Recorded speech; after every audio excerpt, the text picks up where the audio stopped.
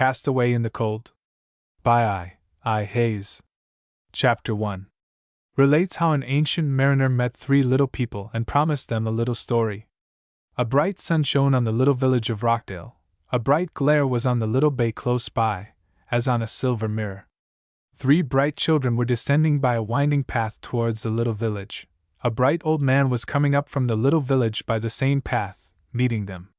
The 3 children were named William Ernest, Fred Fraser, and Alice. Alice was William Ernest's sister, while Fred Fraser was his cousin. William Ernest was the eldest, and he was something more than 11 and something less than 12 years old. His cousin Fred Fraser was nearly a year younger, while his sister Alice was a little more than 2 years younger still. Fred Fraser was on a holiday visit to his relatives, it being vacation time from school, and the 3 children were ready for any kind of adventure, and for every sort of fun. The children saw the old man before the old man saw the children, for the children were looking down the hill, while the old man, coming up the hill, was looking at his footsteps. As soon as the children saw the old man, the eldest recognized him as a friend, and no sooner had his eyes lighted on him than, much excited, he shouted loudly, "Hurrah! There comes the ancient mariner!" His cousin, much surprised, asked quickly, "Who's the ancient mariner?" And his sister, more surprised, asked timidly, "What's the ancient mariner?" Then the eldest, much elated, asked derisively, "Why, don't you know?"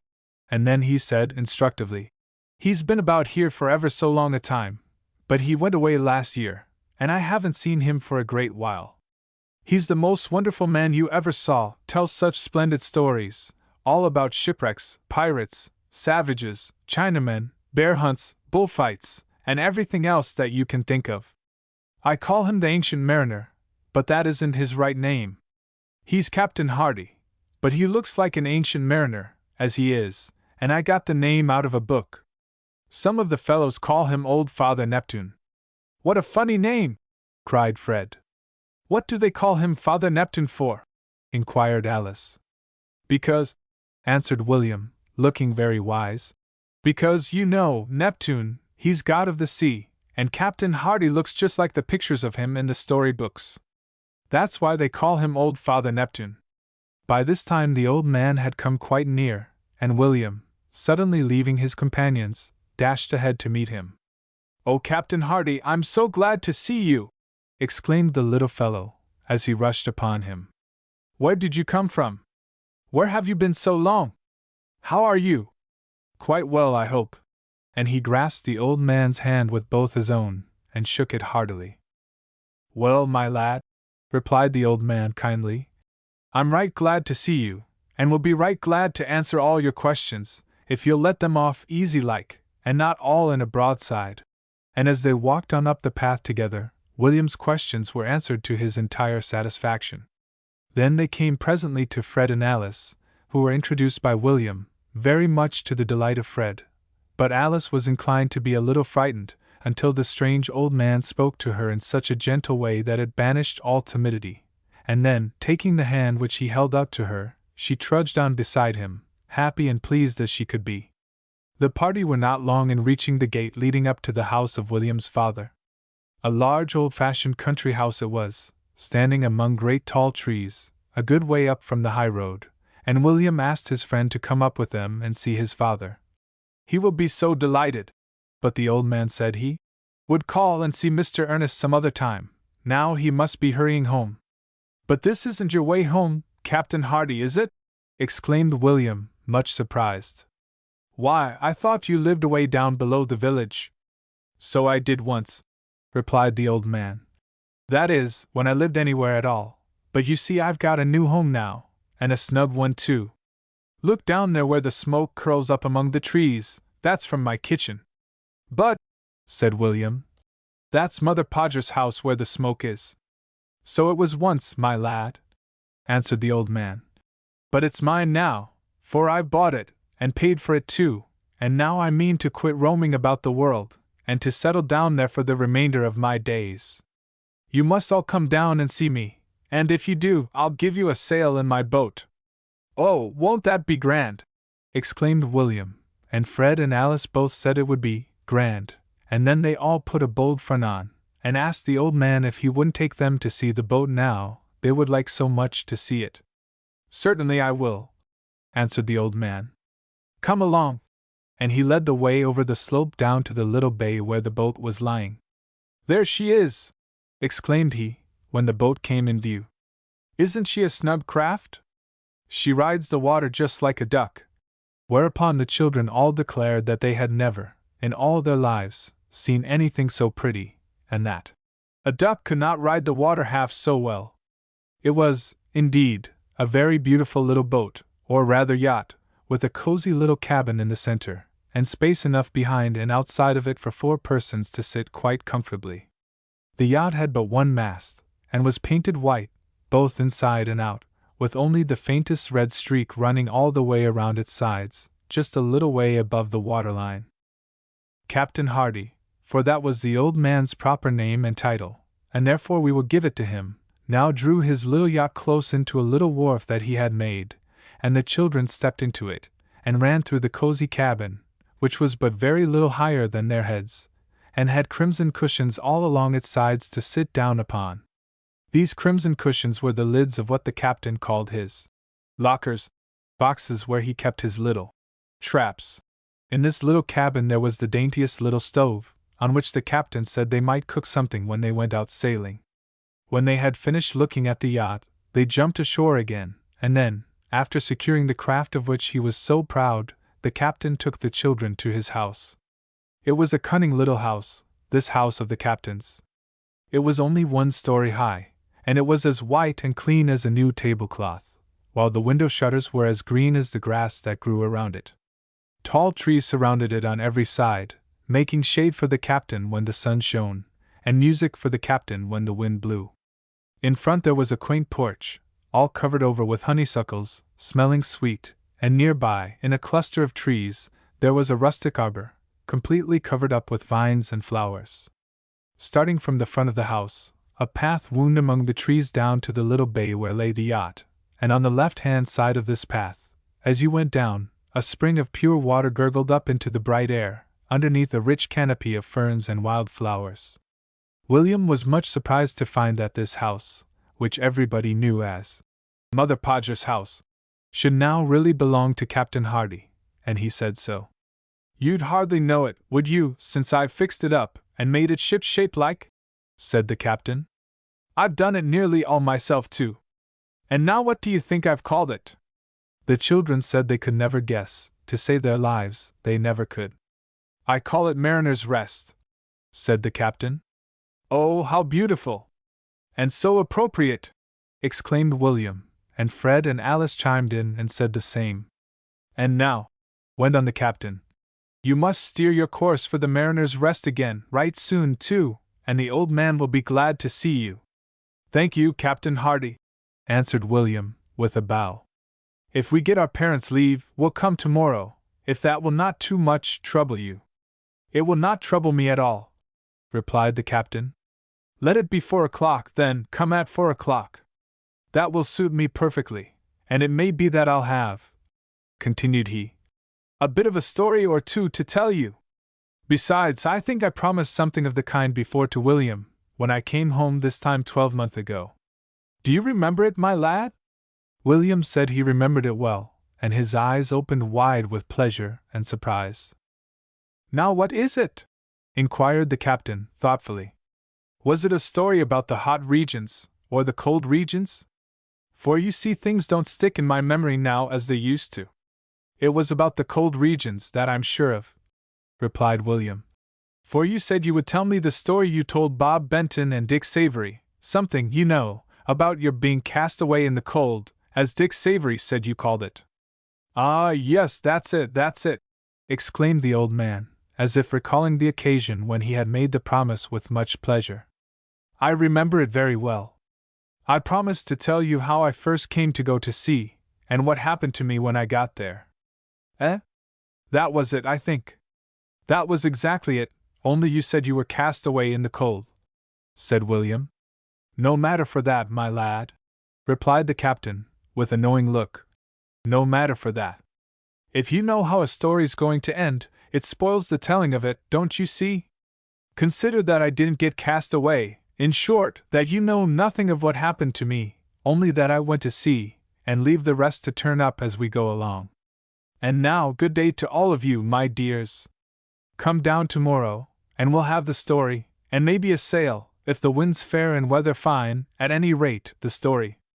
The children were probably the happiest children that were ever seen, as they turned about for home, showering thanks upon the captain with such tremendous earnestness that he was forced in self-defense to cry, "Enough, enough! Run home, and say no more." Chapter 2. Captain John Hardy, otherwise Ancient Mariner, otherwise Old Man. Captain Hardy, or Captain John Hardy, or Captain Jack Hardy, or plain Captain Jack, or simple Captain, as his neighbors pleased to name him, was a famous character in the village. Everybody knew the captain, and everybody liked him. He was a mysterious sort of person, here today and there tomorrow, coming and going all the time, until he fairly tired out the public curiosity and people's patience altogether, so that even the greatest gossips in the town had to confess at length that there was no use trying to make anything of Captain Jack, and they prudently gave up inquiring and bothering their heads about him, but they were glad to see him always. None the less. The captain was known as a great talker, and was always, in former years, brimful of stories of adventure to tell to any one he met during his short visits to the village, any one, indeed, who would listen to him, and, in truth, everybody was glad to listen, he talked so well. Many and many a summer evening he spent seated on an old bench in front of the village inn, reciting tales of shipwrecks, and stories of the sea and land, to the wondering people. Of late years, however, he was not disposed to talk so much, and was not so often seen at his favorite haunt. "I'm getting too old," he would say, "to tarry from home after nightfall." He had now grown to be 59 years old, although he really looked much more aged, for he bore about him the marks of much hardship and privation. His hair was quite white, and fell in long silvery locks over his shoulders, while a heavy snow-white beard covered his breast. There was always something in his appearance denoting the sailor. Perhaps it was that he always wore loose pantaloons, white in summer, and blue in winter, and a sort of tarpaulin hat, with long blue ribbons tied around it, the ends flowing off behind like the pennant of a man-of-war.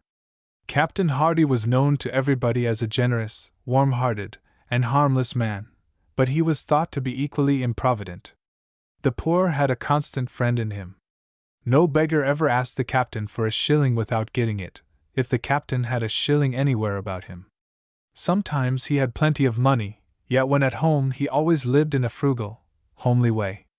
Great was the rejoicing, therefore, among his friends, and they were many, when it was known that he had fallen in with a streak of good fortune. Having been instrumental in saving the British bark Dauntless from shipwreck, the insurance companies had awarded him a liberal salvage, and it was to secure this that he had gone away on his last voyage. As soon as he came home he went right off and bought the house which we have before described, with the money he brought back, and for once got the credit of doing a prudent thing. The old man's happiness seemed now complete. "Here," exclaimed he, "heaven willing, I will bring the old craft to an anchor, and end my days in peace." But after the excitement of fitting up his house and grounds, and getting his little yacht in order, had passed over, he began to feel a little lonely. He was so far away from the village that he could not meet his old friends as often as he wished to. We have seen that he was a great talker, and he liked so much to talk, and thus to fight his battles over again, as it were, and he had so much to talk about, that an audience was quite necessary to him. It is not improbable, therefore, that he looked upon his meeting with William and Fred and Alice as a fortunate event for him, and if the children were delighted, so was he. He was very fond of children, and these were children after his own heart. To them the coming story was a great event, how great the reader could scarcely understand, unless he knew how much every boy in Rockdale was envied by all the other boys, big and little, when he was known to have been especially picked out by Captain Hardy to be the listener to some tale of adventure on the sea. Chapter 3. Which shows the old man to be a man of his word. As we may well suppose, the captain's little friends did not tarry at home next day beyond the appointed time, but true as the hands of the clock to mark the hour and minute on the dial plate, they set out for Captain Hardy's house as fast as they could go, as if their very lives depended on their speed. They found the captain seated in the shady arbor, smoking a long clay pipe. "I'm glad to see you, children," was his greeting to them, and glad enough he was too, much more glad, maybe, than he would care to own, as glad, perhaps, as the children were themselves. "And now, my dears," continued he, "shall we have the story? There is no wind, you see, so we cannot have a sail." "Oh, the story!" "Yes, yes, the story!" cried the children, all at once. "Then the story it shall be," replied the old man. "But first you must sit down." And the children sat down upon the rustic seat, and closed their mouths, and opened wide their ears, prepared to listen, while the captain knocked the ashes from his long clay pipe, and stuck it in the rafter overhead, and clearing up his throat, prepared to talk. "Now you must know," began the captain, "that I cannot finish the story I'm going to tell you all in one day. Indeed, I can only just begin it. It's a very long one, so you must come down tomorrow, and next day, and every bright day after that until we've done. Does that please you?" "Yes, yes," was the ready answer, and little Alice laughed loud with joy. "Will you be sure to remember the name of the place you come to? Will you remember that its name is Mariner's Rest? Will you remember that?" "Yes, indeed we will. And now for the boat we're to have a sail in by and by. What do you think I've called that?" asked the captain. "Seagull?" guessed William. "Water Witch?" guessed Fred. "White Dove?" guessed Alice. "All wrong," said the captain, smiling a smile of the greatest satisfaction. "I've painted the name on her in bright golden letters, and when you go down again to look at her, you'll see Alice there, and the letters are just the color of some little girl's hair I know of." "Is that really her name?" shouted both the boys at once, glad as they could be. "How jolly!" But little Alice said never a word, but crept close to the old man's side, and the old man put his great, big arm around the child's small body, and as the soft sunlight came stealing in through the openings in the foliage of the trees, flinging patches of brightness here and there upon the grass around, the captain began his story. "Now, my little listeners," spoke the captain, "you must know that what I am going to tell you occurred to me at a very early period of my life, when I was a mere boy. In fact, the adventures which I shall now relate to you were the first I ever had. To begin, then, at the very beginning, I must tell you that I was born quite near Rockdale. So you see I have good reason for always liking to come back here. It is like coming home, you know. The place of my birth is only 11 miles from Rockdale by the public road, which runs off there in a west-northwesterly direction. My mother died when I was 6 years old, but I remember her as a good and gentle woman. She was taken away, however, too early to have left any distinct impression upon my mind or character. I was thus left to grow up with 3 brothers and 2 sisters, all but one of whom were older than myself, without a mother's kindly care and instruction, and I must here own that I grew to be a self-willed and obstinate boy, and this disposition led me into a course of disobedience which, but for the protecting care of a merciful Providence, would have brought my life to a speedy end. My father being poor, neither myself nor my brothers and sisters received any other education than what was afforded by the common country school. It was, indeed, as much as my father could do at any time to support so large a family, and, at the end of the year, make both ends meet. As for myself, I was altogether a very ungrateful fellow, and appreciated neither the goodness of my father nor any of the other blessings which I had. Of the advantages of a moderate education which were offered to me I did not avail myself, preferring mischief and idleness to my studies, and I manifested so little desire to learn, and was so troublesome to the master, that I was at length sent home, and forbidden to come back any more, whereupon my father, very naturally, grew angry with me, and no doubt thinking it hopeless to try further to make anything of me, he regularly bound me over, or hired me out, for a period of years, to a neighboring farmer, who compelled me to work very hard, so I thought myself ill-used, whereas, in truth, I did not receive half my deserts. With this farmer I lived 3 years and a half before he made the discovery that I was wholly useless to him, and that I did not do work enough to pay for the food I ate, so the farmer complained to my father, and threatened to send me home.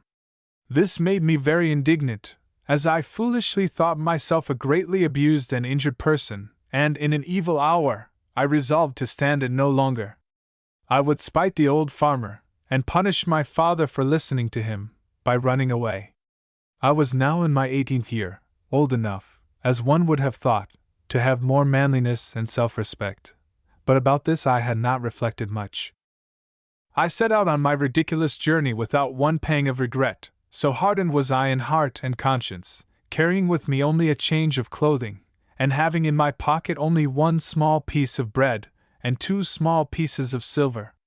It was rather a bold adventure, but I thought I should have no difficulty in reaching New Bedford, where I was fully resolved to take ship and go to sea. The journey to New Bedford was a much more difficult undertaking than I had counted upon, and I believe, but for the wound which it would have caused to my pride, I should have gone back at the end of the first 5 miles. I held on, however, and reached my destination on the second day, having stopped overnight at a public house or inn, where my 2 pieces of silver disappeared in paying for my supper and lodging and breakfast.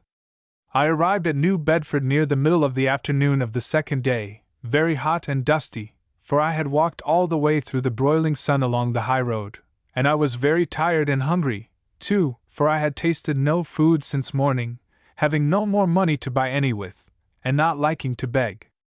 So I wandered on through the town towards the place where the masts of ships were to be seen. As I looked down the street, feeling miserable enough, I can assure you. Up to this period of my life, I had never been 10 miles from home, and had never seen a city, so of course everything was new to me. By this time, however, I had come to reflect seriously on my folly, and this, coupled with hunger and fatigue, so far banished curiosity from my mind that I was not in the least impressed by what I saw. In truth, I very heartily wished myself back on the farm, for if the labor there was not to my liking, it was at least not so hard as what I had performed these past 2 days, in walking along the dusty road, and then I was, when on the farm, never without the means to satisfy my hunger. What I should have done at this critical stage, had not someone come to my assistance, I cannot imagine. I was afraid to ask any questions of the passers-by, for I did not really know what to ask them, or how to explain my situation, and seeing that everybody was gaping at me with wonder and curiosity, and many of them were clearly laughing at my absurd appearance, I hurried on, not having the least idea of where I should go or what I should do. At length I saw a man with a very red face approaching on the opposite side of the street, and from his general appearance I guessed him to be a sailor, so, driven almost to desperation, I crossed over to him, looking, I am sure, the very picture of despair, and I thus accosted him, "If you please, sir, can you tell me where I can go and ship for a voyage?" "A voyage!" shouted he, in reply, "a voyage! A pretty-looking fellow you for a voyage!" Which observation very much confused me.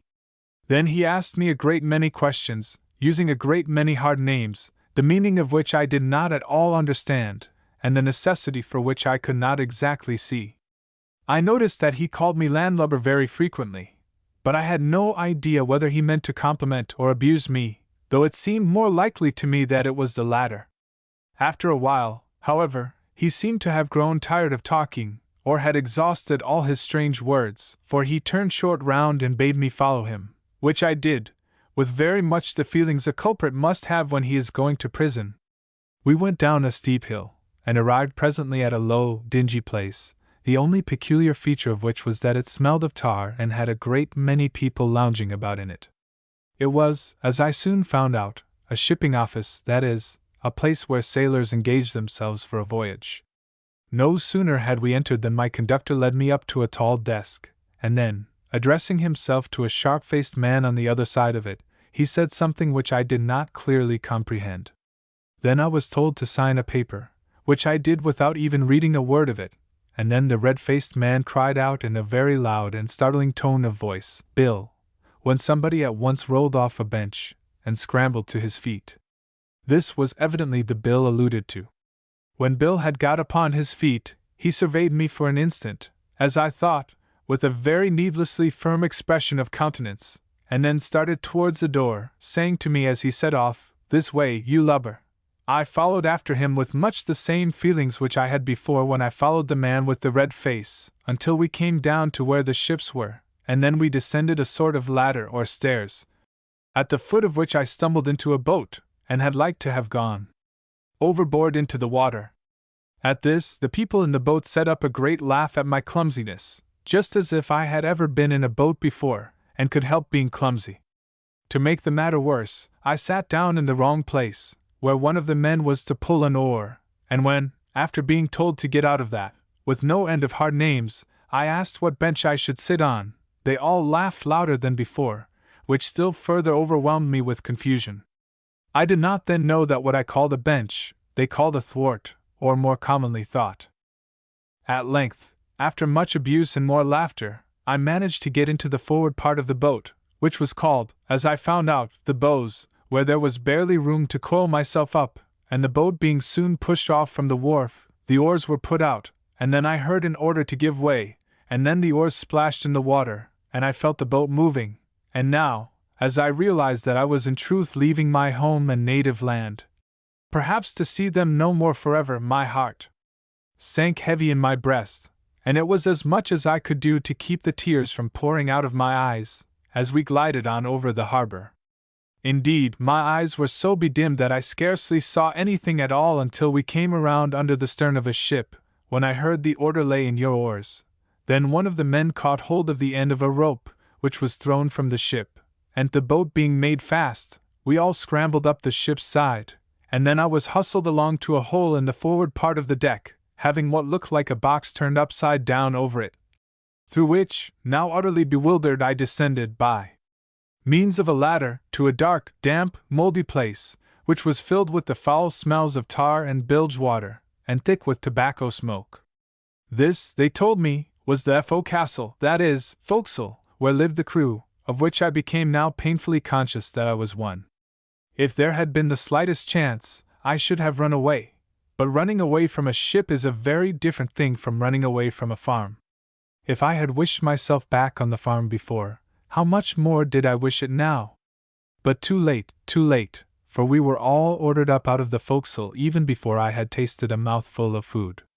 In truth, however, it is very likely that I was too sick with the foul odors, tobacco smoke, and heart-burnings to have eaten anything, even had it been set before me. Upon reaching the deck, I was immediately ordered to lay hold of a wooden shaft, about 6 feet long, which ran through the end of an iron lever, and being joined by some more of the crew, we pushed down and lifted up this lever, just like firemen working an old-fashioned fire engine. Opposite to us was another party pushing down when we were lifting up, and lifting up when we were pushing down. I soon found out that by this operation we were turning over and over what seemed to be a great log of wood, with iron bands at the ends of it, and having a great chain winding up around it. The chain came in through a round hole in the ship's side, with a loud click, click, and I learned that they called it a cable, while the machine we were working was called a windlass. The cable was of course fast to the anchor, and it was very evident to me that we were going to put to sea immediately. The idea of it was now as dreadful to me as it had before been agreeable, when I had contemplated it from the standpoint of a quiet farm, a good many miles away from the sea. But I could not help myself. No matter what might happen, my fate was sealed, so far as concerned this ship. We had not been long engaged at this work of turning the windlass, before my companions set up a song, keeping time with the lever which we were pushing up and down, one of them leading off by reciting a single line, in which something was said about Sally coming, or having come, or going to come to New York town, after which they all united in a dismal chorus, that had not a particle of sense in it, so far as I could see, from beginning to end. When they had finished off with the chorus, the leader set to screaming again about Sally and New York town, and then as before came the chorus. Having completely exhausted himself on the subject of Sally, he began to invent, and his inventive genius was rewarded with a laugh which interfered with the chorus through about 2 turns of the windlass. What he invented I will recite, that you may see how senseless it was, and I will drawl it out very slow to imitate them. But first let me say, when they were through with this chorus, the leader put in his tongue again, inventing a sentiment to rhyme with the first, howling it out as if he would split his throat in the endeavor. This is what it all was, We've picked up a lubber in New Bedford town. Come away, away, storm along, John, get along, storms G1 along. Our lubber's lugger rigged, and we'll do him brown. Come away, away, storm along, John, get along, storms G1 along. The last sentiment about lugger-rigged lubber being done brown made them all laugh even more than the other, and caused an interruption of the chorus to the extent of at least 4 revolutions of the windlass. But when the laugh was over, they went at the dismal chorus with double the energy they had shown before, repeating all they had then said about John's getting along, and storming along, as if they rather liked John for doing these things. Thus they went on without much variety, until I was sick and tired enough of it. The lubber part of it was too clearly aimed at me to be mistaken, but I could not discover in it anything but nonsense all the way through to the end. After a while I heard someone cry out, "The anchor's away," which, as I afterwards learned, meant the anchor had been lifted from the bottom, and then the sailors all scattered to obey in order to do something, which I had not the least idea of, with a sail, and with some ropes, which appeared to me to be so mixed up that nobody could tell one from the other, nor make head nor tail of them. In the twinkling of an eye, however, in spite of the mixed-up ropes, there was a great flapping of white canvas, and a creaking and rattling of pulleys. Then the huge white sail was fully spread, the wind was bulging it out in the middle like a balloon, the ship's head was turned away from the town, and we were moving off. Next came an order to lay aloft and shake out the topsail, but happily in this order I was not included, but was, instead, directed to lend a hand to get the anchor aboard, which operation was quickly accomplished, and the heavy mass of crooked iron which had held the ship firmly in the harbor was soon fastened in its proper place on the bow, to what is called a cathead. By the time this was done, every sail was set, and we were flying before the wind out into the great ocean. And now you see my wish was gratified. I was in a ship and off on the world of waters, with the career of a sailor before me, a career to my imagination when on the farm full of romance, and presenting everything that was desirable in life. But was it so in reality when I was brought face to face with it, when I had exchanged the farm for the forecastle? By no means. Indeed, I was filled with nothing but disgust first, and terror afterwards. The first sight which I had of the ocean was much less satisfactory to me than would have been my father's duck pond. I soon got miserably sick. Night came on dark and fearful, the winds rose, the waves dashed with great force against the ship's sides, often breaking over the deck, and wetting me to the skin. I was shivering with cold, I was afraid that I should be washed overboard, I was afraid that I should be killed by something tumbling on me from aloft, for there was such a great rattling up there in the darkness that I thought everything was broken loose. I could not stand on the deck without support, and was knocked about when I attempted to move. Every time the ship went down into the trough of a sea I thought all my insides were coming up. So altogether you see I was in a very bad way. How, indeed, should it be otherwise? For can you imagine any ills so great as these? First, to have all your clothes wet, 2d, to have a sick stomach, and 3d, to be in a dreadful fright. Now that was precisely my condition, and I was already reaping the fruits of my folly in running away from home and exchanging a farm for a forecastle. The captain here paused and laughed heartily at the picture he had drawn of himself in his ridiculous role of the young sailor boy, and, after clearing his throat again, was about to proceed with the story, when he perceived that the shades of evening had already begun to fall upon the arbor. Looking out among the trees, he saw the leaves and branches standing sharply out against the golden sky, which showed him that the day was ended and the sun was set. So he told his little friends to hasten home before the dews began to fall upon the grass, and come again next day. This they promised thankfully, and told the captain that they never would forget it. But the head of William was filled with a bright idea, and he was bound to discharge it before he left the place. "Oh, Captain Hardy," cried the little fellow, "do you know what I was thinking of?" "How should I, before you tell me?" was the captain's very natural answer. "Why, I was thinking how nice it would be to write all this down on paper. It would read just like a printed book." The captain said he liked the idea, but he doubted if William could remember it.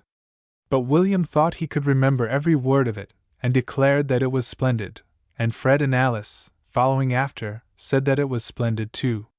But whether the story that the captain told was splendid, or the idea of writing it down was splendid, or exactly what was splendid, was not then and there settled. Yet it was fully settled that William was to write the story down the best he could, and ask his father to correct the worst mistakes. And now, when this was done, the happy children said good evening to the captain, and set out merrily for home, little Alice holding to her brother's hand, as she tripped lightly over the green field, turning every dozen steps to throw back through the tender evening air, from her dainty little fingertips, a laughing kiss to the ancient mariner, whose face beamed kindly on her from the arbor door. Chapter 4.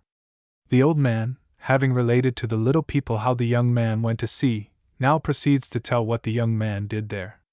The 2 days which the old man and his young friends had passed together had so completely broken down all restraint between them, that the children almost felt as if they had known the old man all their lives. It was therefore quite natural that, when they went down next day, they should feel inclined to give him a surprise. So they concerted a plan of sneaking quietly around the house that they might come upon him suddenly, for they saw him working in his garden, hoeing up the weeds. "Now let's astonish him," said William. "That's a jolly idea," said Fred, while Alice said nothing at all, but was as pleased as she could be. The little party crawled noiselessly along the fence, through the open gate, and sprang upon the captain with a yell, like a parcel of wild Indians. And sure enough they did surprise him, for he jumped behind his hoe, as if preparing to defend himself against an attack of enemies. "Heyday, my hearties!" exclaimed the captain, when he saw who was there. "Ain't you ashamed of yourselves to scare the old man that way?" And he joined the laugh that the children raised at his own expense, enjoying it as much as they did. "That's a trick of William's, I'll be bound," said he. "But no matter, I'll forgive you. And I'm right glad you've come, too, for it's precious hot, and I'm tired hoeing up the weeds. So now, let us get out of the sun, into the crow's nest." "The crow's nest!" cried William. "What's that?" "Why, the arbor, to be sure," said the captain. "Don't you like the name?" "Of course I do," answered William. "It's such a cunning name." It was but a few steps to the crow's nest, and the happy party once seated, the captain was ready in an instant to pick up the thread where he had broken it short off when they had parted in the golden evening of the day before, and then to spin on the yarn. "And now, my lively trickster and genius of the quill," said he to William, "how is it about writing down the story? What does your father say?" "Oh," answered William, "I've written down almost every word of what you said, and Papa has examined it, and says he likes it. There it is." And he pulled a roll of paper from his pocket and handed it to the captain.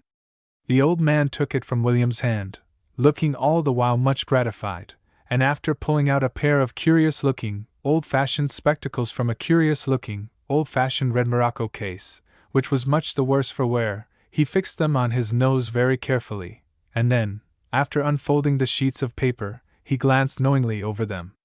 "That's good," said he. "That's ship-shape, and as it ought to be. Why, lad, you're a regular genius, and sure to turn out a second Scott, or Cooper, or some such writing chap." "I am glad you like it, Captain Hardy," said William, pleased that he had pleased his friend. "Like it!" exclaimed the captain. "Like it! That's just what I do, and now, since I'm to be made famous in this way, I'll be more careful with my speech. And no bad spelling either," ran on the captain, while he kept turning back the leaves, "as there would have been if you had put it down just as I spoke it. But never mind that now, take back the papers, lad, and keep them safe. We'll go on now, if we can only find where the yarn was broken yesterday. Do any of you remember?" "I do," said William, laughing. "You had just got out into the great ocean, and were frightened half to death." "Oh yes, that's it," went on the captain. "Frightened half to death. That's sure enough, and no mistake, and so would you have been, my lad, if you had been in my place. But I don't think I'll tell you anything more about my miserable life on board that ship. Hadn't we better skip that?" "Oh no, no!" cried the children all together. "Don't skip anything." "Well then," said the obliging captain, glad enough to see how much his young friends were interested. "If you will know what sort of a miserable time young sailors have of it, I'll tell you, and let me tell you, too, there's many a one of them has just as bad a time as I had. In the first place, you see, they gave me such wretched food to eat, all out of a rusty old tin plate, and I was all the time so sick from the motion of the vessel as we went tossing up and down on the rough sea, and from the tobacco smoke of the forecastle, and all the other bad smells, that I could hardly eat a mouthful, so that I was half ready to die of starvation. And, as if this was not misery enough, the sailors were all the time, when in the forecastle, quarreling like so many wild beasts in a cage, and as 2 of them had pistols, and all of them had knives, I was every minute in dread lest they should take it into their heads to murder each other, and kill me by mistake. So I can tell you, being a young sailor boy isn't what it's cracked up to be." "Oh, wasn't it dreadful?" said Alice. "To be sick all the time, and nobody there to take care of you." "Well, I wasn't so sick, maybe, after all," answered the captain, smiling. "Only seasick, you know. And then, for the credit of the ship, I'll say that, if you had nice plum pudding every day for dinner, you would think it horrid stuff if you were seasick." "But don't people die when they are seasick?" inquired Alice. "Not often, child," answered the captain playfully. "But they feel all the time as if they were going to, and when they don't feel that way, they feel as if they'd like to." However, I was miserable enough in more ways than one, for to these troubles was added a great distress of mind, caused by the sport the sailors made of me, and also by remorse of conscience for having run away from home, and thus got myself into this great scrape. Then, to make the matter worse, as if it was not bad enough already, a violent storm set upon us in the dark night. You could never imagine how the ship rolled about over the waves. Sometimes they swept clear across the ship, as if threatening our lives, and all the time the creaking of the masts, the roaring of the wind through the rigging, and the lashing of the seas filled my ears with such awful sounds that I was in the greatest terror, and I thought that every moment would certainly be my last. Then, as if still further to add to my fears, one of the sailors told me, right in the midst of the storm, that we were bound for the northern seas, to catch whales and seals. So now, what little scrap of courage I had left took instant flight, and I fell at once to praying, which I am ashamed to say I had never in my life done before, fully satisfied as I was that, if this course did not save me, nothing would. In truth, I believe I should actually have died of fright had not the storm come soon to an end, and indeed it was many days before I got over thinking that I should, in one way or another, have a speedy passage into the next world, and therefore I did not much concern myself with where we were going in this. Hence I grew to be very unpopular with the people in the ship, and learned next to nothing. I was always in somebody's way, was always getting hold of the wrong rope, and was in truth all the time doing mischief rather than good. So I was set down as a hopeless idiot, and was considered proper game for everybody. The sailors tormented me in every possible way. One day, knowing how green I was, they set to talking about fixing up a table in the forecastle, and one of them said, what a fine thing it would be if the mate, who turned out to be the red-faced man I had met in the street, and who took me to the shipping office, would only let us have the keelson. So this being agreed to in a very serious manner, which I hadn't wit enough to see was all put on, I was sent to carry their petition. Seeing the mate on the quarter-deck, I approached, and in a very respectful manner thus addressed him, "If you please, sir, I come to ask if you will let us have the keelson for a table?" Whereupon the mate turned fiercely upon me, and to my great astonishment, roared out at the very top of his voice, "What? What's that you say? Say that again, will you?" So I repeated the question as he had told me to, feeling all the while as if I should like the deck to open and swallow me up. I had scarcely finished before I perceived that the mate was growing more and more angry, if, indeed, anything could possibly exceed the passion he was in already. His face was many shades redder than it was before, and, indeed, it was so very red that it looked as if it might shine in the dark. His hat fell off, as it seemed to me, in consequence of his stiff red hair rising up on end, and he raised his voice so loud that it sounded more like the howl of a wild beast than anything I could compare it to. "You lubber!" he shouted. "You villain!" he shrieked. You! And here it seemed as if he was choking with hard words which he couldn't get rid of. "You come here to play tricks on me. You try to fool me. I'll teach you." And seizing hold of the first thing he could lay his hands on, I did not stop to see what it was, but wheeled about greatly terrified. He let fly at me with such violence that I am sure I must have been finished off for certain had I not quickly dodged my head. When I returned to the forecastle, the sailors had a great laugh at me, and they called me ever afterwards Jack Keelson. The keelson, you must know, is a great mass of wood down in the very bottom of the ship, running the whole length of it. But how should I have learned that? At another time I was told to go and grease the saddle, not knowing that this was a block of wood spiked to the mainmast to support the main boom, and thinking this a trick too, I refused to go, and came again near getting my head broken by the red-faced mate. I did not believe there was anything like a saddle in the ship. And thus the sailors continued to worry me. Once, when I was very weak with seasickness and wanted to keep down a dinner which I had just eaten, they insisted upon it, that, if I would only put into my mouth a piece of fat pork, and keep it there, my dinner would stay in its place. The sailors were right enough, for as soon as my dinner began to start up, of course away went the fat pork out ahead of it. But by and by I came to my senses, and upon discovering that the bad usage I received was partly my own fault, I stopped lamenting over my unhappy condition, and began to show more spirit. Would you believe it? I had actually been in the vessel 5 days before I had curiosity enough to inquire her name. They told me that it was called the Blackbird, but whatever possessed anybody to give it such a ridiculous name I never could imagine. If they had called it Black Duck or Black Diver, there would have been some sense in it, for the ship was driving head foremost into the water pretty much all the time. But I found out that the vessel was not exactly a ship after all, but a sort of half-schooner, half-brig, what they call a brigantine, having 2 masts, a mainmast and a foremast. On the former there was a sail running fore and aft, just like the sail of the little yacht Alice, and on the latter there was a foresail, a foretopsail, a foretop-gallant sail, and a foreroyal sail, all of course square sails, that is, running across the vessel, and fastened to what are called yards. The vessel was painted jet black on the outside, but inside the bulwarks the color was a dirty sort of green. Such, as nearly I can remember, was the brigantine Blackbird, 342 tons register. Brigantine is, however, too large a word, so when we pay the Blackbird the compliment of mentioning her, we will call her a ship.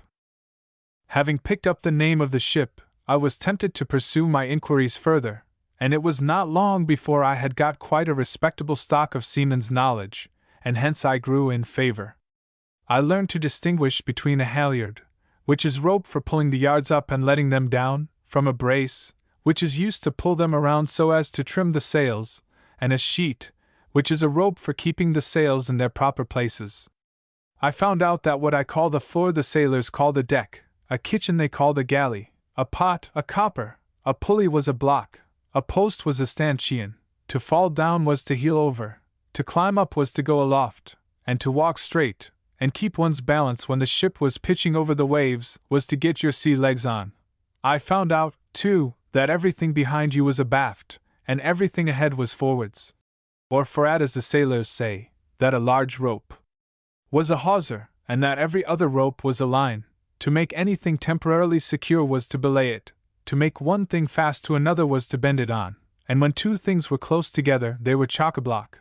I learned, also, that the right-hand side of the vessel was the starboard side, while the left-hand side was the port or larboard side, that the lever which moves the rudder that steers the ship was called the helm, and that to steer the ship was to take a trick at the wheel, that to put the helm up was to turn it in the direction from which the wind was coming, windward, and to put the helm down was to turn it in the direction the wind was going, leeward.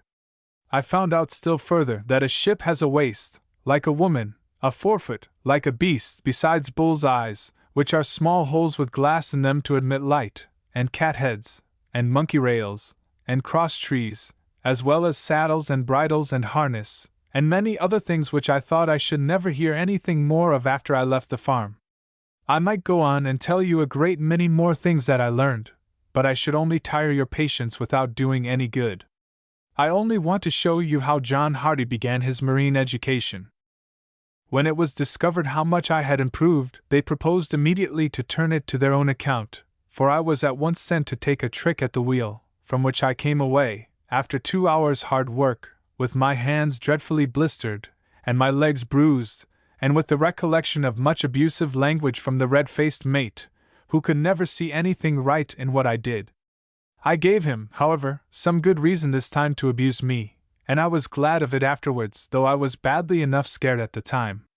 I steered the ship so badly that a wave which I ought to have avoided by a skillful turn of the wheel came breaking in right over the quarter-deck, wetting the mate from head to foot. He thought I did it on purpose, which you may be sure I did not do. Again his face grew red enough to shine of a dark night, and his mind invented hard words faster than his tongue would let them out of his ugly throat. I tell you all this, that you may have some idea of what a ship is, and how sailors live, and what they have to do. You can easily see that they have no easy time of it, and let me tell you, there isn't a bit of romance about it, except the stories that are cut out of whole cloth to make books and songs of.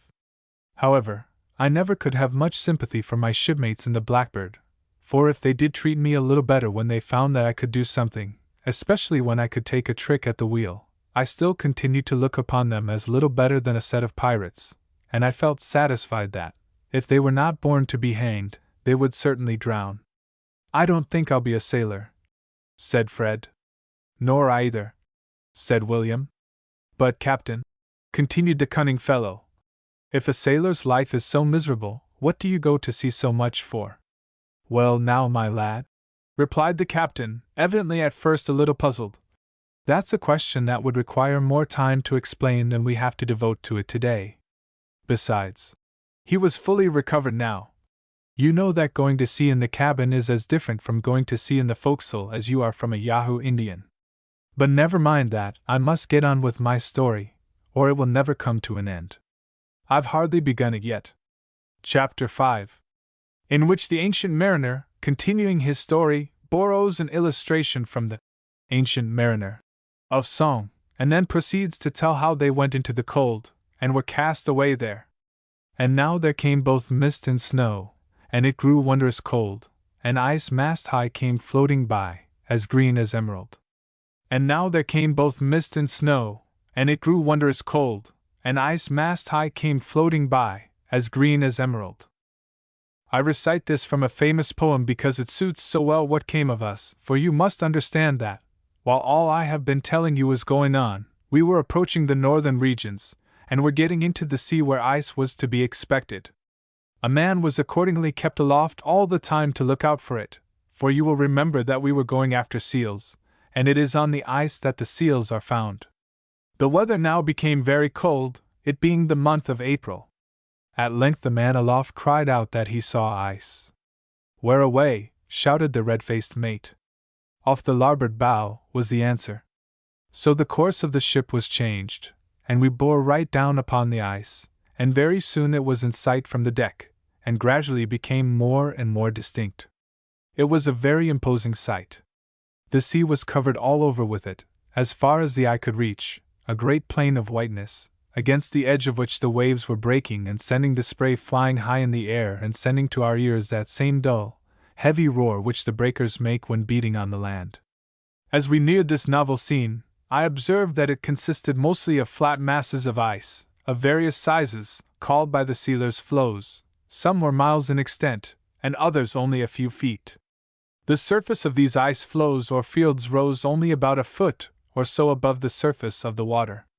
Between them there were in many places very broad openings, and when I went aloft and looked ahead, these ice fields appeared like a great collection of large and small flat white islands dotted about in the midst of the ocean. Through these openings between the fields the ship was immediately steered, and we were soon surrounded by ice on every side. To the south, whence we had come, there was in an hour or so apparently just as much ice as there was before us. To the north, or to the right and left of us, a vast immeasurable waste of ice it was, looking dreary and frightful enough, I can assure you. I have said that the pieces of ice now about us were called floes, or ice fields. The whole together was called the pack.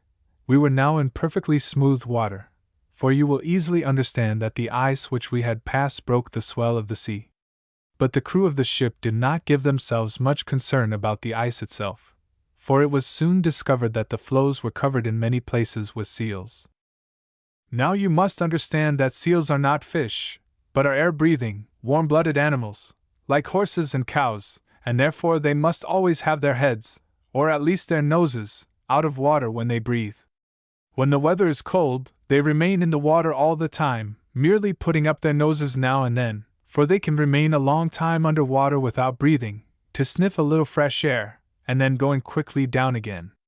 In the warm weather, however, they come up bodily out of the sea, and bask and go to sleep in the sun, either on the land or on the ice. Many thousands of them are often seen together. As we came farther and farther into the pack, the seals on the ice were observed to be more and more numerous. Most of them appeared to be sound asleep. Some of them were wriggling about, or rolling themselves over and over, while none of them seemed to have the least idea that we had come all the way from New Bedford to rob them of their sleek coats and their nice fat blubber. We were now fairly into our harvest field, and when a suitable place was discovered, the ship was brought up into the wind, that is, the helm was so turned as to bring the ship's head towards the wind, when of course the sails got aback, and the ship stopped. Then a boat was lowered, and a crew, of which I was one, got into it, with the end of a very long rope, and we pulled away towards the edge of a large ice field, hauling out the rope after us, of course, from the coil on shipboard. As we approached the ice, the seals nearby all became frightened, and floundered into the sea as quickly as they could, with a tremendous splash. In a few minutes they all came up again, putting their cunning-looking heads out of the water, all around the boat, no doubt as curious to see what these singular-looking beings were that had come amongst them, as the Indians were about Columbus and his Spaniards, when they first came to America. As soon as we had reached the ice, we sprang out of the boat onto it, and, after digging a hole into it with a long, sharp bar of iron, called an ice chisel, we put therein one end of a large, heavy, crooked hook, called an ice anchor, and then to a ring in the other end of this ice anchor we made fast the end of the rope that we had brought with us. This done, we signaled to the people on board to haul in, which they did on their end of the rope, and in a little while the ship was drawn close up to the ice. Then another rope was run out over the stern of the ship, and, this being made fast to an ice anchor in the same way as the other, the ship was soon drawn up with her whole broadside close to the ice, as snug as if she were lying alongside of a dock in New Bedford. And now began the seal hunt. It would not interest you to hear all about the preparations we made, first to catch the seals, and then to preserve the skins and try out the oil from the blubber, and put it away in barrels. For this latter duty some of the crew were selected, while others were sent off to kill and bring in the seals. These latter were chosen with a view to their activity, and I, being supposed to be of that sort, was one of the party. I was glad enough, I can assure you, to get off the vessel for once on to something firm and solid, even if it was only ice, and at least for a little while to have done with rocking and rolling about over the waves. Each one of the seal catchers was armed with a short club for killing the seals, and a rope to drag them over the ice to the ship. We scattered in every direction, our object being each by himself to approach a group of seals, and coming upon them as noiselessly as possible, to kill as many of them as we could before they should all take fright and rush into the sea. In order to do this, we were obliged to steal up between the seals and the water as far as possible. My first essay at this novel business was ridiculous enough, and besides nearly causing my death, overwhelmed me with mortification. It happened thus. I made at a large herd of seals, nearly all of which were lying some distance from the edge of the ice, and before they could get into the water I had managed to intercept about a dozen of them. Thus far I thought myself very lucky, but, as the poet Burns says, the best laid schemes o' mice and men gang aft agley, and leave us naught but grief and pain for promised joy. So it fell out with me. The seals, of course, all rushed towards the water as fast as they could go, the moment they saw me coming. But I got up with them in time, and struck one on the nose, killing it, and was in the act of striking another, when a huge fellow that was big enough to have been the father of the whole flock, too badly frightened to mind where he was going, ran his head between my legs, and whipping up my heels in an instant, landed me on his back, in which absurd position I was carried into the sea before I could recover myself. Of course I sunk immediately, and dreadfully cold was the water, but rising to the surface in a moment, I was preparing to make a vigorous effort to swim back to the ice, when another badly frightened and ill-mannered seal, as I am sure you will all think, plunged into the sea without once looking to see what he was doing, and hit me with the point of his nose fairly in the stomach. I thought now for certain that my misfortunes were all over, and that my end was surely come. However, I got my head above the surface once more, and did my best to keep it there, but my hopes vanished when I perceived that I was at least 20 feet from the edge of the ice. It was as much as I could do to keep my head above water, without swimming forward, so much embarrassed was I by my heavy clothing, the great cold, and the terrible pains, worse than those of colic, caused by the seal hitting me in the stomach. I am quite certain that this would have been the last of John Hardy's adventures, had not one of my companions, seeing me going overboard on the back of the seal, rushed to my rescue. He threw me his line for dragging seals, the end of which I had barely strength to catch and hold on to, and then he drew me out as one would haul up a large fish. I came from the sea in a most sorry condition, as you can well imagine. My mouth was full of salt water. I was so prostrated with the cold that I could scarcely stand, and my pains were so great that I should certainly have screamed had I not been so full of water that I could not utter a single word. But I managed, after a while, to get all the water spit out, and then, after drawing into my lungs a few good long breaths of air, I felt greatly refreshed. I could still, however, hardly stand, and was shivering with the cold. But I found that I had strength enough to stagger back to the ship, where I was greeted in a manner far from pleasant. The sailors looked upon my adventure as a great joke, never once seeming to think how near I was to death's door, and the mate simply cried out overboard, Pity the sharks didn't catch him. It was clear enough that this red-faced tyrant would show me no mercy, and when, pale and cold and panting for breath, I asked him for leave to go below for a while, he cried out, Yes, for just 5 minutes. Be lively, or I'll warm your back for you with a rope's end. The prospect of a back warming of this description had the effect to make me lively, sure enough, although I was shivering as if I would shake all my teeth out, and tumble all my bones down into a heap. As soon as I reached the deck, the mate cried out again for me to be lively, and when he said after me with an uplifted rope's end, his face glaring at me all the while like a red-hot furnace, you may be sure I was quite as lively as it was possible for me to be, and was over the ship's side in next to no time at all, and off after seals again. After a while I got warmed up with exercise, and this time, being more cautious, I met with no similar misadventure, and soon came in dragging 3 seals after me. The mate now complimented me by exclaiming, Why, look at the lubber! We continued at this seal hunting for a good many days, during which we shifted our position frequently, and made what the sealers called a good catch.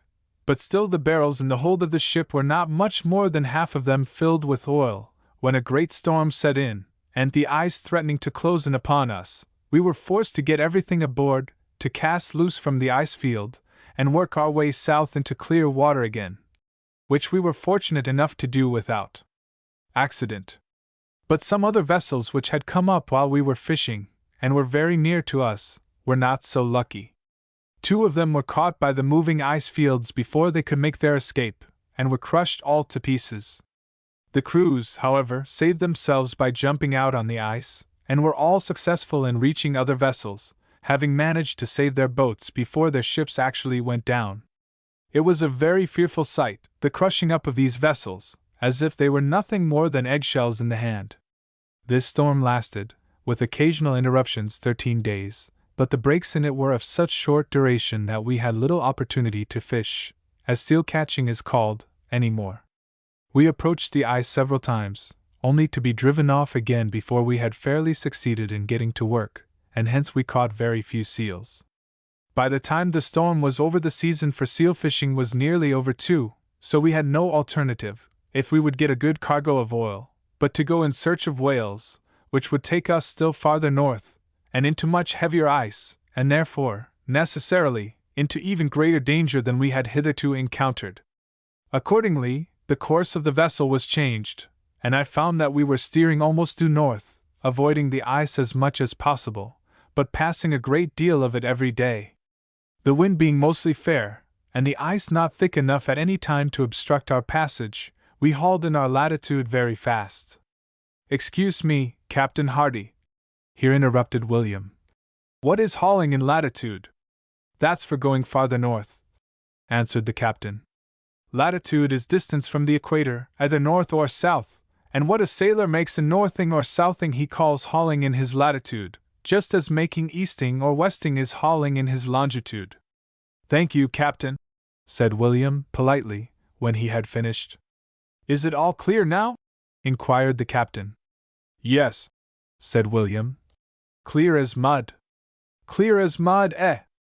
Well, that isn't as clear as the pea soup was they used to give us on board the Blackbird, for that was so clear that, if the ocean had been made of it, you might have seen through it all the way down to the bottom. Indeed, one of the old sailors said that it wasn't soup at all. "If dat is soup," growled he, "den I sailed 42 sand-mile trough soup, which is the number of miles he was supposed to have sailed in his various voyages. But no matter for the soup. The days wore on none the less that the soup was thin, and still we kept going on, getting farther and farther north, and into more and more ice. Sometimes our course was much interrupted, and we had to wait several days for the ice to open, then we would get under way again, and push on. At length it seemed to me that we must be very near the North Pole. It was a strange world we had come into. The sun was shining all the time. There was no night at all, broad daylight constantly. This, of course, favored us. Indeed, had there been any darkness, we could not have sailed among the ice at all. As it was, we were obliged to be very cautious, for the ice often closed upon us without giving us a chance to escape, obliging us to get out great long saws, and cut out and float away great blocks of the ice, until we had made a dock for the ship, where she could ride with safety. We had many narrow escapes from being crushed. At first, when we concluded to go after whales, there were several vessels in company with us. At one time I counted 9, all in sight at one time, but we had become separated in thick weather, and whether they had gone ahead of us, or had fallen behind, we could not tell. However, we kept on and on. Where we were, or where we were going, I, of course, had not the least idea, but I became aware, from day to day, that greater dangers were threatening us, for icebergs came in great numbers to add their terrors to those which we had already in the ice fields. They became at length, and suddenly too, very numerous, and not being able to go around them on account of the field ice, which was on either side, we entered right amongst them.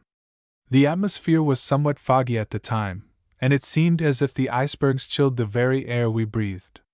I fairly shuddered as we passed the first opening.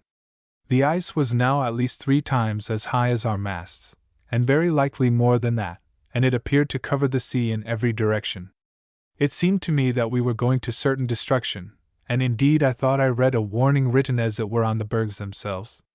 Upon the corner of an iceberg to the left of us there stood a white figure, as plain as anything could possibly be.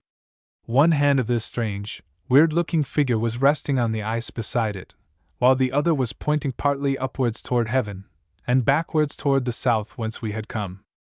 I thought I saw the figure move, and, much excited, I called the attention of one of the sailors to it. "Why, you lubber," said he, "don't you know that the sun melts the ice into all sorts of shapes? Look overhead, if there isn't a man's face."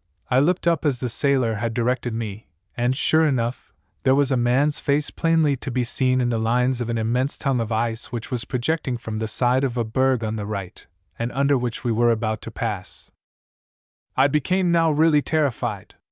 In addition to these strange spectral objects, the air was filled with loud reports, and deep, rumbling noises, caused by the icebergs breaking to pieces, or masses splitting off from their sides and falling into the sea. These noises came at first from the icebergs in front of us, but when we had got fairly into the wilderness of ice which covered the sea, they came from every side. It struck me that we had passed deliberately into the very jaws of death, and that from the frightful situation there was no escape. I merely mentioned this as the feeling which oppressed me, and which I could not shake off. Indeed, the feeling grew upon me rather than decreased. The fog came on very thick, settling over us as if it were our funeral shroud. Some snow also fell, which made the air still more gloomy. The noises were multiplying, and we could no longer tell whence they came, so thick was the air. We were groping about like a traveler who has lost his way in a vast forest, and has been overtaken by the dark night. It seemed to me now that our doom was sealed, that all our hope was left behind us when we passed the opening to this vast wilderness of icebergs, and the more I thought of it, the more it seemed to me that the figure standing on the corner of the iceberg where we entered, whether it was ice or whatever it was, had been put there as a warning. How far my fears were right you shall see presently. The fog, as I have said, kept on thickening more and more, until we could scarcely see anything at all. I have never, I think, seen so thick a fog, and it was with the greatest difficulty that the ship was kept from striking the icebergs. Then, after a while, the wind fell away steadily, and finally grew entirely calm. The current was moving us about upon the dead waters, and in order to prevent this current from setting us against the ice, we had to lower the boats, and making lines fast to the ship and to the boats, pull away with our oars to keep headway on the ship, that she might be steered clear of the dangerous places. Thus was made a slow progress, but it was very hard work. At length the second mate, who was steering the foremost boat, which I was in, cried out, "Fast ice ahead." Now fast ice is a belt of ice which is attached firmly to the land, not yet having been broken up or dissolved by the warmth of the summer. This announcement created great joy to everybody in the boats, as we knew that land must be near, and we all supposed that we would be ordered to make a line fast to the ice, that we might hold on there until the fog cleared up and the wind came again. But instead of this we were ordered by the mate to pull away from it. And then, after having got the vessel, as was supposed, into a good, clear, open space of water, at least, there was not a particle of ice in sight, we were all ordered, very imprudently, as it appeared to every one of us, to come on board to breakfast. We had just finished our breakfast, and were preparing to go on deck, and then into the boats again, when there was a loud cry raised. "Ice close aboard! Hurry up! Man the boats!" were the orders which I heard among a great many other confusing sounds, and when I got on deck, I saw, standing away up in the fog, its top completely obscured in the thick cloud, an enormous iceberg. The side nearest to us hung over from a perpendicular, as the projecting tongue on which I had before seen the man's face. It was very evident that we were slowly drifting upon this frightful object, directly under this overhanging tongue. It was a fearful sight to behold, for it looked as if it was just ready to crumble to pieces, and indeed, at every instant, small fragments were breaking off from it, with loud reports, and falling into the sea. We were but a moment getting into the boats. The boat which I was in had something the start of the other two. Just as we were pulling away, the master of the ship came on deck, and ordered us to do what, had the red-faced mate done an hour before, would have made it impossible that this danger should have come upon us. "Carry your line out to the fast ice," was the order we received from the master, and every one of us, realizing the great danger, pulled as hard as he could. The fast ice was dimly in sight when we started, for we had drifted while at breakfast towards it, as well as towards the berg. Only a few minutes were needed to reach it. We jumped out and dug a hole, and planted the ice anchor. The ship was out of sight, buried in the fog. A faint voice came from the ship. It was, "Hurry up! We have struck." They evidently could not see us. The line was fastened to the anchor in an instant, and the second mate shouted, "Haul in! Haul in!" There was no answer but "Hurry up! We have struck!" "Haul in! Haul in!" shouted the second mate, but still there was no answer. "They can't hear nor see," said he, hurriedly, and then, turning to me, said, "Hardy, you watch the anchor that it don't give way. Boys, jump in the boat, and we'll go nearer the ship so they can hear." The boat was gone quickly into the fog, and I was then alone on the ice by the anchor. How much and truly alone you shall hear. Quick as the lightning flash, sudden as the change of one second to another, there broke upon me a sound that will never leave my ears. It was as if a volcano had burst forth, or an earthquake had instantly tumbled a whole city into ruins. A fearful shock, like a sudden explosion, filled the air. I saw faintly through the thick mists the masts of the ship reeling over, and I saw no more. Vessel and iceberg and the disappearing boat were buried in chaos.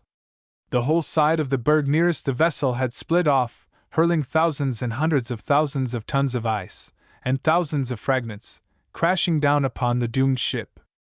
Escape the vessel could not, nor her crew, the shock came so suddenly.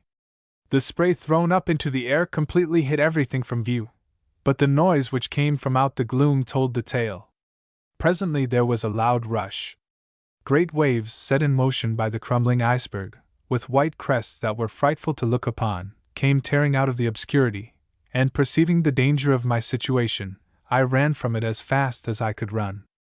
And I was just in time, for the waves broke up the ice where I had been standing into 100 fragments, and crack after crack opened close behind me. I had not, however, far to run before I had reached a place of safety, for the force of the waves was soon spent. And when I saw what had happened, I fell down flat upon the ice, crying, "Saved, but for what? To freeze or starve? Oh, that I had perished with the rest of them!" So now you see that I was really and truly cast away in the cold. In almost a single instant the ship which had borne me through what had seemed great perils was, so far as appeared to me, swallowed up in the sea, crushed and broken into fragments by the falling ice, and every one of my companions was swallowed up with it. And there I was on an ice raft, in the middle of the Arctic Sea, without food or shelter, wrapped in a great black, impenetrable fog, with the prospect of a lingering death staring me in the face.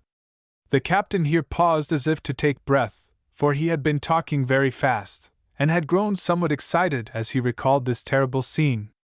The eyes of the children were riveted upon him, so deeply were they interested in the tale of the shipwreck, and it was some time before any one spoke.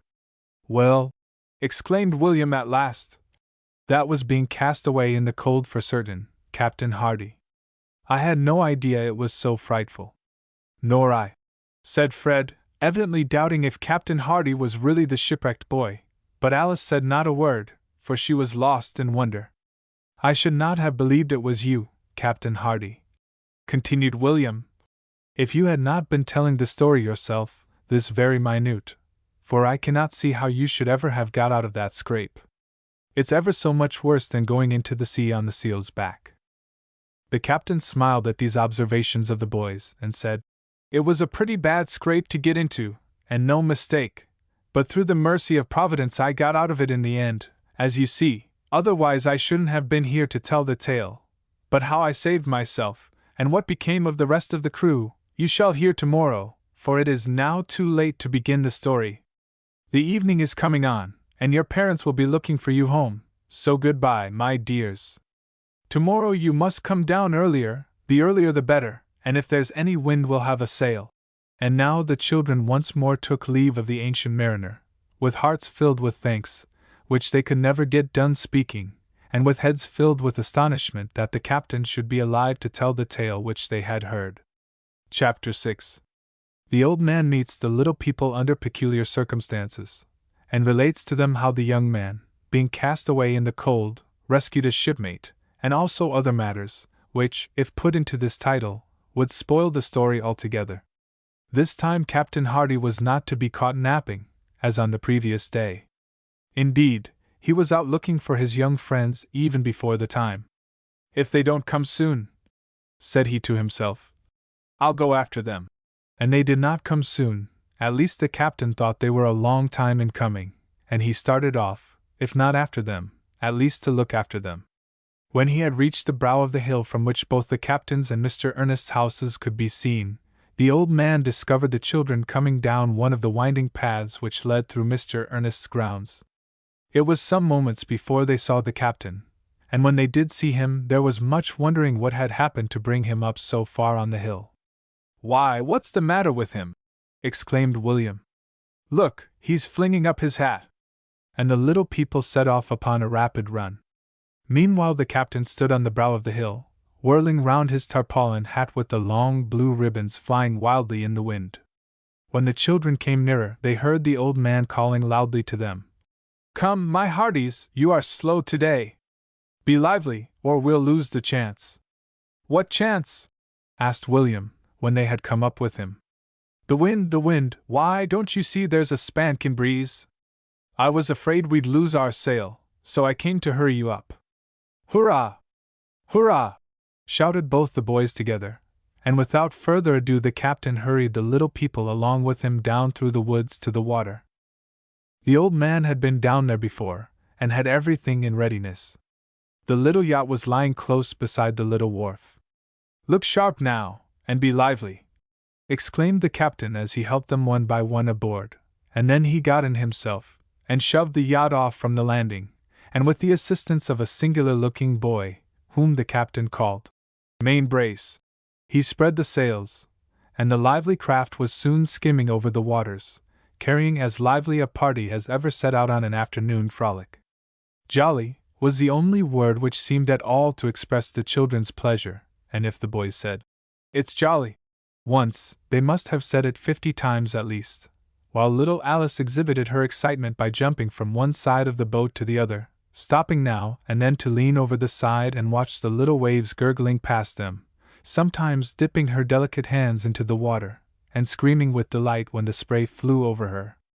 The party were seated, when seated at all, in what is called the stern sheets, that is, on the seat in the open space behind the cabin heretofore described, the good-natured and kindly captain in the midst of them, firmly holding the helm or tiller of his boat, and guiding it with steady hand wherever he wished it to go, cracking a pleasant joke now and then, and enjoying in all the fullness of his big, warm heart the joyous delight of his young guests. And he was in no hurry to stop the sport, for he ran on clear across the harbor, and then said he would "'bout ship," and put back again. "What's 'bout ship?" inquired William. "That's going about on the other tack," replied the captain. "What's going about on the other tack?" asked William, as wise as he was before. "I'll show you," said the captain. "Now see here, first I give the proper order, as if somebody else was giving it to me, and I was the man at the wheel, heartily, do you observe? Now look, I put the helm down as far as I can jam it there. Look now, how that turns the boat and brings her up into the wind. You see the sails begin to shiver, the wind is blowing right in your faces now. Now we have turned nearly round. The boat, you see, has come up on an even keel. Level, you know. Now look out sharp for your heads there. The boom is going to jibe over to the other side. There, don't you see we've turned round? That house over there near the beach that was almost ahead of us is now behind us. There goes the boom, bang! There fills the sail, see it bulging out, the jib, you see, shakes a little yet, but there she goes now filled out like the other, and now you see I've got the helm back where I had it before, in the middle, steady you know, and there goes the Alice off on the starboard tack, and an easy bowling back towards the Mariner's Rest again. Wasn't that nicely done? Splendid! Splendid! Cried William. I wish I could do it. I'll teach you, it's easy learned, answered the captain. But look out there, or you'll go overboard.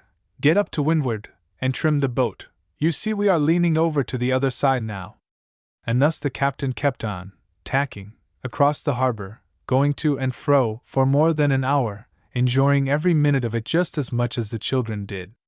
When at length, however, the children began to quiet down a little, the sharp edge of novelty being worn off, the captain ran into shoal water, and brought his boat's head once more up into the wind, but this time, instead of letting her head pay off to starboard, he steered her right into the wind's eye, with the sails shivering all the time, until the boat stopped, when he cried out to Main Brace to let go the anchor, which Main Brace did promptly, with an aye, sir, and then he clewed up the sails, and spread a white and red striped and red fringed awning over the place where they were seated, and said he was now going on with the story.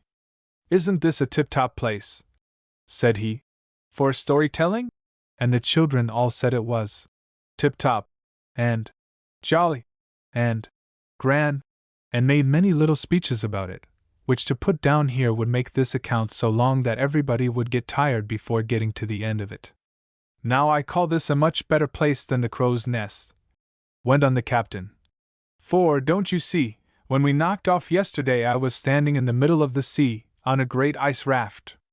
To be sure we are not exactly in the middle of the sea here, nor on an ice raft either, but we are on salt water, and that's where I like to be. The air is better for the wits, and the tongue too, for that matter, than on the land there, which is a good enough place to be when there is no wind, but I like to be on the water, and have plenty of sea room, when the wind blows, especially when it blows a gale, for on land, at such times I'm always afraid that the trees will blow over on me, or the house will blow down on my head, or some dreadful accident will happen. Whereas on the sea one has no fears at all, and besides, at sea one is always at home, come rain or shine, he's always his house with him, and never has to go groping about for shelter. Only you mustn't be in the forecastle, put in cunning William, who remembered the captain's fright when he first found himself at sea in the Blackbird. Never mind that, lad, replied the captain. I was only a boy then, and hadn't come to years of discretion. I've made better friends with the sea since that day. But let us go on, or we'll never get through with this story, any more than the Flying Dutchman will get into port, though he keeps on beating up and down forever. And as for today, why, we'll leave off just where we began, like thieves in a treadmill, if we don't get started pretty soon.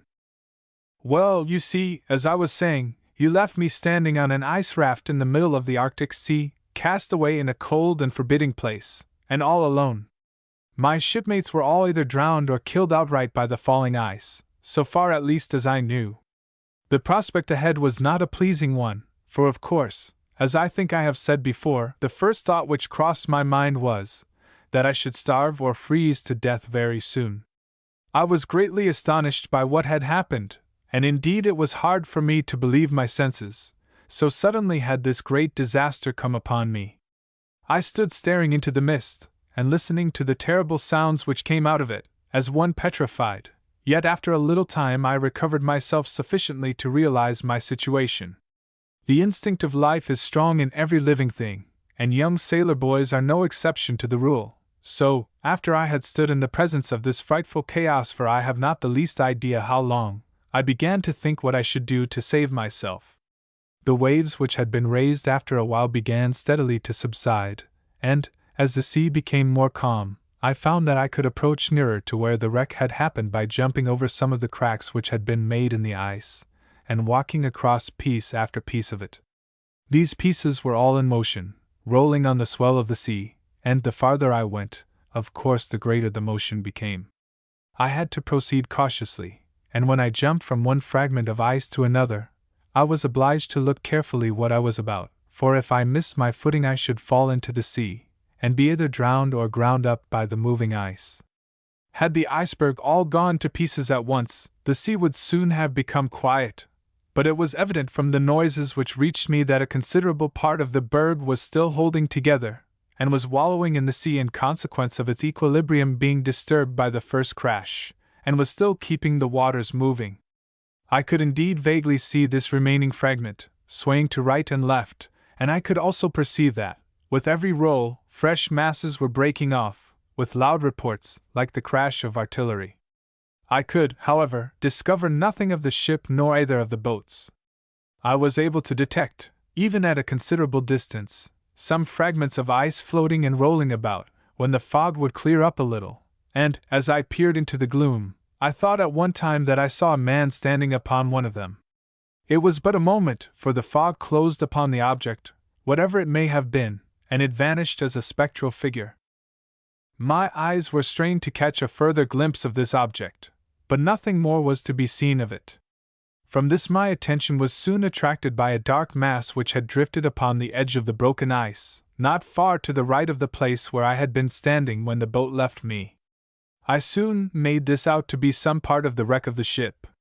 In a few moments I could clearly see that it was a piece of a mast, then I could plainly distinguish the foretop. Each succeeding wave was forcing it higher and higher out of the water, and I discovered, after a few moments, that other timbers were attached to it, and that beside these were sails and ropes, making of the whole a considerable mass. After observing this fragment of the wreck attentively for some time, I thought I perceived a man moving among the tangled collection of timbers and ropes and sails, endeavoring to extricate himself. Whatever it might be, it was some distance above the sea, so high, indeed, that the waves no longer washed it fairly, only the spray. It soon became clear to me that my suspicions that this was a man were correct, and being more convinced that one of my shipmates at least was yet alive, I rushed forward to rescue him if possible, without once stopping to give a thought to the risks I would encounter. It was clear that he could not liberate himself. You will remember that I was now standing on a fragment of ice which had been broken off from the solid ice field by the waves. It was one of a number of similar fragments, all lying more or less close together, and between me and the place where I had been standing when the waves began to subside, and the ice ceased to break up. Before me the ice was in the same broken condition as behind me, only, being nearer the open water, the pieces were rolling more, so that there was much greater danger in springing from piece to piece. Without, however, pausing to reflect upon this circumstance, I rushed forward as fast as I could go, jumping with ease over every obstacle in my way, until I was on the piece of ice that held up the end of the tangled wreck. I had evidently arrived in the very nick of time, for the wreck was, instead of coming farther up, now beginning to sink back into the sea. What I had taken for a man proved to be one, or, as I soon found out, a boy, the cabin boy of the ship, a light, pale-faced lad, and only 14 years old. The boy was evidently fast in some way among the rigging, and had been trying to free himself. As I came closer, I observed that he was entirely quiet, and had sunk out of view. Quick as thought I mounted up into the wreck, and then I saw the boy with a rope tangled round his leg, and lying quite insensible. Underneath him another man was lying, much mutilated, and evidently quite dead. As I was mounting up, a wave washed in under the wreck, but I escaped with only a little spray flying over me, which, however, did not wet me much. It was but the work of a moment to whip out my knife, which I carried in a belt, like every other sailor, and cut the rope which bound the boy down, and which he had tried in vain to loosen. After this I had no further difficulty, and seizing the boy around the waist with one arm, he was very light even for his years, I clambered out of the wreck to the ice without getting much more water upon me, and hurrying off, did not stop until I had jumped with my burden across several cracks, and ran across several pieces of ice, reaching a place of present safety on the unbroken or fast ice. Here I laid down my insensible burden, all dripping with the cold water, and in a state of great anxiety I bent over the boy. At first I thought that he was dead, but it was soon clear that this was not the case, for he was breathing, although slowly, yet freely. Out from his wet hair a little blood was oozing, and upon examining the spot I found that there was a bad bruise there, and that the skin was broken, though there was not a serious cut. This was clearly the cause of his present unconsciousness, as his breathing seemed conclusively to show that he had managed to keep his head above water, and had not been brought to his present state by drowning. It occurred to me that the blow had simply stunned him, and that it had come almost at the moment I arrived to rescue him. I could not perceive that the skull was fractured, and I felt convinced that, if the boy could be warmed and allowed to lie at rest, he would after a while come to his senses. To this conclusion I arrived while leaning over the poor fellow, examining his hurt, while he lay on the chilly ice, never once thinking where I was, and all the while calling frantically to him. But I might as well have called to a stone. When I rose up, fully impressed with the necessity of securing for the lad rest and warmth, and fully realized, for the first time, my powerless situation, that I was even apparently unable to save myself, still less the boy, my heart seemed to give way entirely, and I sank down once more beside him. A prayer to heaven for succor, which I had no thought could ever come to me, rose to my lips, and at that very moment a ray of hope dawned upon me. The great fog was breaking away, the bright sun was scattering the mists, and land was bursting through it near at hand. Light, fleecy clouds were rolling up above the sea, and, as they floated off before a gentle wind, a blaze of sunshine burst through an opening in them and fell upon myself and the boy whose life I had, at least for the present, saved. I could now look out over the sea for a considerable distance. Although there was still much confusion, yet the ice was steadily quieting down, and the waves caused by it were subsiding rapidly. But a change not less marked had taken place in the space between where I stood and the open water. The wreck from which I had rescued the boy had settled back into the sea, and the fragments of ice were separating and floating off. Had I delayed a few minutes longer, I should never have reached the fast ice, but should have drifted off upon the dark waters, as the man had done whom I saw standing in the fog that I have told you of before. As the fog cleared up more and more, the land which first appeared stood out boldly, and the sea was visible over a range of many miles. It was dotted all over with fragments of ice and numerous icebergs, many of which reached up into the disappearing mists, looking like white mountains in miniature, with clouds drifting across their summits. The land did not appear to be more than a mile distant from me, and it was evident that I stood upon ice which was fast to it. Indeed, when I was first cast upon this ice, I might have known, had I paused to reflect, that land must be very near, as the name fast ice indicates clearly of itself that simple fact. With this lighting up of the air, various thoughts came into my mind. First, could I get to the land and save the boy as well as myself? Secondly, could I aid anybody else? And thirdly, could I save anything of the wreck out of the sea? These last two reflections were quickly disposed of, for although I could see many fragments of the wreck, none were within reach, and no other person was in sight. Ship and boats and men were all gone down before the crushing avalanche, and nothing was left but myself and a senseless boy. I must here pause to tell you that, although we were in the Arctic regions, and on the ice, the weather was not cold, the time being the middle of the summer. Of course, the dense fog made the air damp and chilly, but, as I have said, not exactly cold. My shipmates, before the wreck happened, never dressed in anything warmer than the usual woolen clothing, and seldom wore coats. For some reason, I do not exactly remember why, I had, upon going on deck from breakfast that fatal morning, in addition to my ordinary coat, put on a heavy pilot cloth overcoat, which had been furnished me by the master of the ship, the price of it to be deducted from my wages. And it was most fortunate that I had put this coat on, for it now served a good purpose in wrapping up the boy. Seeing that there was now nothing to be gained by longer delay on the ice, I picked up the boy in my arms and started for the land. It may strike you as somewhat strange that I should have gone about it so calmly, or indeed that I did not fall down in despair, and at once give up the hope of saving myself when there was so little, or rather no, apparent prospect of it before me. But for this there were some very natural reasons. In the first place, the thought of saving the boy's life kept my mind from dwelling too much upon my own misfortunes, and then, the hope of finding the land which had come in sight out of the fog inhabited, stimulated my courage, and inspired exertion. Although the boy was not heavy, yet I found that in the distance I had to carry him I grew much fatigued. But the necessity for haste made me strong, and to save the boy's life seemed now much more desirable than to save my own, inasmuch as if the boy died, and I survived him, and could in any way manage to live on, I should be in a worse condition than if dead, as it appeared to me, being all alone.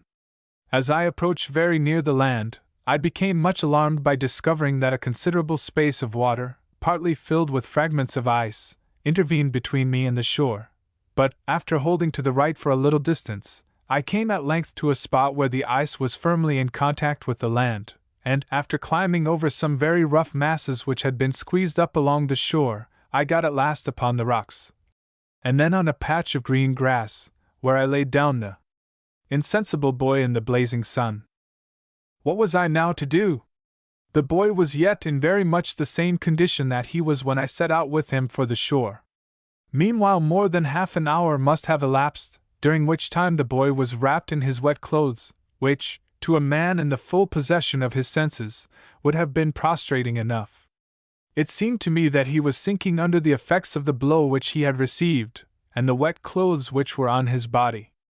I had, however, the gratification of knowing that I was on firm land, and away from the cold ice. The grass was warm, and the air, as I have said, was scarcely chilly. Under these improved conditions it was clearly better to expose the boy's body wholly to the air than to allow him to remain in his wet clothes. The first thing, therefore, which I did was to divest myself of my own clothing, in order that I might give my warm underclothing to the boy. This left for myself only my pantaloons and my coat. After buttoning the coat tightly round me, I undressed the boy, and rubbed his body with such parts of the tail of my overcoat as his clothes had not wetted while carrying him, and this done, I drew on to him my shirt and drawers, and then, pulling up the grass, I heaped that about him, and over this threw my damp overcoat, the grass preventing it from touching him. All this occupied but a few minutes, for I worked with the energy of despair. I then set to rubbing and pounding his feet and hands, which were very cold, to get some circulation back into them. I had now done all that it was possible for me to do for the present towards the restoration of my poor companion, who still remained in precisely the same insensible state as before, and I now determined to look about me and ascertain if there were any evidences of human beings living near at hand. The scene around me was dreary enough to strike terror into a stouter heart than mine, and when I had fully viewed it, I had to confess that it did not seem probable that any living thing, not to mention human beings, could possibly be there. The first thought I had was to shout and halloo again and again at the very top of my voice, but no answer reached me except the echo of my own words in a deep and dark gorge close by. This echo startled me and made me afraid, though I never could tell why. My loud calling had failed to produce any impression upon the boy whatever, and I felt sure that he was going to die. Without exactly knowing what I did, or what I was doing it for, I now ran to the right over the green grass, and then over rough stones up to a considerable elevation, and commenced hallooing again, when, much to my astonishment, I heard a great fluttering and loud sounds right below and within 30 feet of me. I sprang back as if some terrible enemy had attacked me, but I recovered myself in an instant, when I observed that the fluttering came from a number of birds which rose from among the rocks. The birds were brown and quite large, and I knew at once that they were eider ducks, for I had seen them frequently before, while in the ship, and the sailors had told me their name. Without having any distinct motive in doing so, I went down to where the birds had risen, when still others rose before me in great numbers. The rapidity of their flight, and the loud noise which they made, startled others still farther away, and thus flock after flock kept on rising from among the rocks, screaming, and flapping their wings in a very loud manner. Several hundreds, perhaps thousands of them, must have thus got upon their wings and commenced sailing overhead. You must know that the eider duck, in order to protect its eggs from the air when it goes off to get for food the little fish that it catches in the sea, plucks from its breast the fine feathers called down, in which it buries its eggs very carefully. In each of the nests I found there was a good handful of this down, and the thought at once occurred to me to gather a quantity of it, and cover the boy with it. I went to work immediately, and collected a great armful of it, and hastening to where the boy was, I deposited it, and then hurried back for more. In a very short time I had accumulated a great pile, and spreading a thick layer of it out close beside the boy, I drew him over upon it, and then covered him completely, and spread my overcoat as I had done before. The value of putting this discovery to prompt use was soon seen. The boy, from being cold almost as a corpse, began to show some symptoms of returning warmth. His breathing seemed to be more rapid and free, and his eyelids began to move a little, though they did not fully open for some time, but it was then only for an instant, and I was not certain whether he recognized me or not. I called to him loudly by name, I rubbed his forehead, I pounded his hands, but he gave no further recognition, yet he was getting more and more warm, and in this circumstance I rested my hope. Having accomplished this much, and feeling pretty sure that the boy would recover in the end, my mind very naturally fell back upon the contemplation of my own unhappy condition. I moved a few steps from the boy, and sat down upon a rock overlooking the sea. There was nothing there to inspire me with courage, when this question came uppermost in my mind: suppose the boy does recover from his present stupor, how are we going to live? Could anybody indeed be in a more sorry state? Let me enumerate. First, I had been shipwrecked, a fortune usually considered bad enough under any circumstances. 2d. I had lost all of my companions except a feeble boy whom I had rescued from death, and who was now helpless on my hands. 3d. I was cast away on a desert land I knew not where, but very far towards the North Pole, as was clear enough from the immense quantities of ice which whitened the sea before me. 4th. I was chilly, and had no fire nor means of making any.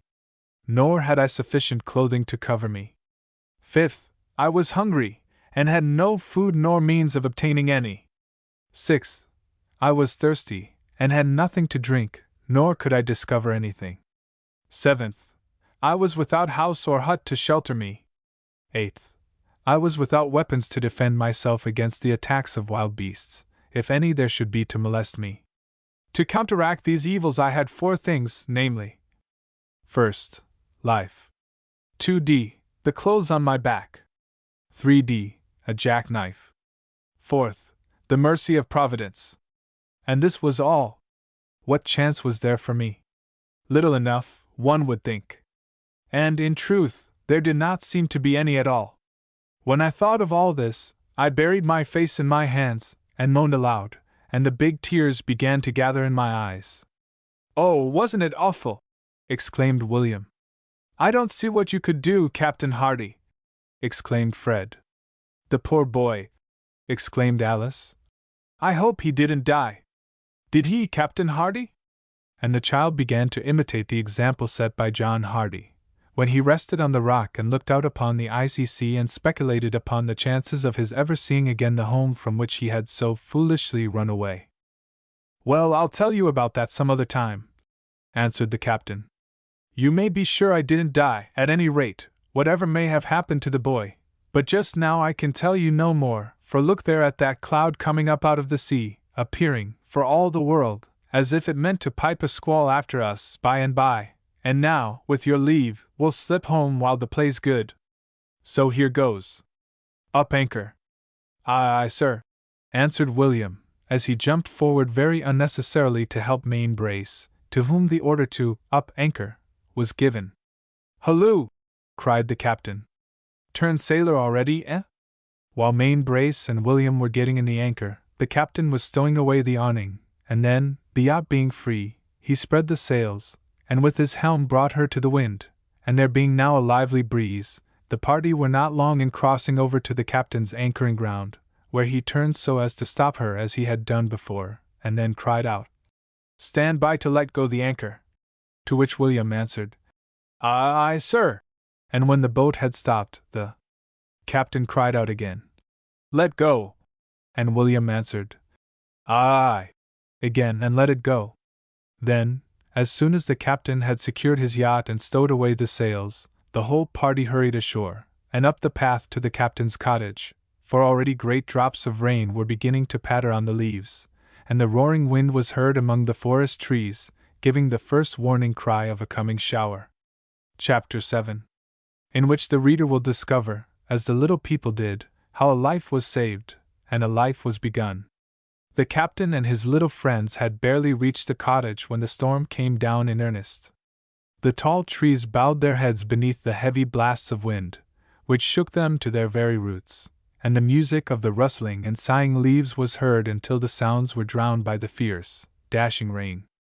"Now this is a regular blowhard, and no mistake," exclaimed the captain, as the party stood in the doorway watching the bending trees and the clouds that rushed so wildly overhead. "Good thing we picked up our anchor when we did, or just as like as not we should have had to lie there all night.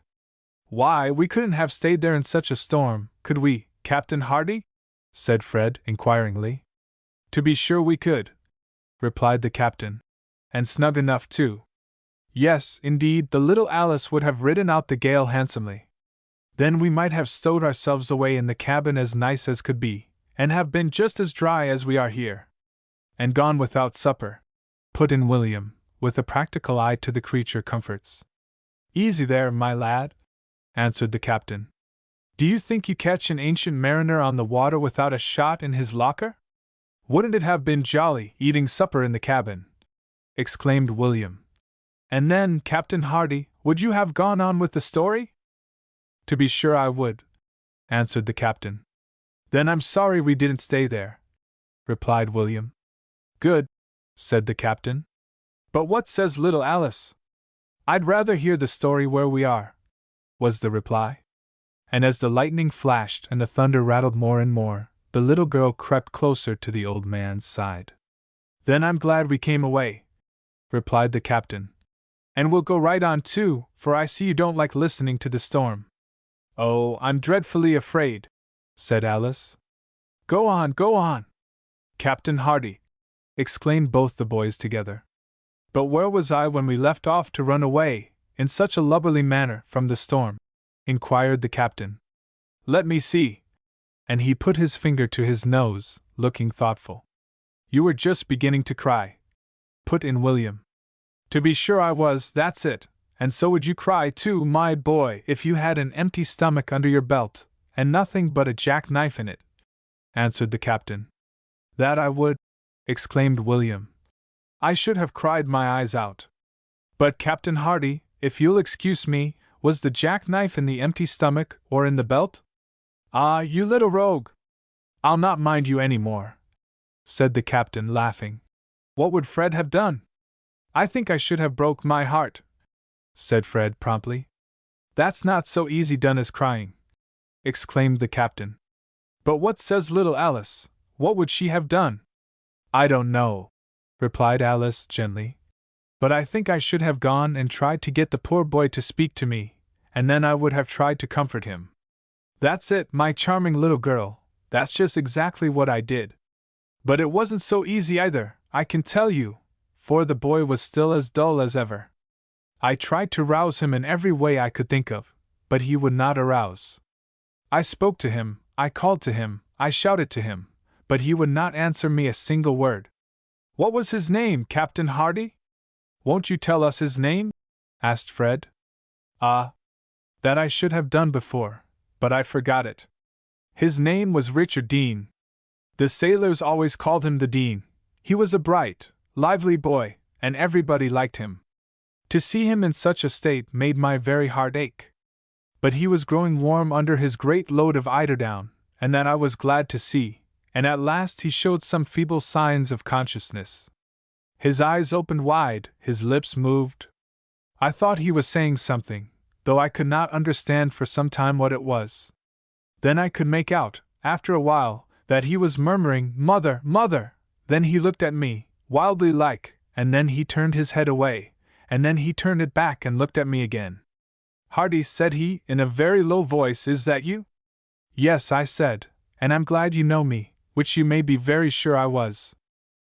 But the poor fellow's mind soon wandered away from me again, and I could see that it was disturbed by visions of something dreadful. 'There! There!' he cried, 'it's tumbling on me, the ice!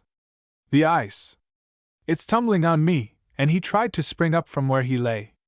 'There's nothing there at all, Dean,' said I, as I pressed him down. 'Come, look up, don't you see me?' He was quiet in an instant, and then, looking up into my face, he said, 'Yes, it's Hardy, I know, but what has happened to us, anything?' Without pausing to give me time to answer, he closed his eyes and went on, 'Oh, I've had an awful dream. I thought an iceberg was falling on the ship. I saw it coming, and sprang away. As it fell, the ship went down, and I went down with it, down, down, down. Then I came up, clinging to some pieces of the wreck. Another man was with me. We were drifted with the waves to the land.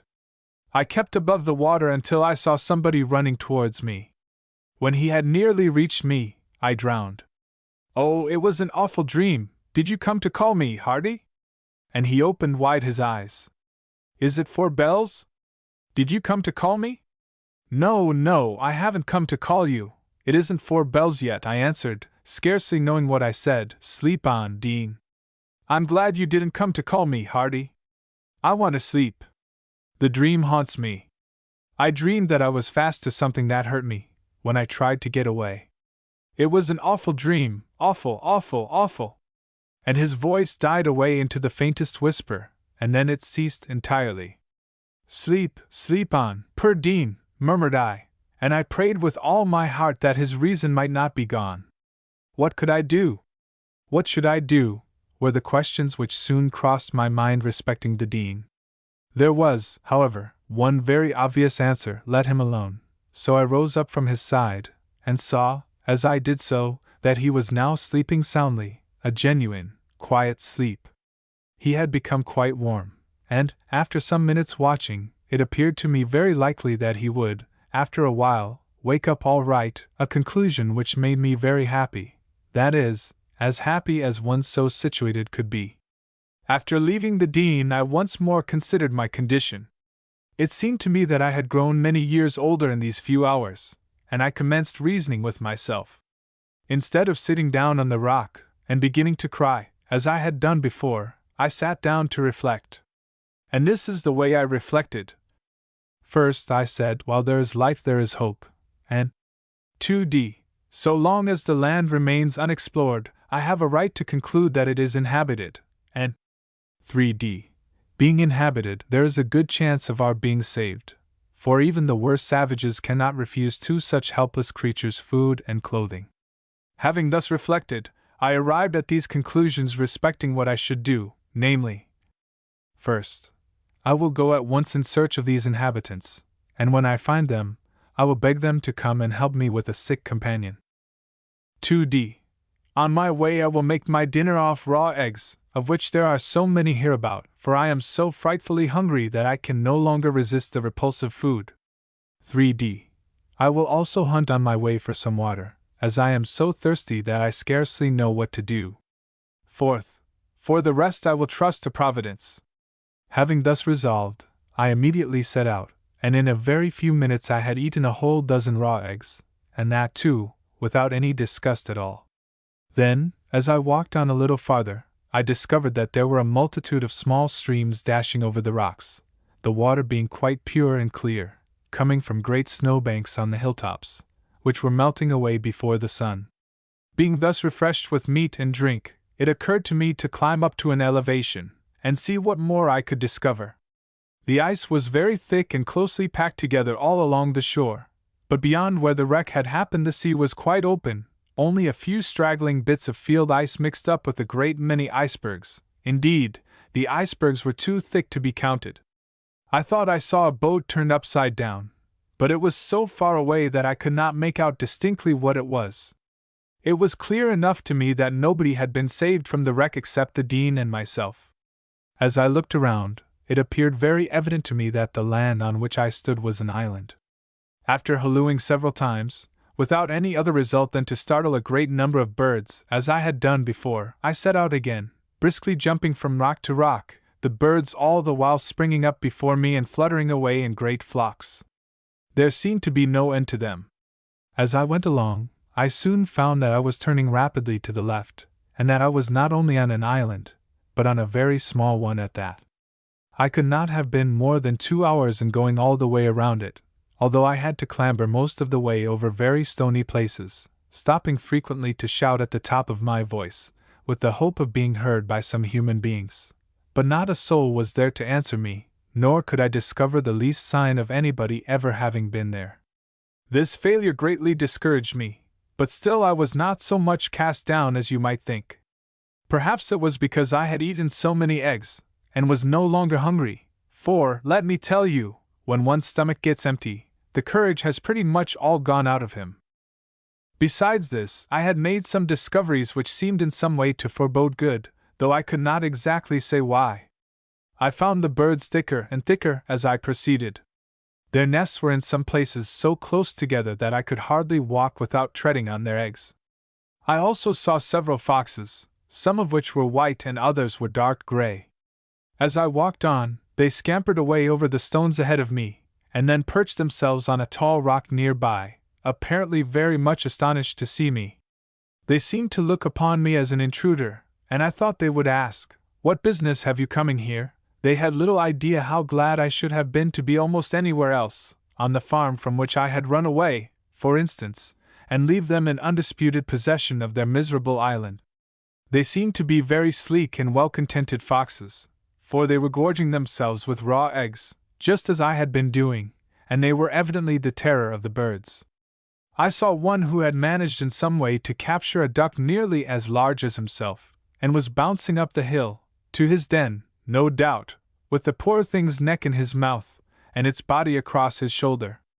Then, too, I discovered, from the east side of the island, where the ice was solid, a great number of seals lying in the sun, as if asleep, on the ice, and when I came around on the west side, where the sea was open, great schools of walruses, with their long tusks and ugly heads, were sporting about in the water as if at play, and an equally large number of the narwhal, with their long horns, were also playing there.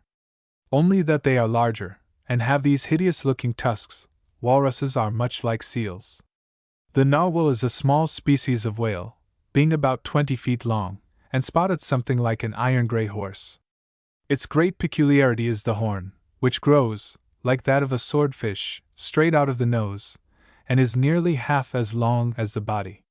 Like all the other whales, it must come up to the surface of the water to breathe, and its breathing is done through a hole in the top of the head, like any other whale's.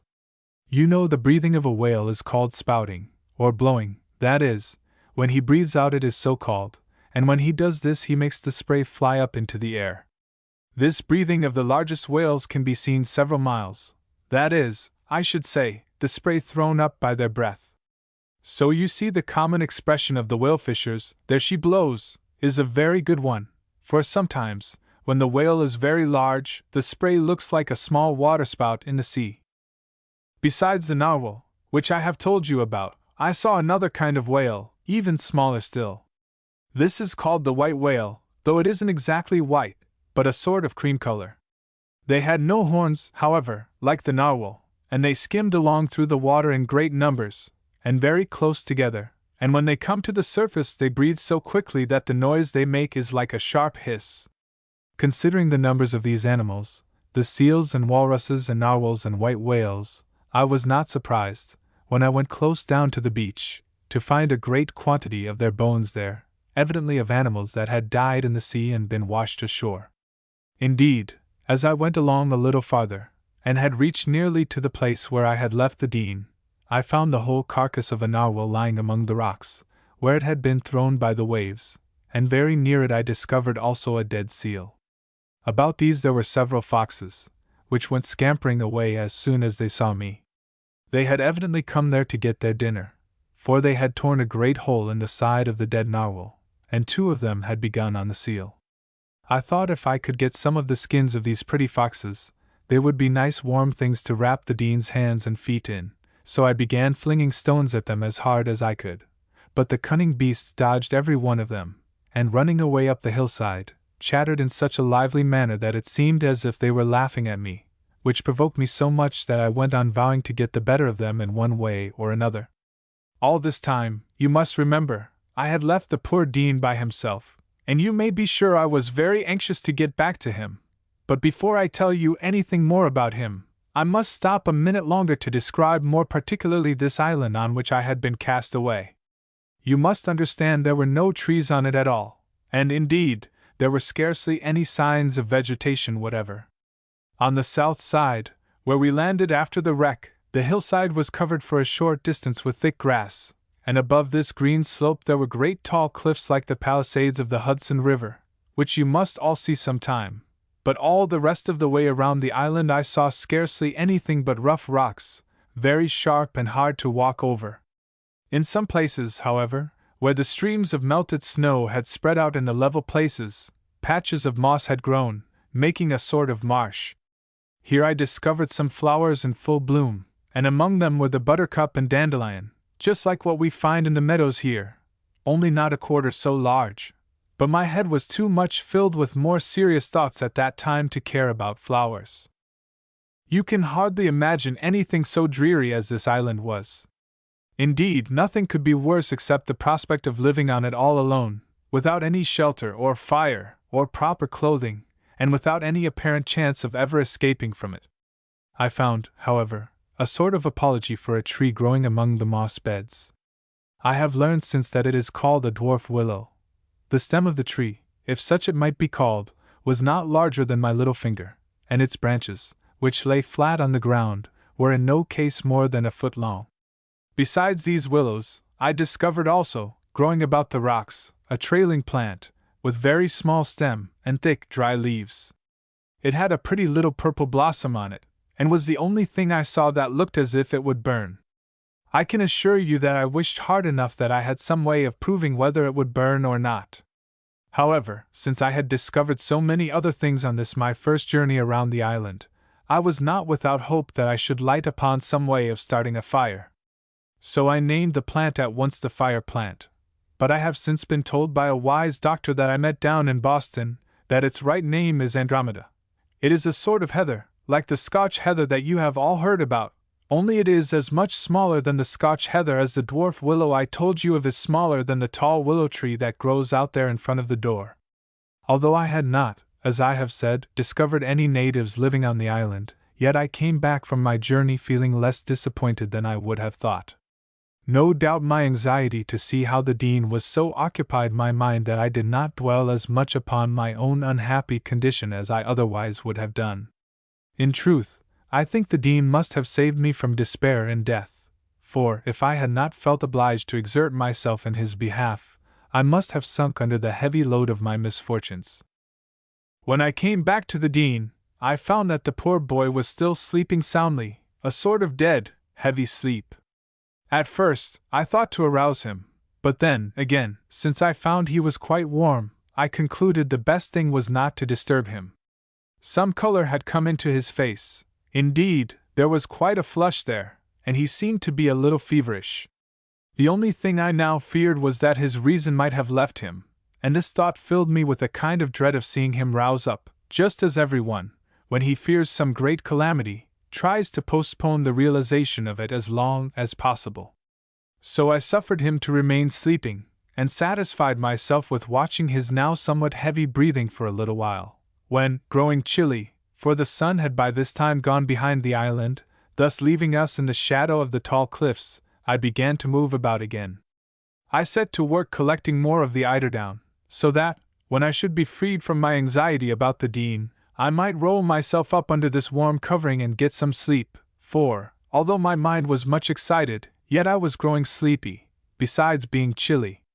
I also collected a number of eggs, and ate some more of them, and using several of the shells for cups, I brought some water, setting the cups up carefully in the grass, knowing that when the Dean opened his eyes he must needs be thirsty as well as hungry.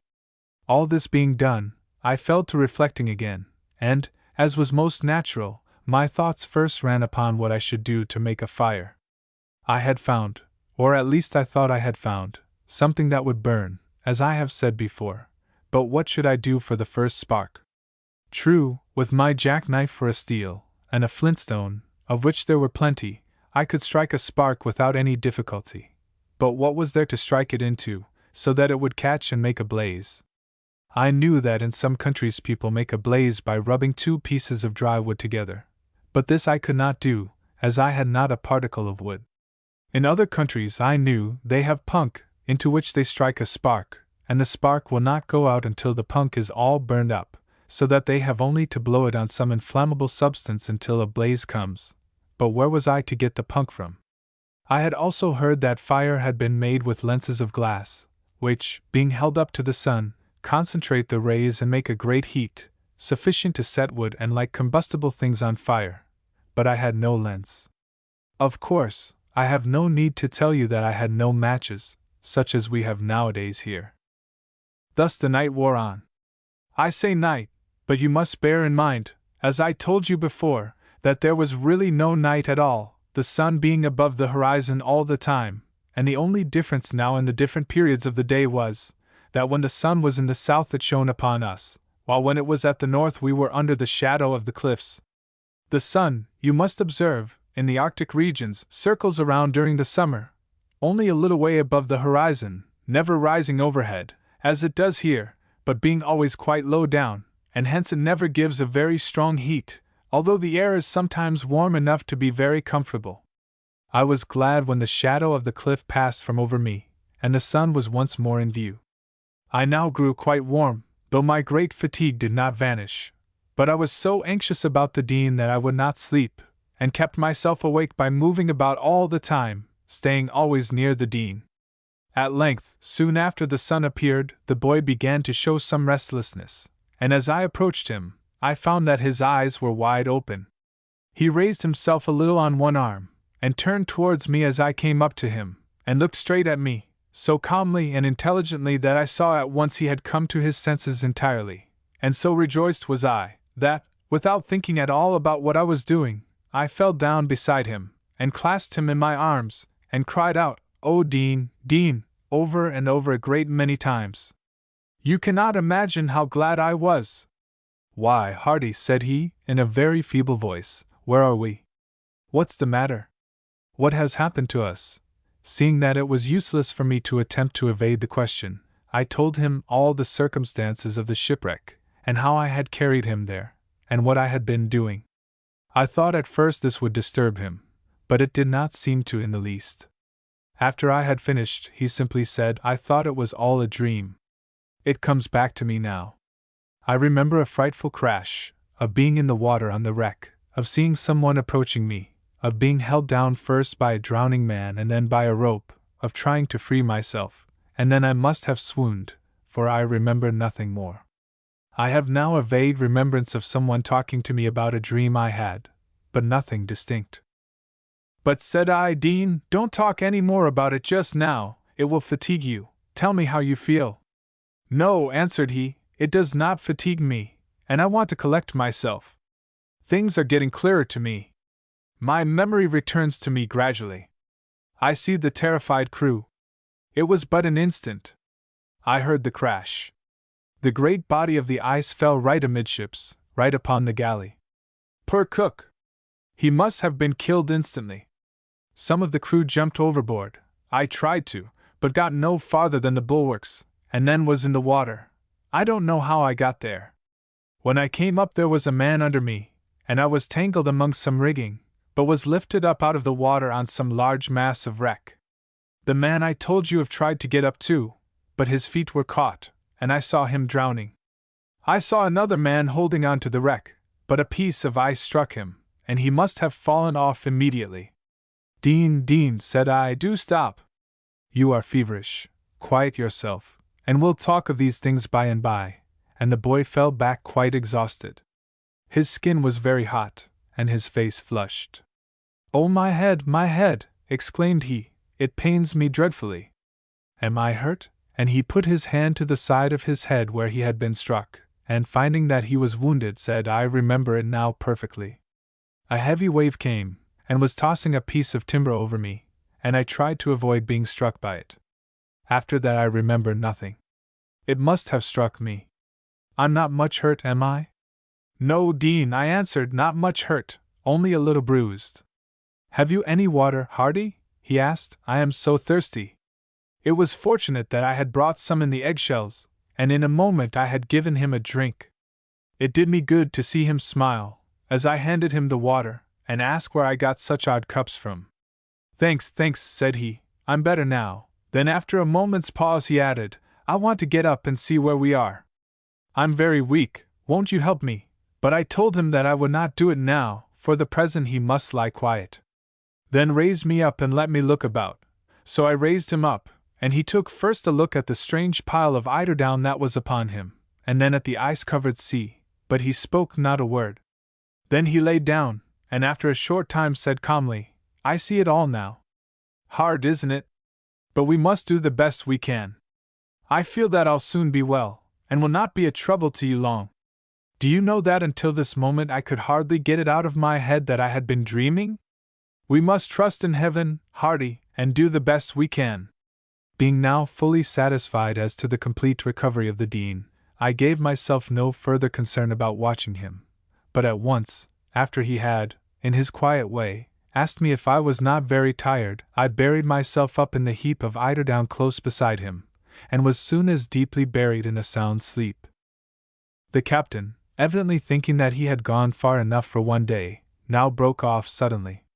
The children had listened to the recital more eagerly than on any previous occasion, so much so, indeed, that they had wholly disregarded the storm, and little Alice was so absorbed in learning the fate of the poor shipwrecked Dean, that her fears about the thunder and lightning had been quite forgotten.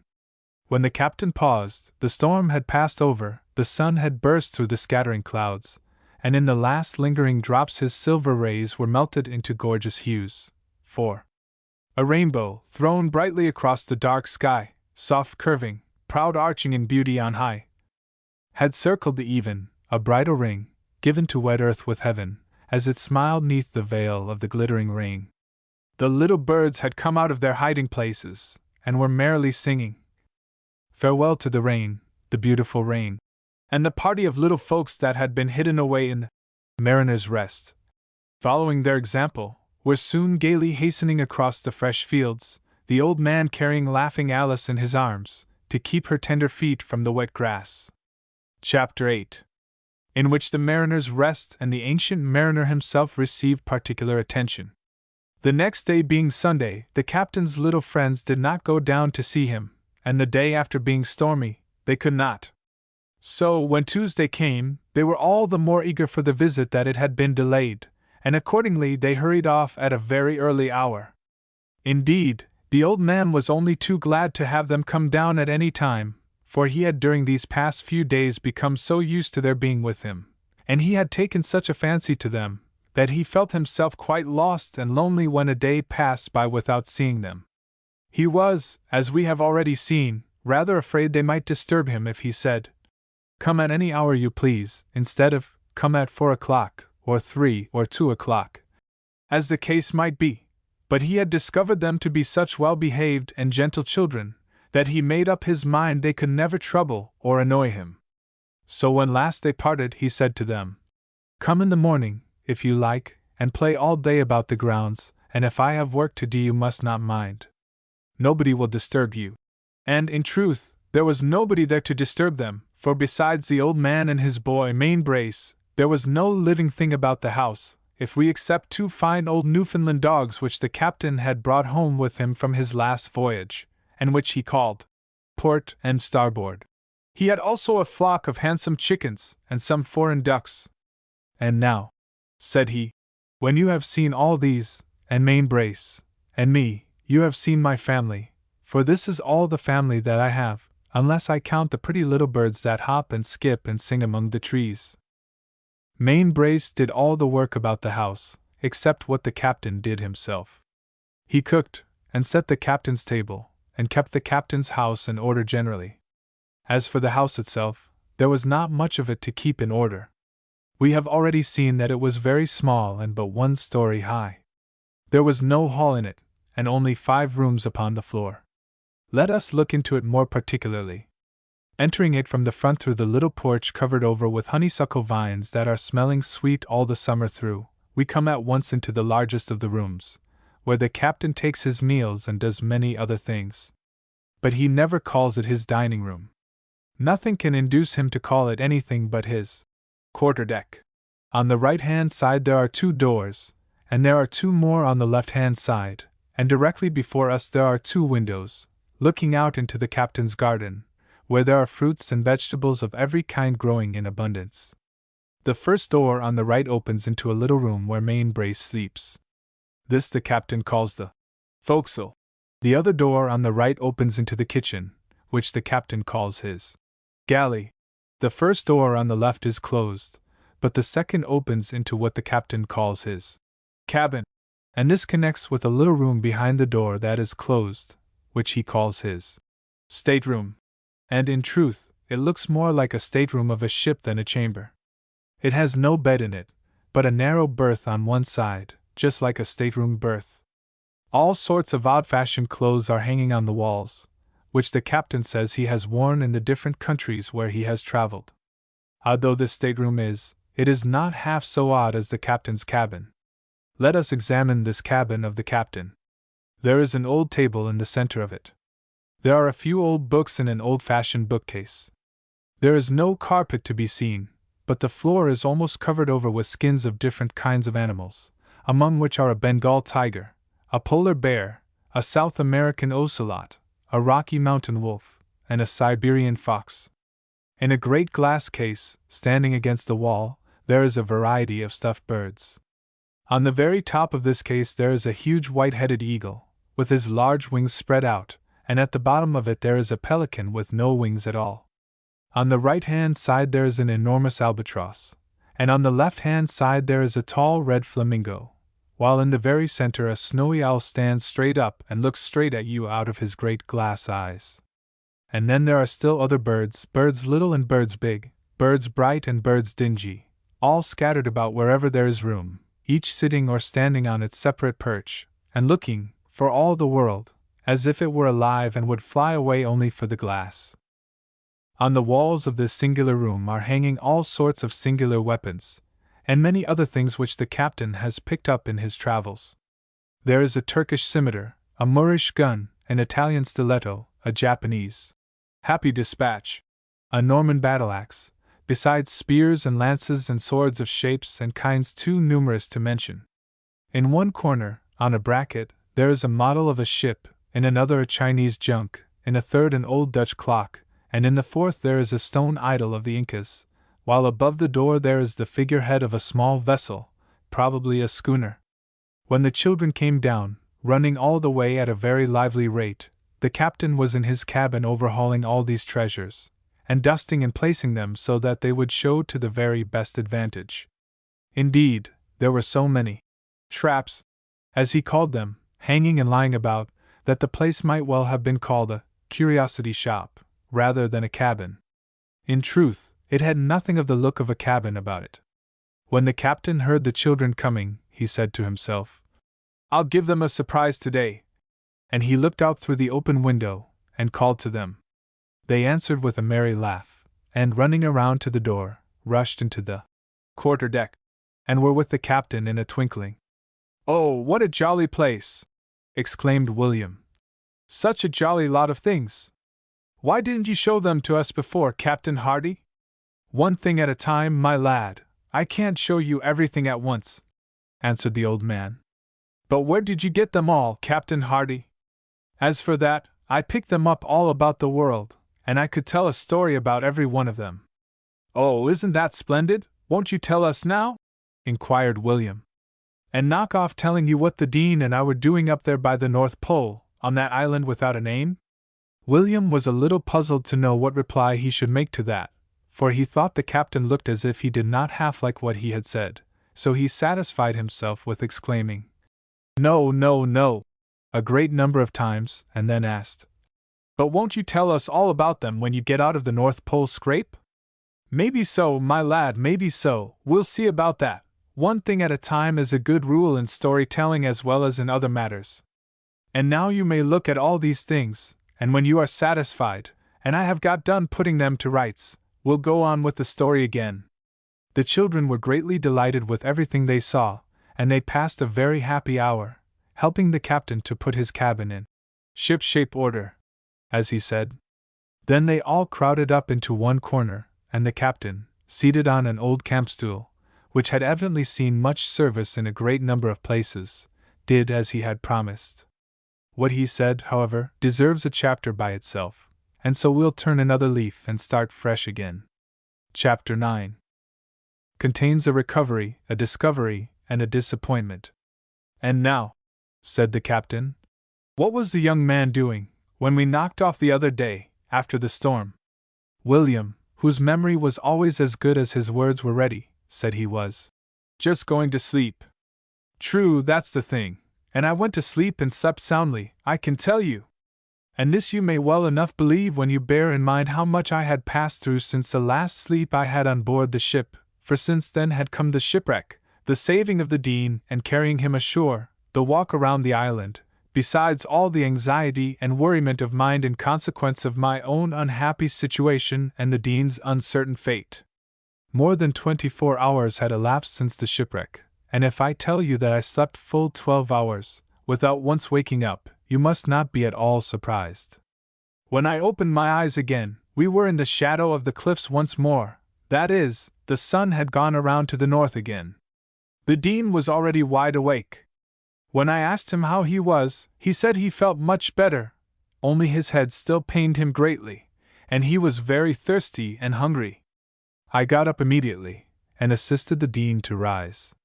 He was a little dizzy at first, but after sitting down for a few minutes on a rock he recovered himself.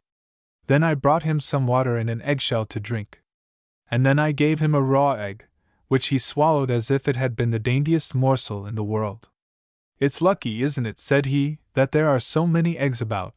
After a moment I observed that he was laughing, which very much surprised me, as that would have been about the last thing that ever would have entered into my head to do. "Do you know," he asked, "what a very ridiculous figure we are cutting? Look, we are all covered over with feathers.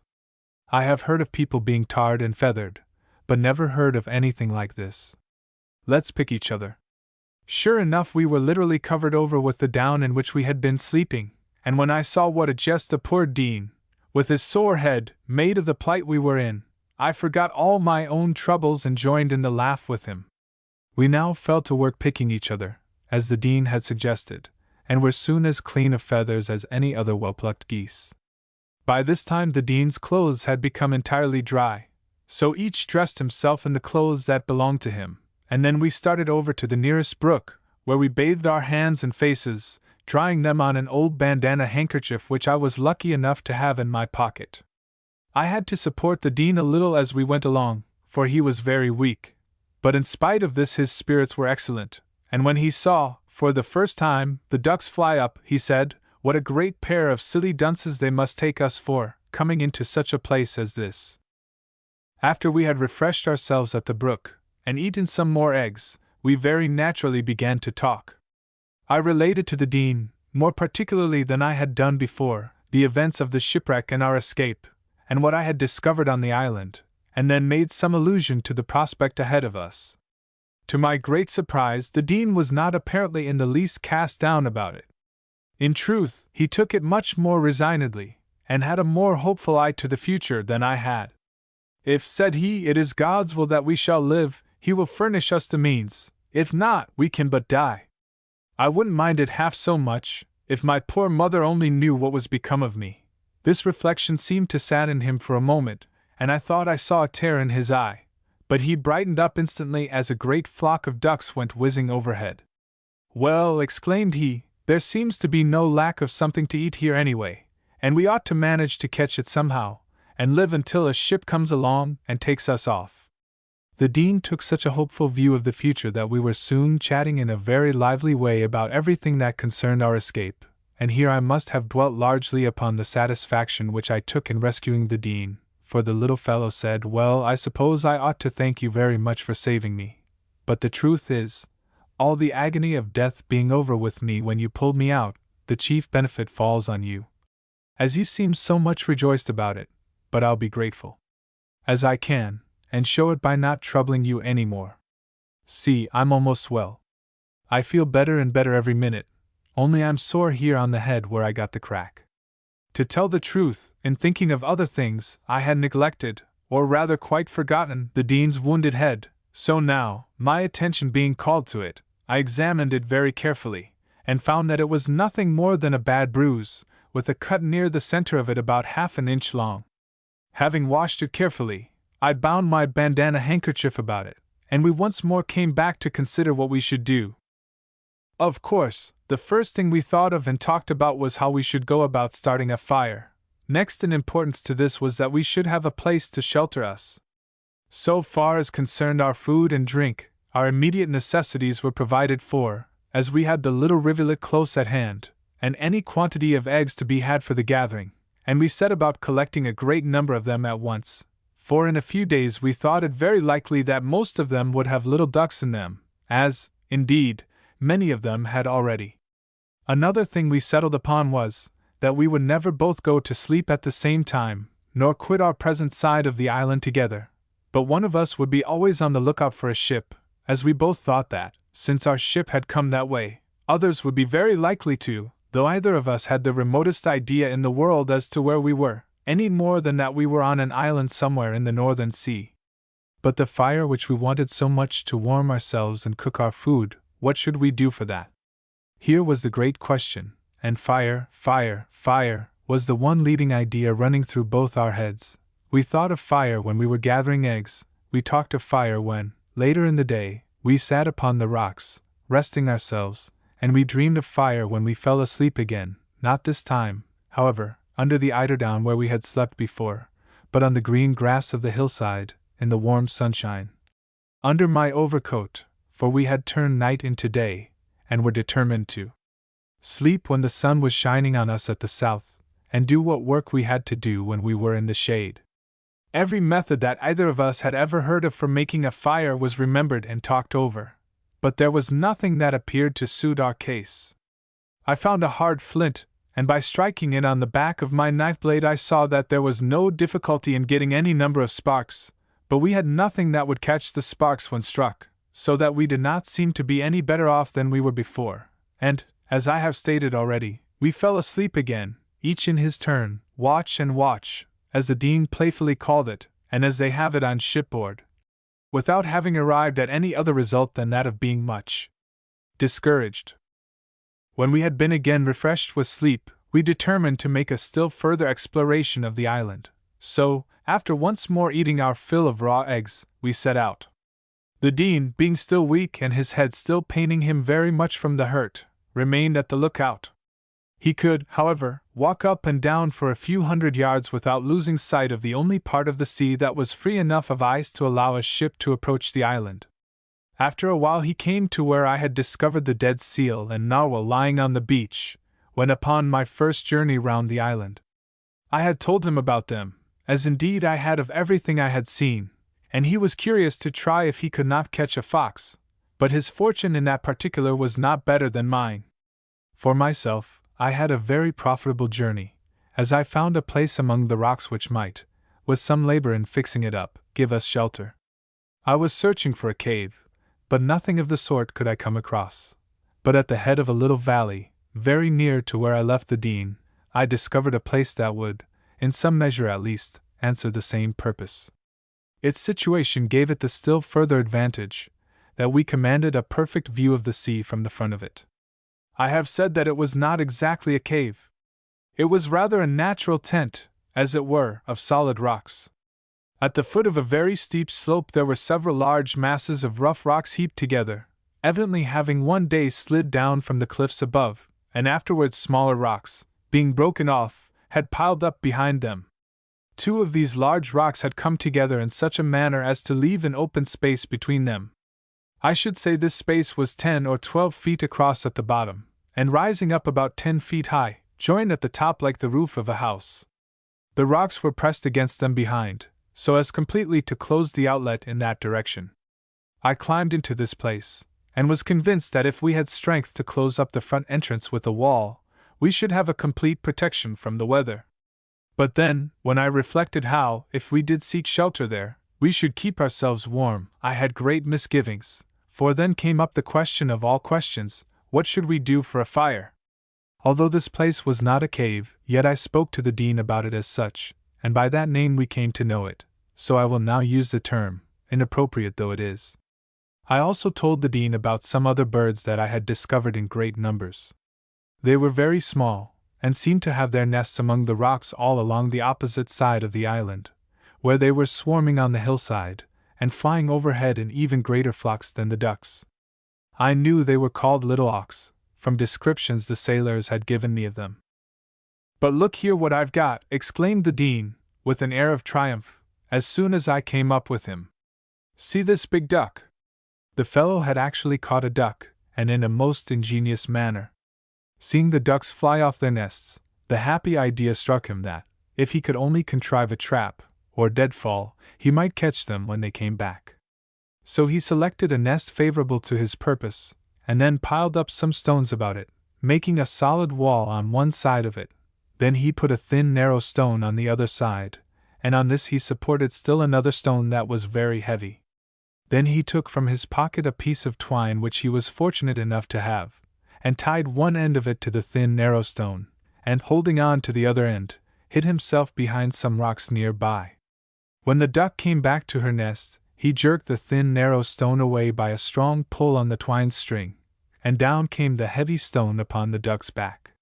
"You should have heard the old thing quacking," said he, evidently forgetting everything else but the sport of catching the bird.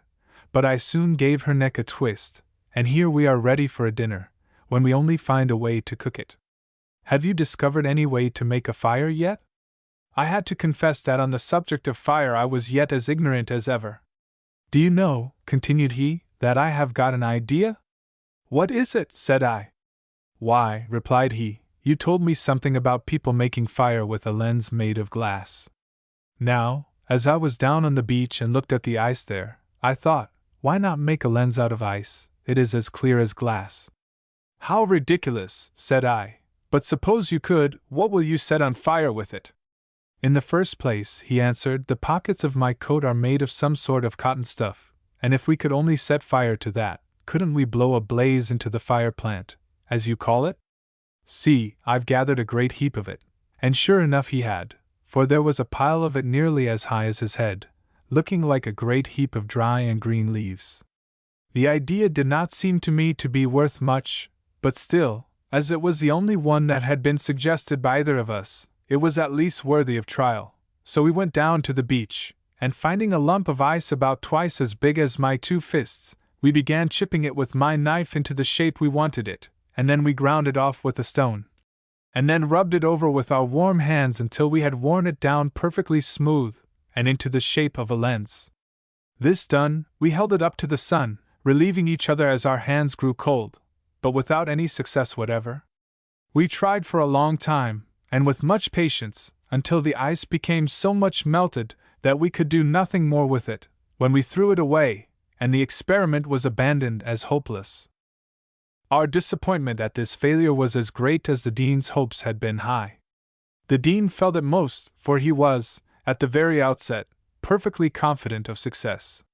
Neither of us, however, wished to own how much we felt the failure, so we spoke very little more together, but made, almost in silence, another meal off the raw eggs, and being now quite worn out and weary with the labors and anxieties of the day, we passed the next 12 hours in watching and sleeping alternately in the bright sunshine, lying as before on the green grass, covered with the overcoat.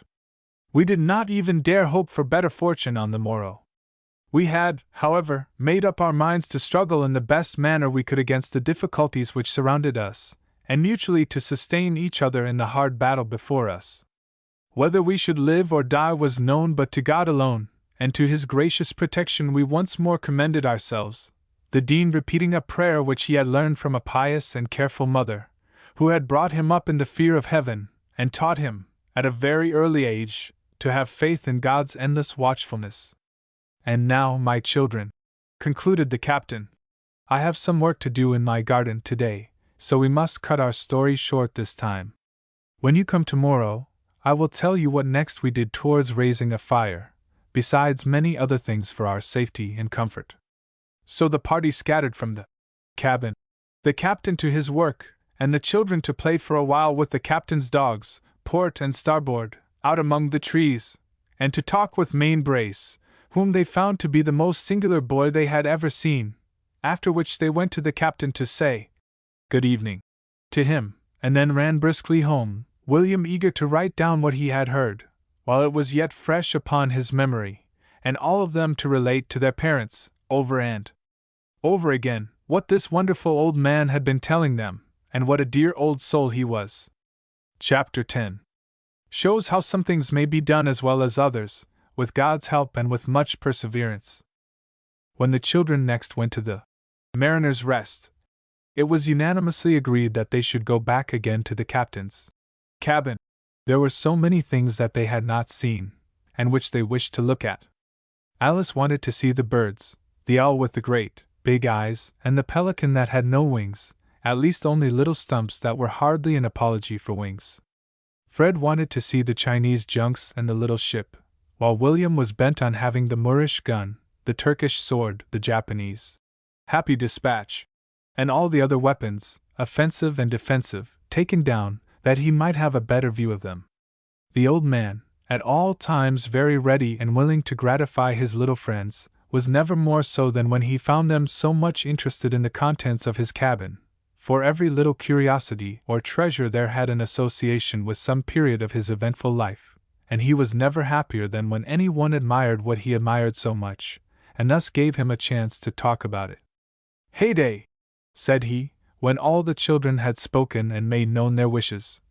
"I'm glad you take so kindly to the old man's den. You shall come down there and look at it whenever you like, only you mustn't toss the things about too much. Run in now, and make yourselves at home. I'll be with you in a little while." So the children set off without another word, and were quickly diving among the old man's treasures, while the captain went back to his garden to finish the hoeing of his cabbages.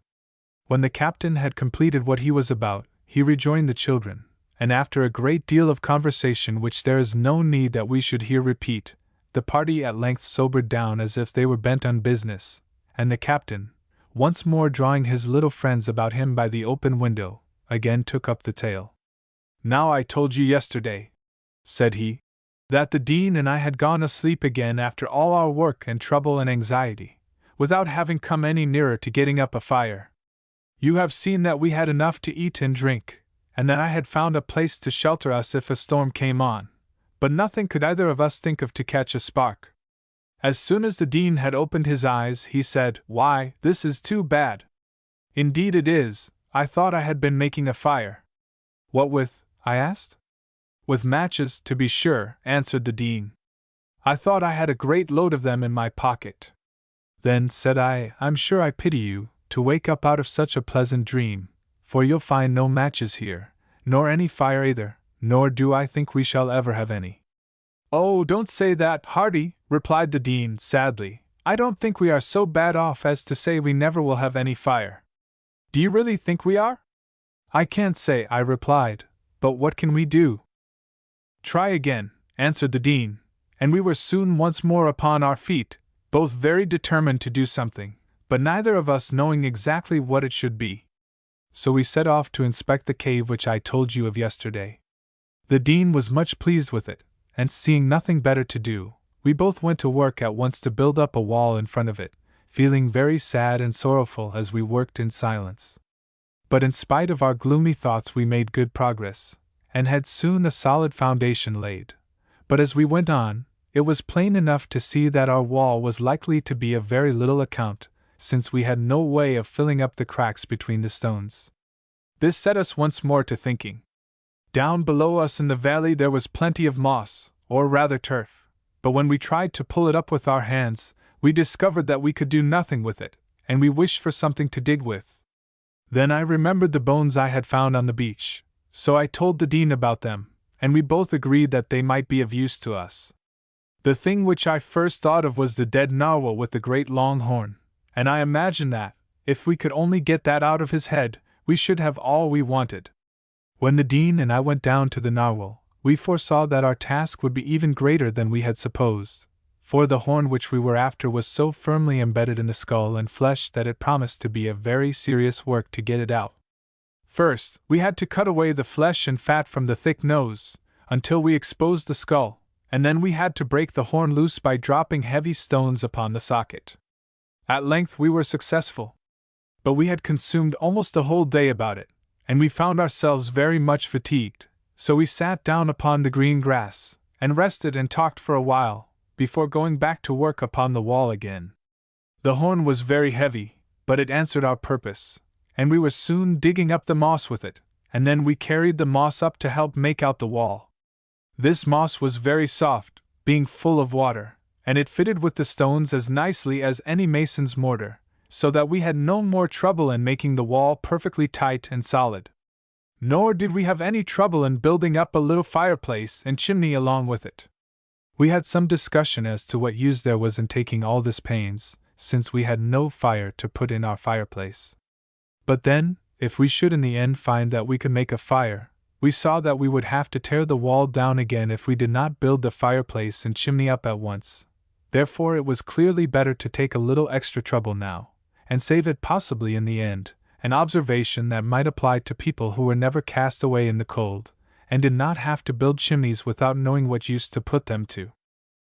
We labored very hard, and were well satisfied with the progress we had made, when we found it necessary to knock off, and eat some more raw eggs, and sleep away our fatigue again. By this time we had grown tired enough of these raw eggs, and, in truth, were very sick of them. But we had nothing else to eat unless we should devour the duck which the Dean had caught, and this we could never, as we thought, bring ourselves to do, uncooked as it was. The Dean had by this time grown pretty strong again, but still he was so weak that I should not have allowed him to work had he not insisted upon it.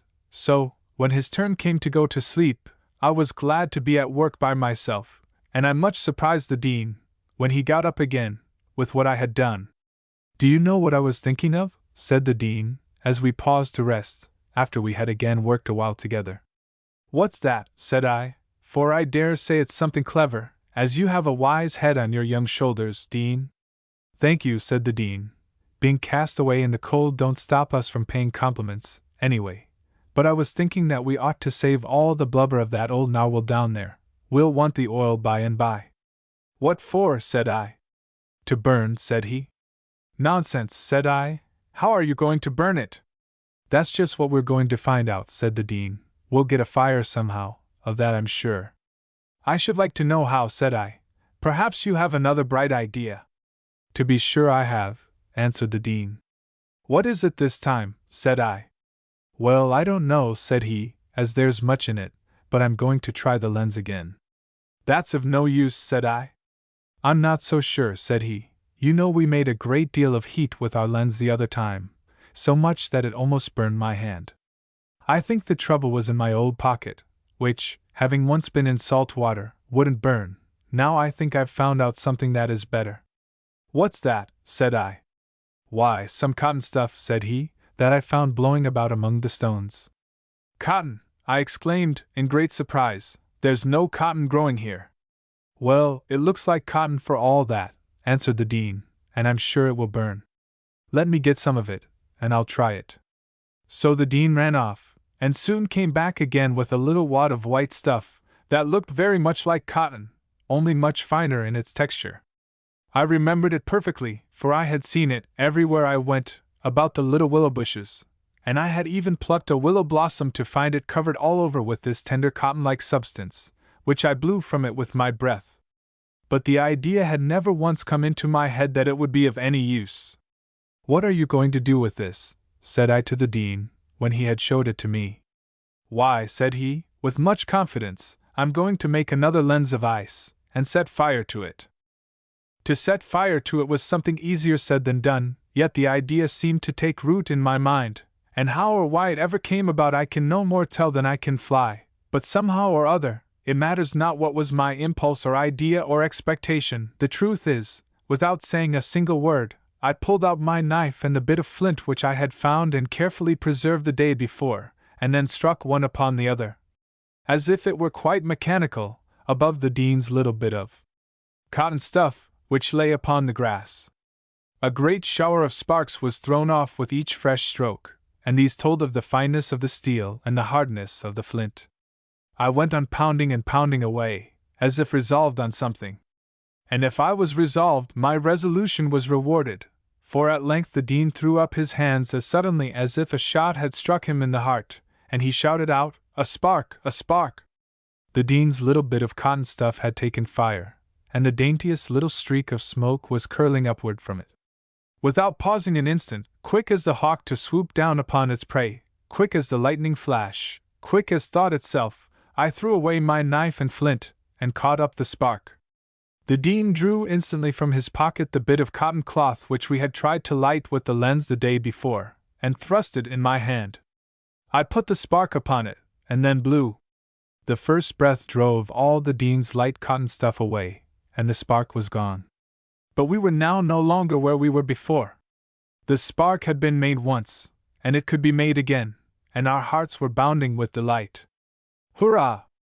Hurrah!" shouted the Dean, "we're all right now!" But our troubles about the fire were very far from ended. We had no difficulty in getting another spark to catch in another piece of this strange sort of tinder, of which we found great plenty near at hand. But it would not blaze. With the slightest breath it vanished almost as a flash of powder, and it was long before we hit upon anything that would do us any further good. We tried all the pieces of cotton cloth that we had about our clothes, picking it into shreds, and putting the lighted tinder among these shreds, tried to make them blaze. But no blaze could we get. Once only did we raise a little flash, but it was gone in a single instant. We tried the dry leaves of the fire plant, Andromeda, the dry grass, everything, indeed, we could think of that was within our reach, but still no blaze, no blaze. With sore fingers and wearied patience, and with wits as well as bodies quite exhausted, we fell once more asleep, with mingling thoughts of triumph and disappointment, and with prayerful hopes for what the morrow might bring forth running through our minds. When the morrow came, a chance seemed to open for us, and we resolved to go about our work with caution, determined, since we had gone thus far, that we would in the end succeed. I don't know whether it was the Dean or I that first suggested it, but we made up our minds that the moss which we had turned up with the narwhal horn, when we were building at the hut, some of which had dried, would burn. We picked to pieces some of the long fibers of this moss, and laid upon them, loosely, some fragments of the tinder. A spark was struck as before, and upon blowing this a bright blaze flashed up, and then died out again as quickly as it had come. "I have it now," shouted the Dean, "we're sure of it next time," and without saying another word he darted off towards the beach. When he came back again, he held in one hand a chunk of blubber from the narwhal, out of which we squeezed some drops of oil, and soaked in them some fibers of the moss. Another piece of tinder and another piece of moss were placed as they had been before. Another spark was struck, another blaze was blown, and when this came, the Dean was holding in it his fibers of oil-soaked moss, and we soon had a lighted torch. Hurrah, hurrah! We might well shout now, for the thing was done. Praised be heaven! We have got a fire at last! Then we added fresh moss to the flaming torch, which was scarcely larger than a match, and then a few more drops of oil were added, and so on, oil and moss and oil, little by little, gently, gently all the time, until we had secured at length a good and solid flame. Then we laid the burning moss upon a flat stone, and then, as before, moss and oil and moss were added, each time in larger and larger quantities, no longer gently, but with a careless hand, and in less, perhaps, than half an hour we had a great, smoking, fluttering blaze, and then we threw on some of the driest leaves and twigs of the Andromeda, and some dead willow stems and dry grass, and then we had a roaring, sputtering, red-hot fire. And how we danced, and skipped, and shouted round the fire, like happy children round some new-found toy. The next thing was, of course, to turn the fire to some account. On two sides of the blaze we placed large square stones, and over these we put another that was thin and flat, and then we skinned the duck which the Dean had caught, and cut the rich flesh into little pieces and placed them on the flat stone above the blaze, and then, to keep the smoke and ashes from the cooking food, we put another light, thin stone upon the flesh, and then we watched and waited for the coming meal. To help the fire along, and make it burn more quickly, we threw into it some little chunks of blubber, and then, in a little while, the duck was cooked. Oh, what a royal meal we had, we half-famished, shipwrecked boys, the first hot food we had tasted during all these long, weary, dreary days. And not satisfied with the duck, we next broiled some eggs upon the heated stone, and ate away until we were as full as we could hold. All this had consumed many hours, and all the time we had been so much excited that we found ourselves quite exhausted when the meal was over, and we could do no more work that day, so we lay down again upon the grass, to talk and rest and sleep. When we came to sleep, however, we had now another motive, besides watching for a ship, to make us sleep one only at a time, for we must keep this fire going, which we had got with so much trouble. This was easily done, since we only had to add, from time to time, some branches of the Andromeda, and these kept up a smoldering fire. Before either of us went to sleep, we had seen that the first thing now was to catch more ducks, and this we could either of us do, besides watching the sea for ships, and the fire that it did not go out. Accordingly, as soon as the Dean had fallen asleep, I went about this work, fully resolved upon a plan as to how I should proceed. The knowledge of seals which I had acquired when in the Blackbird had perhaps something to do with it. I knew, from the thickness of the seal's skin, that lines could be made out of it very well. You will remember the dead seal that I told you of the other day, lying down on the beach, where it had been thrown up out of the sea by the waves. I forgot to mention, in addition, that we found several other seals, or rather, I should say, parts of them, for most of them had been eaten up by the foxes, or had gone to pieces by decay. So I at once went down, as I was going to say, to the seal that I had first discovered, and taking out my knife, I made a cut around his neck close behind the ears. It was a very large seal, and I found it not an easy matter to lift him up so that I could get my knife all the way around him, but I managed to do it notwithstanding, and made not only one cut but a great many of them, or rather, I should say, one continuous cut around and around the body of the dead animal, so you will easily understand that, in this way, by keeping my knife about 1/8 of an inch from where it had gone before when it passed around, I obtained at last a long string, or rather one might say a thong, very strong and very pliable. It must have been at least 100 feet in length when I stopped cutting it, and I divided it into 3 parts. Having done this, I next went back to where the ducks were thickest, when, of course, the birds flew off their nests. Then I fixed 4 traps, just as the Dean had done, tying to 3 of them the sealskin strings which I had made, and to the 4th I tied the Dean's bit of twine. Then I hid myself among the rocks, and waited for the birds to come back. I had not long to wait, for in a few minutes 2 of them returned, and without appearing to mind at all the trap that I had set for them, crawled upon their nests so quickly that it seemed as if they were mightily afraid their eggs would get cold. Seeing a third one coming, I waited for her too, and the fourth one came soon afterwards, and indeed by this time nearly all the birds that had their nests nearby had come back to them. As soon as all was quiet, I pulled my strings one after another as quickly as I could, and 3 of the birds were caught, but the last one was too smart for me, as the noise made by the others had startled her, and the heavy stone only struck her tail as she went squalling and fluttering away, frightening off all the other ducks that were anywhere near. I was not long, as you may be sure, in securing my 3 prizes, and I carried them at once up to the fire near which the Dean was lying under my overcoat in the sun. Soon after this the Dean awoke, and, when he saw what I had done, seemed to be much amused, as he declared that I had stolen his patent. But when he saw what kind of a line I had made, he was filled with admiration, saying, "Well, who would ever have thought of that? I'm sure I never should."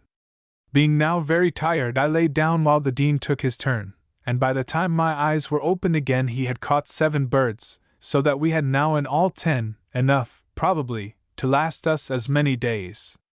This, of course, gave us a great deal of satisfaction, especially as we soon had one of them nicely cooked, and thus got a good breakfast. We had now been, you see, several days on the island, and we felt that we had done pretty well already towards providing for ourselves. The Dean, as I ought to have mentioned before, had grown in strength very rapidly during the last 48 hours, and except that his head was still sore from the cut and bruise, he was entirely well. We felt now that, whatever else might happen to us, we could not want for food, as, besides the eggs, we could have as many ducks as we pleased to catch. We had succeeded in making a fire, and had abundant means to keep it burning. There were only 2 things that seriously troubled us. One was our lack of shelter, if a storm should come, and the other, our lack of proper clothing, if the weather should grow cold. But having succeeded so well thus far, we were very hopeful for the future. Heaven had kindly favored us. The temperature had been very mild all the time. There had been no wind, and scarcely a cloud to obscure the sky. As for shelter, we felt that we could manage in 2 days to enclose the cave, and as to the other trouble, although we were not very clear in our minds about it, yet we did not lose confidence that a ship would come along and take us off before winter should set in. So we resolved not to abandon our vigilance, but to keep up a constant watch, as we had done before. Now that we had made a fire, we knew the smoke would be a great help to us in drawing the attention of the people on board any ship that might come near. With these agreeable reflections we went to work much more cheerfully than we had done before. The captain here hove to, as he said, observing that, the day being far spent, he would drop the story for the present.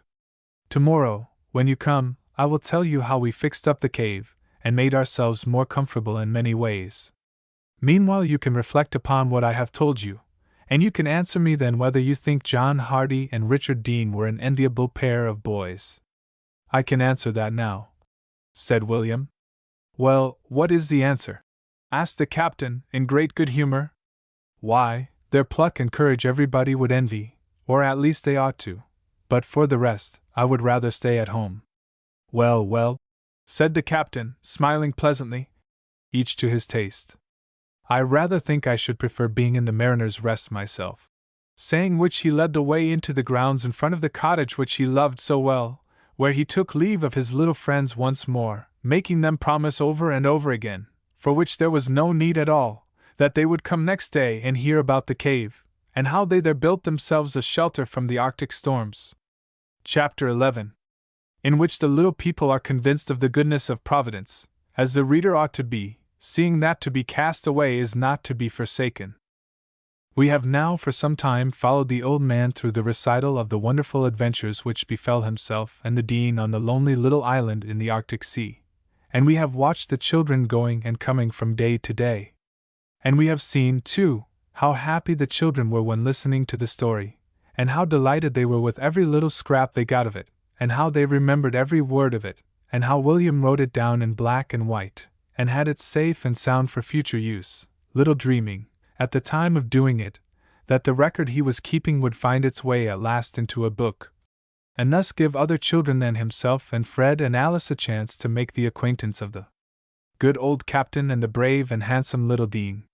And William Ernest kept his record regularly, and he kept it well, as we have seen before, and up to this point of time everything was set down with day and date. But now a change had clearly come over the habits of our little party. At first, as has been hitherto related, the old captain was a little shy of the children, though he so much liked them, but now all formality was gone between them, and so down the children came to the captain's cottage whenever they had a mind. The captain was always glad to see them, be it morning, noon, or evening, and never were the children, in all their lives before, so happy as when romping through the captain's grounds, or cooling themselves upon the grass beneath the captain's trees, or looking at the captain's traps, or joking with that oddest boy that was ever seen, Main Brace, or playing with the captain's dogs. The biggest dogs that ever bore the odd names of Port and Starboard. The captain now said, "Make yourselves at home, my dears, quite at home." And the children did it, and the captain always went about whatever he had to do until he was ready once more to begin his storytelling, and then they would all rush off to the yacht, or to the crow's nest, or the cabin, or the quarter-deck, or some other pleasant place, and as the captain related something more and more extraordinary, as it seemed to them, each time, the wonder grew that one small head should carry all he knew, while, as for the old man himself, he might well exclaim, with the lover in the play, "I were but little happy if I could say how much." Thus it came about, as we have good reason to suppose, that days and dates were lost in William's journal, and thus it was that the young and truthful chronicler of this veritable history simply wrote down, from time to time, what the captain said, without mentioning much about when it was that the captain said it.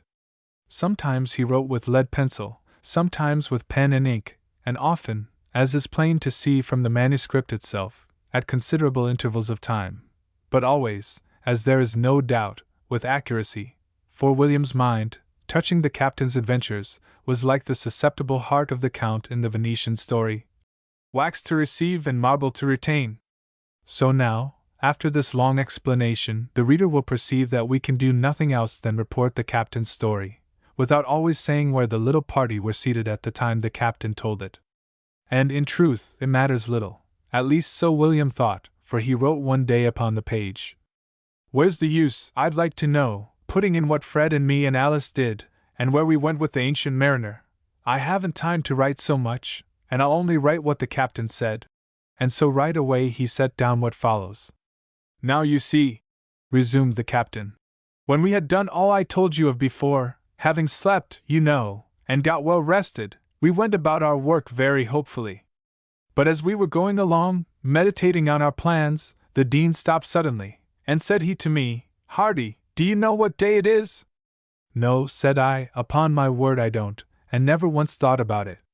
The Dean looked very sad all at once, and not being able to see why that should be, I asked what difference it made to us what day it was. 'Why, a great deal of difference,' said the Dean. 'How?' said I. 'Why,' said the Dean, 'when shall we know when Sunday comes?' 'To be sure, how should we know when Sunday came?' I had not thought of that before, but the Dean was differently brought up from me, for, while I had not been taught to care much about such matters, the Dean had, and he looked upon Sunday as a day when nobody should do any sort of work. I believe the Dean had an idea in his head that, if it was Sunday, and he was frozen half to death already, or starved about as badly, and should refuse to work to save himself from death outright, he would do a virtuous thing in sacrificing himself, and would go straight up to heaven for certain. So I became anxious too, and for the Dean's sake, if not for my own, I tried hard to recall what day it was." "How very queer," said William. "To forget what day it was. How did it happen? Won't you tell us that, Captain Hardy?" "To be sure," said the obliging captain. "As well as I can, that is. Now, do you remember what I told you the other day about the sun shining all the time? Do you remember that, my lad?" "Yes," answered William. "Of course I do. Goes round and round that way." And he whirled his hat about his head. "Just so," went on the captain. Just so, exactly.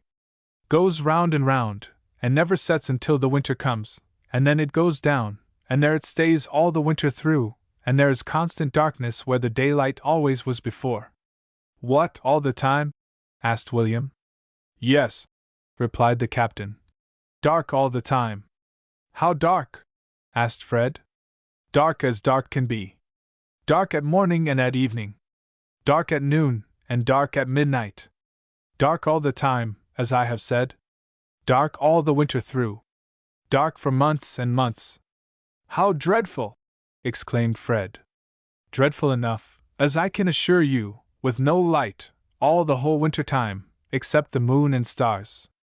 A dreadful thing to live along for days and days, and weeks, and months, without the blessed light of day, without once seeing the sun come up and brighten everything and make us glad, and the pretty flowers to unfold themselves, and all the living world praise the Lord for remembering it. That's what you never see in all the Arctic winter, no sunshine ever streaming up above the hills and making all the rainbow colors in the clouds. That's what you never see at all, no more than if you were blind and couldn't see. But never mind just now about the winter. We haven't done with the summer yet, nor with Sunday either, for that matter. As I have said before, the loss of Sunday much grieved the Dean. So, you see, we had nothing else to do but make one on our own account. What, make a Sunday? Exclaimed William. I've heard of people making almost everything, even building castles in the air, but I never heard before of anybody putting up a Sunday. Well, you see, we did the best we could. It is not at all surprising that we should have lost our reckoning in this way, seeing that the sun was shining, as I have told you, all the time, and we worked and slept without much regard to whether the hours of night or day were on us. So we had good reason for a little mixing up of dates. In fact, we could neither of us very well recall the day of the month that we were cast away. It was somewhere near the end of June that we knew, but the exact day we could not tell for certain. We remembered the day of the week well enough, and it was Tuesday, but more than this we could not get into our heads, and so it seemed that there was nothing for us but to sink all days into the one long day of the Arctic summer, and never more know whether it was Sunday, or Monday, or Friday, or what day it was of any month, and if it should be heaven's will that we should live on upon the island until the new year came round, and still other years should come and go, we should never know New Year's Day. But as I was saying, about making a Sunday for ourselves, I did everything I could to refresh my memory about it. I counted up the number of times we had slept, and the number of times we had worked, and recalled the day when I first walked around the island, and I tried my best to connect all those events together in such a way as to prove how often the sun had passed behind the cliffs, and how often it had shone upon us, and thus I made out that the very day I am telling you about proved to be Sunday. At least I so convinced the Dean, and he was satisfied. And that's the way we made a Sunday for ourselves. So we resolved to do no work that day, and this was well, for we were very weary and needed rest. I need not tell you that we passed the time in talking over our plans for the future, and in discussing the prospects ahead of us, and arranging what we should do. You see, we had settled about Sunday, so that was off our minds, and after recalling many things which had happened to us, and things which had been done on the Blackbird, we finally concluded that we had found out the day of the month, and so we called the day Sunday, the 2nd of July, and this we marked, as I will show you, thus: on the top of a large flat rock nearby I placed a small white stone, and this we called our Sunday stone, and then, in a row with this stone, we placed 6 other stones, which we called by the other days of the week. Then I moved the white stone out of line a little, which was to show that Sunday had passed, and afterwards, when the next day had gone, we did the same with the Monday stone, and so on until the stones were all on a line again, when we knew that it was once more Sunday. Of course we knew when the day was gone, by the sun being around on the north side of the island, throwing the shadow of the cliffs upon us. For noting the days of the month we made a similar arrangement to that which we had made for the days of the week, and thus you see we had now got an almanac among other things. And now, said the Dean, let us put all this down for fear we forget it. So away the little fellow ran and gathered a great quantity of small pebbles, and these we arranged on the top of the rock so as to form letters, and the letters that we thus made spelled out. John Hardy and Richard Dean, cast away in the cold, Tuesday, June 27, 1824. Now, when we came to look ahead, and to speculate upon what was likely to befall us, we saw that we had 2 months of summer still remaining, and, as midsummer had hardly come yet, we knew that we were likely to have it warmer than before, and we had now no further fears about being able to live through that period. In these 2 months it was plain that one of two things must happen: a ship must come along and take us off, or we must be prepared for the dark time that must follow after the sun should go down for the winter. Otherwise a third thing would certainly happen, that is, we should both die, an event which did not, in any case, seem at all unlikely. So we pledged ourselves to stand by each other through every fortune, each helping the other all he could. At any rate, we would not lose hope, and never despair of being saved, through the mercy of Providence, somehow or other. Having reached this resigned state of mind, we were ready to consider rationally what we had to do. It was clear enough that, if we only looked out for a ship to save us, and that chance should in the end fail, we would be ill prepared for the winter if we were left on the island to encounter its perils. Therefore it was necessary to be ready for the worst, and accordingly, after a little deliberation, we concluded to proceed as follows. First, we would construct a place to shelter ourselves from the cold and storms. In this we had made some satisfactory progress already. 2d. We would collect all the food we could while there was opportunity. 3d. We would gather fuel, of which, as had been already proved, there was Andromeda, or fire plant, and moss and blubber to depend upon. Of this latter the dead narwhal and seal would furnish us a moderate supply, but for the rest we must rely upon our own skill to capture some other animals from the sea, though, as to how this was to be done, we had to own ourselves completely at fault. Fourth, we would in some manner secure for ourselves warmer clothing, otherwise we would certainly freeze, and here we were completely at fault too. Fifth, we would contrive in some way to make for ourselves a lamp, as we could never live in our cave in darkness, and here was a difficulty apparently even more insurmountable than the others, as much so as appeared the making of a fire in the first instance, for while we had a general idea that we might capture some seals, and get thus a good supply of oil, and that we might also get plenty of fox skins for clothing, yet neither of us could think of any way to make a lamp. When we came thus to bring ourselves to view the situation, the prospect might have caused stouter hearts than ours to fear.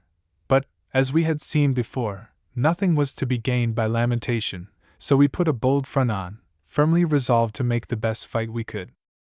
"A poor chance for you, I should think," said Fred, "and I don't see how you ever lived through so many troubles," while little Alice declared her opinion that the poor Dean must have died anyway. "A very bad prospect, indeed, my dears," continued the captain. "Very bad, I can assure you. But as it is a poor rule to read the last page of a book before you read the rest of it, so we will go right on to the end with our story, and then you will find out what became of the Dean, as well as what happened to myself. Well, as I was going to say, when Monday came, we set about our work, not exactly in the order which I have named, but as we found most convenient. And as day after day followed each other through the week, and as one week followed after another week, we found ourselves at one time building up the wall in front of the cave, then catching ducks and gathering eggs, then collecting the fire plant, and then throwing moss up on the rocks to dry, and then cutting off the blubber and skins of the dead seal and narwhal. All of these things were carefully secured, and in a sort of cave, much like the one we were preparing for our abode, only larger, we stowed away all the fire plant and dried moss that we could get. Then we looked about us to see what we should do for a place to put our blubber in, that is, you know, the fat we got off the dead narwhal and the seal, and also any other blubber that we might get afterwards. When we had cut all the blubber off the seal and narwhal, we found that we had an enormous heap of it, as much, at least, in quantity, as 5 good barrels full, and since the sun was very warm, there was great danger, not only that it would spoil, but that much of it would melt and run away. Fortunately, very near our hut there was a small glacier hanging on the hillside, coming down a narrow valley from a greater mass of ice which lay above. From the face of this glacier a great many lumps of ice had broken off, and there were also deep banks of snow which the summer's sun had not melted. In the midst of this accumulation of ice and snow, we had little difficulty in making, partly by excavating and partly by building up, a sort of cave, large enough to hold twice as much blubber as we had to put into it. Here we deposited our treasure, which was our only reliance for light in case we invented a lamp, and our chief reliance for fire if the winter should come and find us still upon the island. After we had thus secured, in this snow and ice cave, our stock of blubber, we constructed another much like it nearby for our food, and into this we had soon gathered a pretty large stock of ducks and eggs. When we contemplated all that we had done in this particular, you may be sure our spirits rose very much. "Odd, wasn't it?" said Fred, "having a storehouse made of ice and snow. But Captain Hardy, if you'll excuse me for interrupting you, what did this glacier that you spoke about look like? And what was it anyway?" "A glacier is nothing more," replied the captain, "than a stream of ice made out of snow partly melted and then frozen again, and which, forming, as I have said before, high up on the tops of the hills, runs down a valley and breaks off at its end and melts away. Sometimes it is very large, miles across, and goes all the way down to the sea, and the pieces that break off from it are of immense size, and are called icebergs. Sometimes the glaciers are very small, especially on small islands such as ours was. This little glacier I tell you of lay in a narrow valley, as I said before, and, as the cliffs were very high on either side, it was almost always in shadow, and the air was very cold there, so you see how fortunate it was that we thought of fixing upon that place for our storehouses. Then another great advantage to us was, that it was so near our hut, being within sight, and only a few steps across some rough rocks. But among these rocks we contrived, in course of time, to make, by filling in with small stones, a pretty smooth walk. As we caught and put away the ducks in our storehouse, we began at length to preserve their skins. At first we could see no value in them, and threw them away, but we imagined at length that, in case we could not catch the foxes, they would serve to make us some sort of clothing, while out of the sealskin which I mentioned before we could make boots, if we only had anything to sew with. Thus one difficulty after another continued to beset us, but this last one was soon partly overcome, for the Dean, on the very first day of our landing, discovered that he had in his pocket his palm and needle, carrying it always about him when on shipboard, like any other good sailor, but we lacked thread. "What is a palm and needle, Captain Hardy?" inquired William. "A palm," answered the captain, "is a band of leather going around the hand, with a thimble fitted into it where it comes across the root of the thumb. The sailor's needle differs only from the common one in being longer and three-cornered, instead of round. It is used for sewing sails and other coarse work on shipboard. The needle is held between the thumb and forefinger, and is pushed through with the thimble in the palm of the hand, and hence the name. To come back to our story, having, as I hope, made the palm and needle question clear to you, let me ask you to remember that I told you, when I landed on the island, I had 4 things, that is, first, my life. 2d, the clothes on my back. 3d, a jackknife, and 4th, the mercy of Providence. But now, you see, I had added a 5th article to that list, in the Dean's needle, and I might also say that I had a 6th one, too, in the Dean himself, which I did not dare enumerate in the list at first, as I felt pretty sure that the Dean was going to die, or at least wake up crazy. But you see, a sailor's palm and needle could be of very little use unless we had some thread, of which we did not possess a single particle, except the small piece that was in the needle, and by which it was tied to the palm. It was a good while before we obtained anything to make thread of, so we will pass that subject by for the present, and come back to what we had more immediately in hand. This was the preparation of our cave, or rather, as we had better say, hut, that being more nearly what it was. The building of our hut, then, was indeed a very difficult task, as the solid wall we had to construct in front was much higher than our heads, and in this wall we had, of course, to leave a doorway and a window, besides a sort of chimney, or outlet for the smoke from the fireplace, which was beside the door. We must have been at least 2 weeks making this wall, for we had not only to construct the wall itself, but when it got so high that we could no longer reach up to the top, we had to build steps, that we might climb there. We left a window above the doorway, not thinking, of course, to find any glass to put in it, but leaving it rather as a ventilator than a window. It was very small, not more than a foot square, and was easily shut up at any time, if we should not need it. For a door, we used a piece of the narwhal skin. This skin was fastened above the doorway with pegs, which we made of bones, driving them into the cracks between the stones, thus letting the skin fall down over the doorway like a curtain. In making the wall, we were greatly helped by the bones which I had found down on the beach, as they were much lighter than the stones, and aided in holding the moss in its place, so that we were able to use much more of that material than we otherwise should have been. When the wall was completed, we were gratified to see how tight it was, and how perfectly we had made it fit the rocks by means of the moss.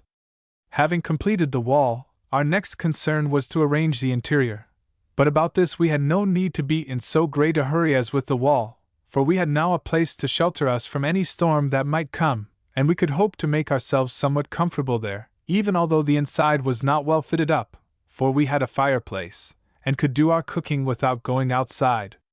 When we found how perfect was the draught through the outlet, or chimney, you may be very sure we were greatly delighted. As it fell out, we had secured this shelter in the very nick of time, for in 2 days afterwards a violent storm arose, a heavy wind with hail and gusts of snow, a strange kind of weather, you will think, for the middle of July. This storm made havoc with the ice on the east side of the island, breaking it up, and driving it out over the sea to the westward, filling the sea up so much in that direction, that there was no use, for the present at least, in looking for ships, as none could come near us. The storm made a very wild and fearful spectacle of the sea, as the waves went dashing over the pieces of ice and against the icebergs. When I looked out upon this scene, and listened to the noises made by the waves and the crushing ice, and heard the roaring wind, I wondered more than ever what could possess anybody to go to such a sea in a ship, for it seemed to me that the largest possible gains would not be a sufficient reward for the dangers to be encountered. But so it always was, and always will be, I suppose. Whenever there is a little money to be made, men will encounter any kind of hazard in order to get it. Thus the risks in going after whales and seals for their blubber, which is very valuable, are great. But then, if the ship makes a good voyage, the profits are very large, and when the sailors receive their lay, that is, their share of the profits on the oil and whalebone which have been taken, it sometimes amounts to quite a handsome sum of money to each, and they consider themselves well rewarded for all their privations and hardships.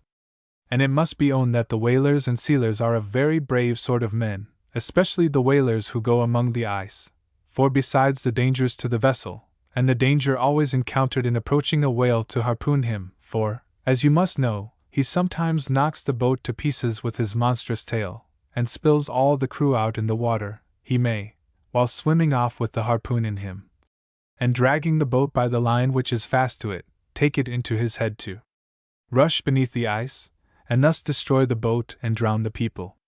But this is too long a falling to leeward of our story, as the sailors would call it, so we will come right back into the wind again. When the weather cleared off after the storm, we went to work as before. But everything about looked gloomy enough. The cliffs were besprinkled with snow, and about the rocks the snow had drifted, and it lay in streaks where it had been carried by the wind. The sea was still very rough, and, as there were many immense pieces of ice upon the water, when the waves rose and fell, the pounding of it on the rocks made a most fearful sound. The sun coming out warm, however, soon melted the snow, and getting heated up with work, we got on bravely. Indeed, we soon became not less surprised at the rapid progress we were making than at the facility with which we accommodated ourselves to our strange condition of life, and even grew cheerful under what would seem a state of the greatest possible distress. Thus you observe how perfectly we may reconcile ourselves to any fate, if we have but a resolute will, and the fear of God in our hearts. I do not mean to boast about the Dean and myself, but I think it must be owned that we kept up our courage pretty well, all things considered. Now, don't you think so, my dears? To be sure we do, replied William. And if anybody dares to doubt it, I will go, like Count Robert, to the crossroad, and give battle for a week to all comers, just as he did. Poking fun at the ancient mariner again, are you? Said the captain, trying hard to look serious.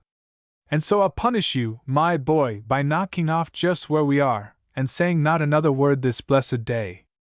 Chapter 12 relates how a desert island became a rock of good hope, and other hopeful matters which to be understood must be read of. You now see, went on the captain, when the story was again resumed, that the dean and myself had by this time fallen into a regular course of life. What cannot be helped, said the dean, we must make the best of. Being thus obliged to make the best of it, we became resigned.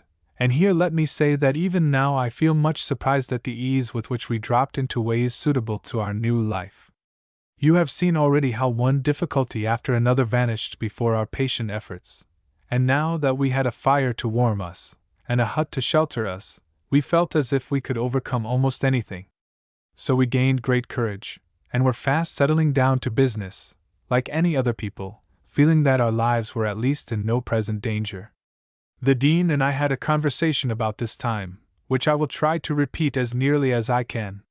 We were seated on the hillside overlooking the sea to the west, attracted by what we at first took for a ship under full sail, steering right in towards the island. But you can imagine how great was our disappointment when we found that what we had taken for a ship was nothing more than an iceberg looming up above the sea in a misty atmosphere. This was the third time we had been deceived in that manner. Once the dean had come rushing towards me, shouting at the top of his voice, "The fleet!" The fleet, meaning the whale ships. But he might just as well have saved himself all that trouble, for the fleet proved to be only a great group of icebergs. But when I told him so, he would hardly believe it, until he became at last convinced that they were not moving.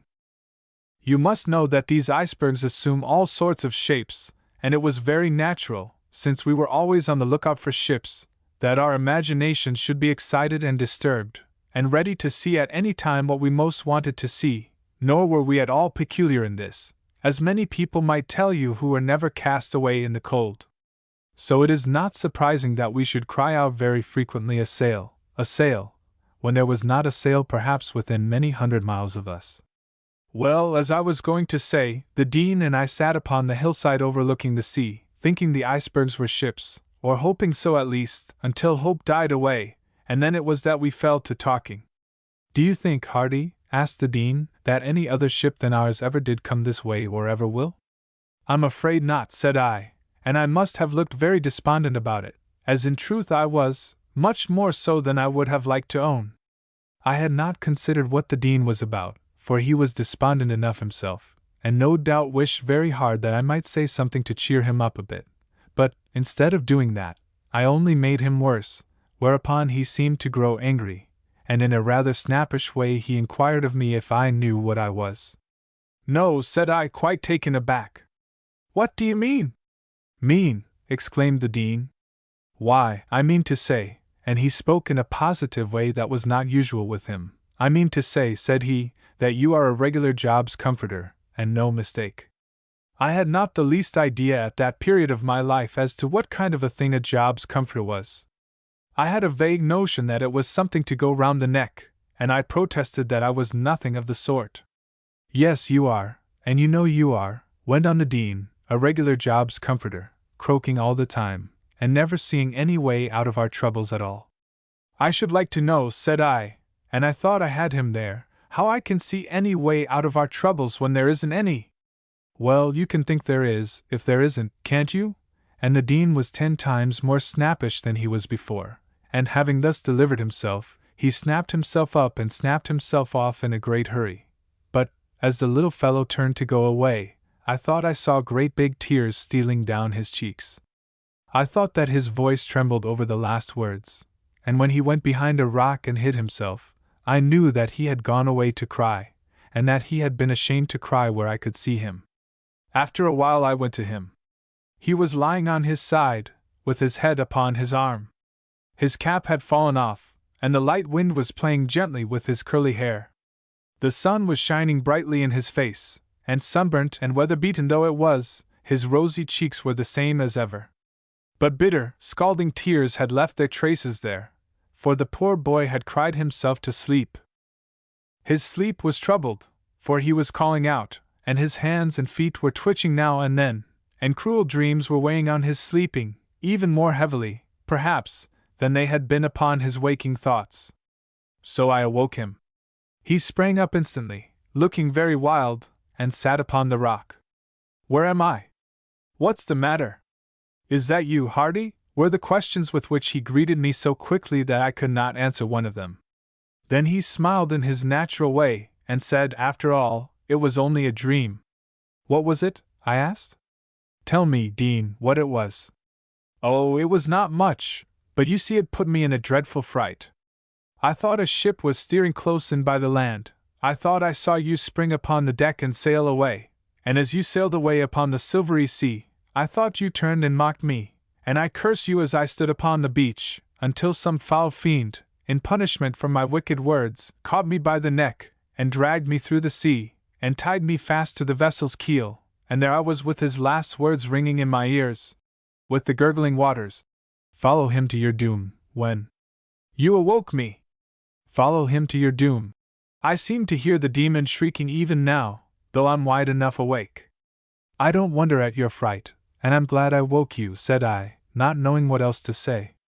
It all comes, went on the little fellow, of my being angry with you, Hardy, and so he asked me to forgive him, and not think badly of him, and said he would not be so ungrateful any more, and many such things, which it pained me very much to have him say, and so I made him stop, and then somehow or other we got our arms around each other's neck, and we kissed each other's cheeks, and great cataracts of tears came tearing from each other's eyes, and the first and last unkindness that had come between us was past and gone forever. But do you really think, said the Dean, when he got his voice again, do you really think that, if a ship don't come along and take us off, we can live here on this wretched little island, that is, when the summer goes, and all the birds have flown away, and the darkness and the cold are on us all the time? To be sure we can, I answered, but to tell the truth, I had very great doubts about it, only I thought that this would strengthen up the Dean, and as I had, by this time, made for myself a better definition to Job's comforter than a something to go around the neck, I had no idea of being called by that name any more. I'm glad to hear you say that, exclaimed the Dean. Indeed I am. There was no need to give me such very strong assurance that he was glad to hear it, for his face showed as plain as could be that he was glad to hear me say anything that had the least hope in it. After this the Dean grew quite cheerful. Suddenly he asked, Do you know, Hardy, if this island has a name? Of course I did not know, and told him so. Then I'll give it one right off, said he. I'll call it from this minute the Rock of Good Hope, and here we'll make our start in life. It's as good a place, perhaps, to make a start in life as any other, for nobody is likely to dispute our title to our lands, or molest us in our fortune-making, which is more than could be said if our lot were cast in any other place. This vein of conversation brightened me up a little. Indeed, it was hard to be very long despondent in the presence of the Dean's hopeful disposition. There was much more said of the same nature, which it is not necessary to repeat. It is enough for me to tell you that the upshot of the whole matter was that we came in the end to regard ourselves as settled on the island, if not for the remainder of our lives, at least for an indefinite time, and we made up our minds that there was no use in being gloomy and cast down about it. So from that time forward we were mostly cheerful, and though you may think it very strange, were generally contented. This was a great step gained, and when we now came to make an inventory of our possessions, we did it just as a farmer or merchant would do. Being the undisputed owners of this Rock of Good Hope, we considered ourselves none the less owners of all the foxes, ducks, eggs, eiderdown, dead beasts, dry bones, and whatsoever else there might be upon it, and besides this, we had a lien upon all the seals and walruses and whales of every kind that lived in the sea, that is, if we could catch them. We now worked with even a better spirit than we had done before, for the idea of being settled on the island for life seemed to imply that we had need to look ahead farther than when our hopes of rescue had been strong. And first we finished the hut in which we were to live, doing it not as if we were putting up a tent for temporary use, but as a man who has just come into possession of a large property puts up a fine house on it, that he may be comfortable for the remainder of his days. I have told you our hut was about 12 feet square, and that we had, after much hard labor, succeeded in closing it up perfectly, and in making it tight. Along the peak of it, where the two rocks came together, there was a crack which gave us much trouble, but at length we succeeded in pounding down into it, with the butt end of our narwhal horn, a great quantity of moss or turf, and thus closed it tight. I must tell you here, while we are on the subject of moss, and since I have spoken about it so often, that the moss grew on our island, as it does in all Arctic countries, with a richness that you never see here, moss being, in truth, the characteristic vegetation of the Arctic regions. In the valley fronting us there was a bed of it several feet thick. Its fibers were very long, as much, in some places, as 4 inches, all of a single year's growth, and as it had gone on growing year after year, you will understand that there was layer after layer of it. In one place, at the side of the valley to the right as we went down towards the beach, it seemed to have died out after growing for many years, and when we discovered this, we were more rejoiced than we had been at any time since starting the fire, for the moss, being dead, had become dry and hard, and burned almost like peat, as we found when we came to try it in our fireplace, and when we added to it a little of our blubber. It made such a heat that we could not have desired anything better. Indeed, it made our hut so warm that we could leave the door and window both open until the weather became colder. One thing which gave us great satisfaction was the immense quantity of the dead moss which was in this bed, so much, indeed, that, no matter how long we should live there, we could never burn up the 100th part of it. At first there had not appeared to be much of it, but it developed more and more, like a coal mine, as we dug farther and farther into it. Our fireplace was therefore, as you see, a great success, but we were, after a few days, most unexpectedly troubled with it. Thus far the wind had been blowing only in one direction, but afterwards it shifted to the opposite quarter, driving the smoke all down into the hut, and smothering us out. Neither of us being a skillful mason, we could not imagine what was the matter, but finally it occurred to us, after much useless labor had been spent in tearing part of it down and building it up again, that it was too low, being just on a level with the top of the hut, so we ran it up as much higher as we could lift the stones, which was about 4 feet, and after that we had no more trouble with it. Having succeeded so well with our arrangements towards keeping up a fire, we next fitted up a bed, as the storms now began to trouble us, and we found, when we were driven away from the grass, and were obliged to sleep inside of the hut, that it was a very hard place to sleep, being nothing but rough stones, which made us very sore, and made our bones ache. The first thing we did now was to build a wall about as high as our knees right across the middle of the hut, from side to side. Then, across the space thus enclosed in the back part of the hut, we built up another wall about 3 feet high, thus, you see, making 2 divisions of it. One of these divisions we used as a sort of storeroom or closet, leveling the bottom of it with flat stone, of which we had no difficulty in getting all we wanted. We also covered the front part of the hut with stones of the same description, thus making quite a smooth floor. It was not large enough, as you will see, to give us much trouble in keeping it clean.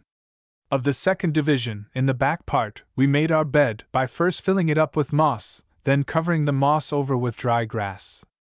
Having given up all hope of a ship coming after us, we now gave up watching for one, and we went to sleep together on our new bed, lying on the dry grass, and, as before, covering ourselves over with my large overcoat. We found it to be more comfortable than you would think, and altogether better than anything we had yet had to sleep on. But we came near losing our fire by it, as the last embers were just dying out when we awoke from this our first sleep in the hut. But this bed did not exactly suit our fancy, and seeing the necessity for some better kind of bedclothes, our wits were once more set to working, in order to discover something with which to fasten together the duck skins that we had been saving and drying, and of which we had now almost 100. We had spread them out upon the rocks, and dried them in the sun, for we had seen that, if we could only find something with which to sew them together, we might make all the clothing that we wanted. The eider duck skin is very warm, having, besides its thick coat of feathers, a heavy underlayer of soft warm down, which, as I told you before, the ducks pick off to line their nests with. The skins are also very strong, as well as warm. Now, however, as at other times since we had been cast away, good fortune came to us, and we had scarcely begun seriously to feel the need of sewing materials before they were thrown in our way, as if providentially. It happened thus. In cutting the blubber from the dead narwhal, We had quite exposed the strong sinews of the tail, without, however, for a moment imagining that we were preparing the way to a most important and useful discovery.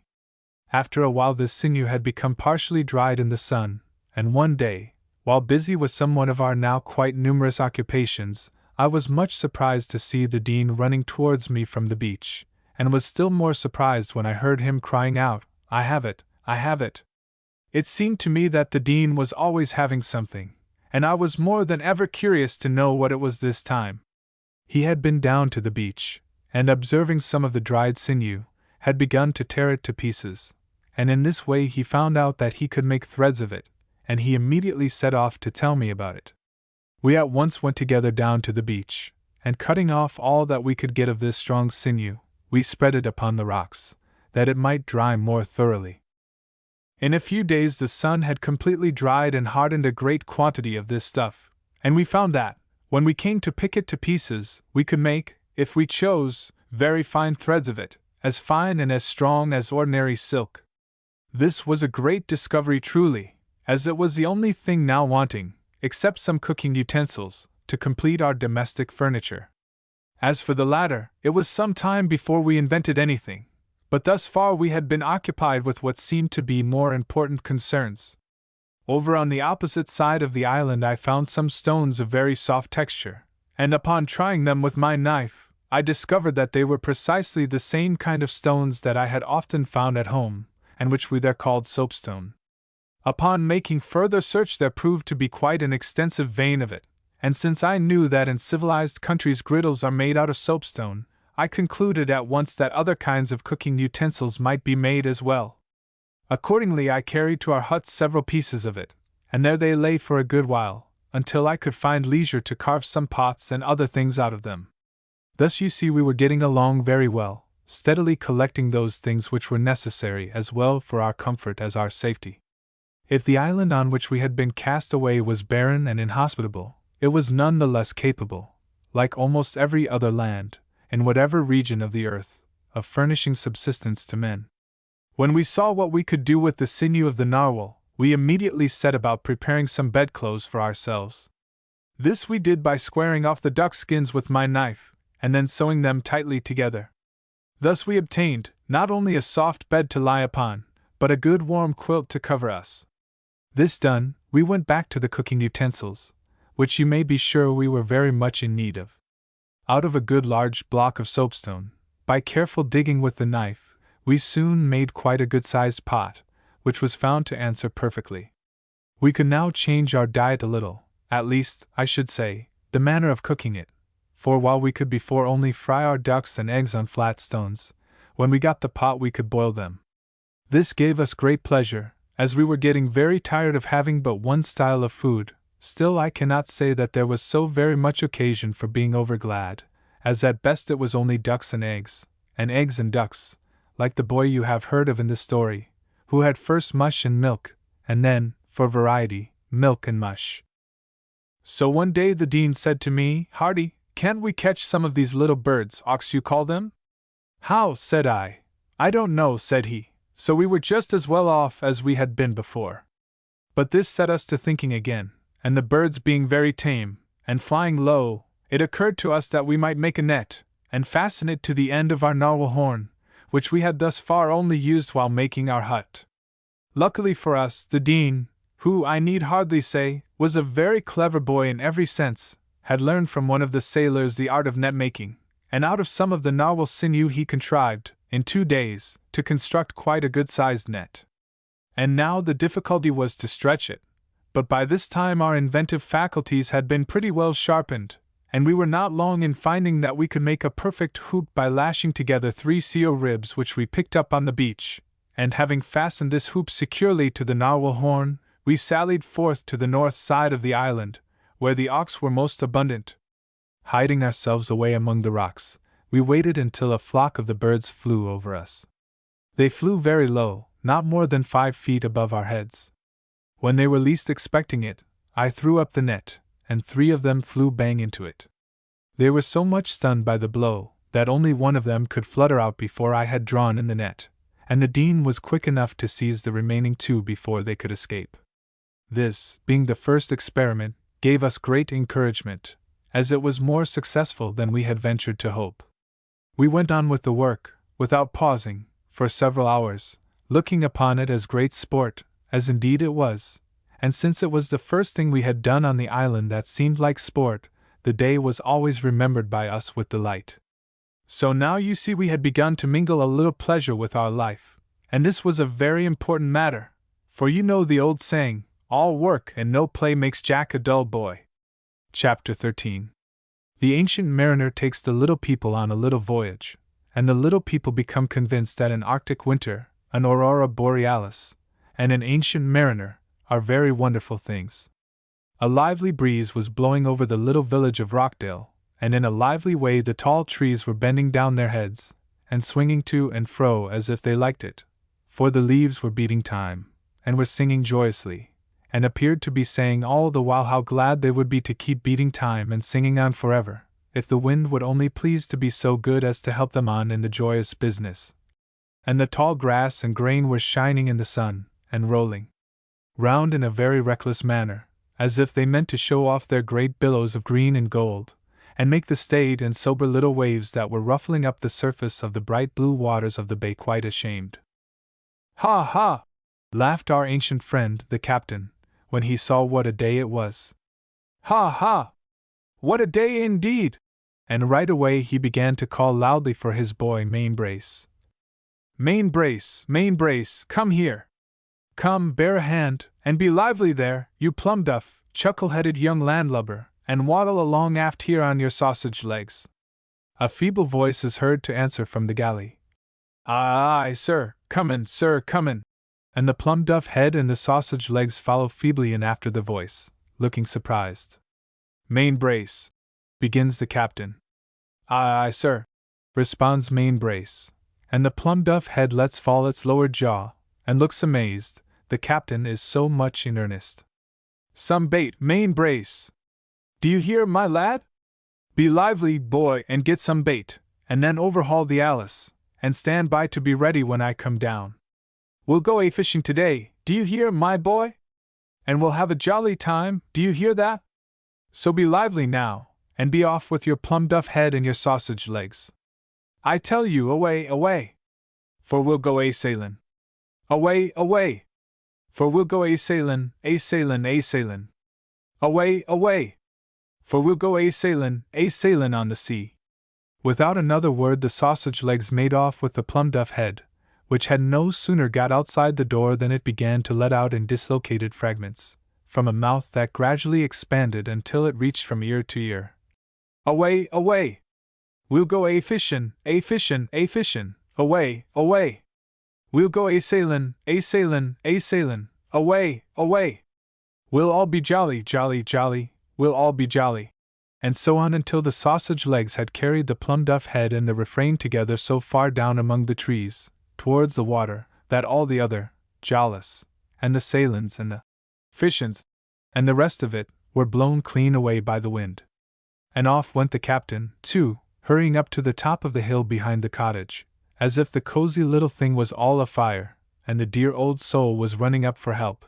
And when he reached the top of the hill, he began swinging round his old tarpaulin hat, making the long blue ribbons fairly whistle and speak, as if they would say, Old man, stop a bit, and take breath, can't you now? And say, what's this all about, for goodness sake? But the old man knew well enough himself what it was all about, for he was signaling his little friends, and every circle of his big arm, and every shake of his long gray beard, and every swing of his old tarpaulin hat, seemed to sing out, Hurrah, for a jolly day! Hurrah, my children gay! Hurrah, let's up and away, upon the bright blue waters! By and by the children caught sight of the old tarpaulin hat, and the blue ribbons, and the captain himself, all in this state of violent excitement, and down they bore at once upon the ancient mariner, as if he were a regular bluff-bowed old East Indiaman, full of golden ingots, and they were clipper-built, copper-fastened, rakish fore and afters of the piratical pattern. Heyday! The old man never thought he had begun until he had thrown off a heyday or so. Heyday, my hearties! Said the ancient mariner, as the children came up to him. Heyday, my dears! Keep on that same course before the wind, and you'll fetch up in the right port. And so, without further ado, he hurried, my hearties, down to the beach, and aboard the yacht, and then very soon main brace, whose mouth had never left off expanding at the prospect of a fishin', and a sailin', and a jolly day, generally, had the anchor away, and then the captain spread the white sails to the lively breeze, and there never was, since the world began, a merrier little party, in a merrier little craft, afloat upon blue water on a merrier day. Indeed, the day was so merry, and the craft was so merry, and the waves were so merry as they came leaping round the yacht, and the wind was so merry as it bulged out the sail and went whistling through the rigging, and the little party in the yacht were so merry, and everything and everybody was so merry, that it would be strange indeed if the fish were not merry too, and the finny creatures played round the pretty hooks, too merry by half to touch them. And then they came merrily up, and poked their heads out close to the top of the water, and stared at the merrymakers in the yacht, and they seemed to be whispering to one another, "Oh, what a jolly lot of coves they are, to be sure! Oh, don't they wish they may catch us, don't they though?" And then they dropped down again to look at the pretty hooks, but only the sober-sided ones that had no idea of being merry went near enough to bite, and these were surely bitten in return, for, if the hook once got into their red gills, they found themselves jerked up before they could say lobster, and heard merry voices shouting round them, to their great astonishment. And of these sober-sided fishes who were so unfortunate as to have no idea of being merry, the captain and his little friends caught as many as they wanted, and then the captain said to his little friends, "Put away your fishing tackle now, and come down below into the little cabin, and I'll surprise you."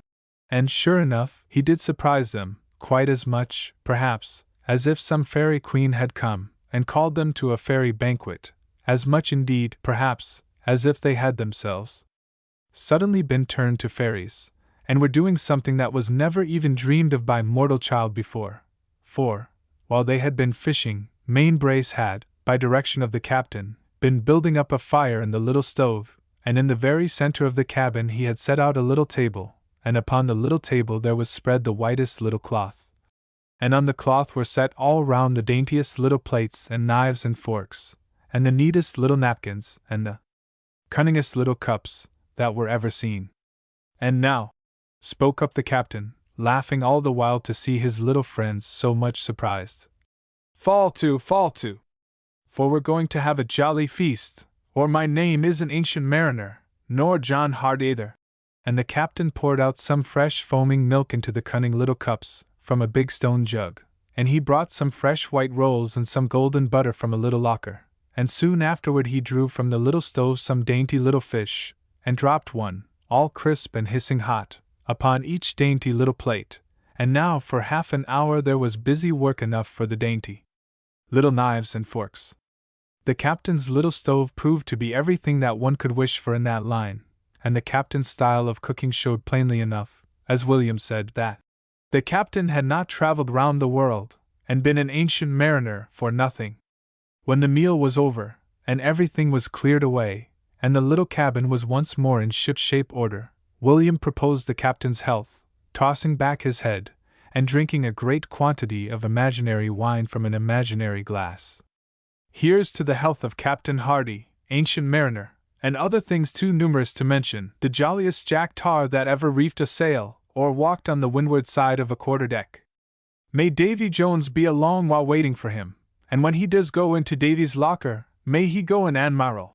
And then the children all together, "Hip, hip, hurrah!" the captain, until the old man had nearly split himself with laughing at their childish merriment. "And now for the story," said the captain, when the laugh was ended. "What do you say to that?" "The story, yes, the story," shouted all the children, merrier than ever. "Down here or up on deck?" "Down here, just where we are, it's such a splendid place." "Then down here it shall be," went on the captain, right well pleased. "Down here it shall be, my dears, if I can only pick up the yarn again where I broke it off. Let me see." And the old man put a finger to his nose, as he always did when he was thoughtful. "Aha!" cried he at length. I've got my bearings now, as neat as a lighthouse in a fog. You know, my dears, when we left off last time, we had gone so far along with the story that you could see the Dean and I had got ourselves in soundings, as it were. We had seen the light ship off the harbor, and were steering for it, so to speak. We had, by working very hard, and by persevering very much, and by using our wits as best we could, gathered about us everything that was needed to ensure our present safety, and some things to make us comfortable. We had a hut to shelter us, and clothes to keep us warm, and fire to cook our food. But the winter was now coming on very fast, and we knew well enough what that was likely to be. The grass and moss and flowers were dead or dying, the ice was forming on the little pools, and here and there upon the sea, little spurts of snow were coming now and then. The winds were getting to be more fierce and angry, and every day was growing colder and more dark. We knew that the long winter was close upon us, and that the shadow of the night would soon be resting on us all the time. The birds had hatched their young, and quitted their nests, and were flying off to the sunny south, where we so longed to go, and so longed to send a message by them to the loved ones far away. It made us sad, oh, how very, very sad, to see the birds so happy on the wing, and sailing off and leaving us upon the island all alone. Alone, all alone. Alone upon a desert island in the frozen sea. Alone in cold and darkness. All alone. We made ourselves warm coats and stockings out of the skins of the birds that we had caught, and we made caps, too, out of them, plucking off the feathers, and leaving only the soft, warm, mouse-colored down upon the skin. And out of the seal's skin we made mittens and nice soft boots, or rather, as I might call them, moccasins. The birds began to go away about the middle of August, as nearly as we could tell, but it was more than a month after that before they had all left the island. Meanwhile we had caught a great number of them, 266 in all, and we had collected, besides, 90 dozen of their eggs. These birds and eggs were all carefully stowed away in our storehouses of ice and rocks near the glacier. In the matter of food we had, therefore, done very well, but we felt the need of some more blubber for our fire, and some warmer clothing than the birds' skins. To supply this latter want, we tried very hard to catch some foxes, but it was a long time before we were successful, for not until all the ducks had gone away would the foxes trouble themselves to go inside our traps. These traps were made of stones, and in building them I had derived the only benefit which had ever resulted to me from my indolent life on the farm.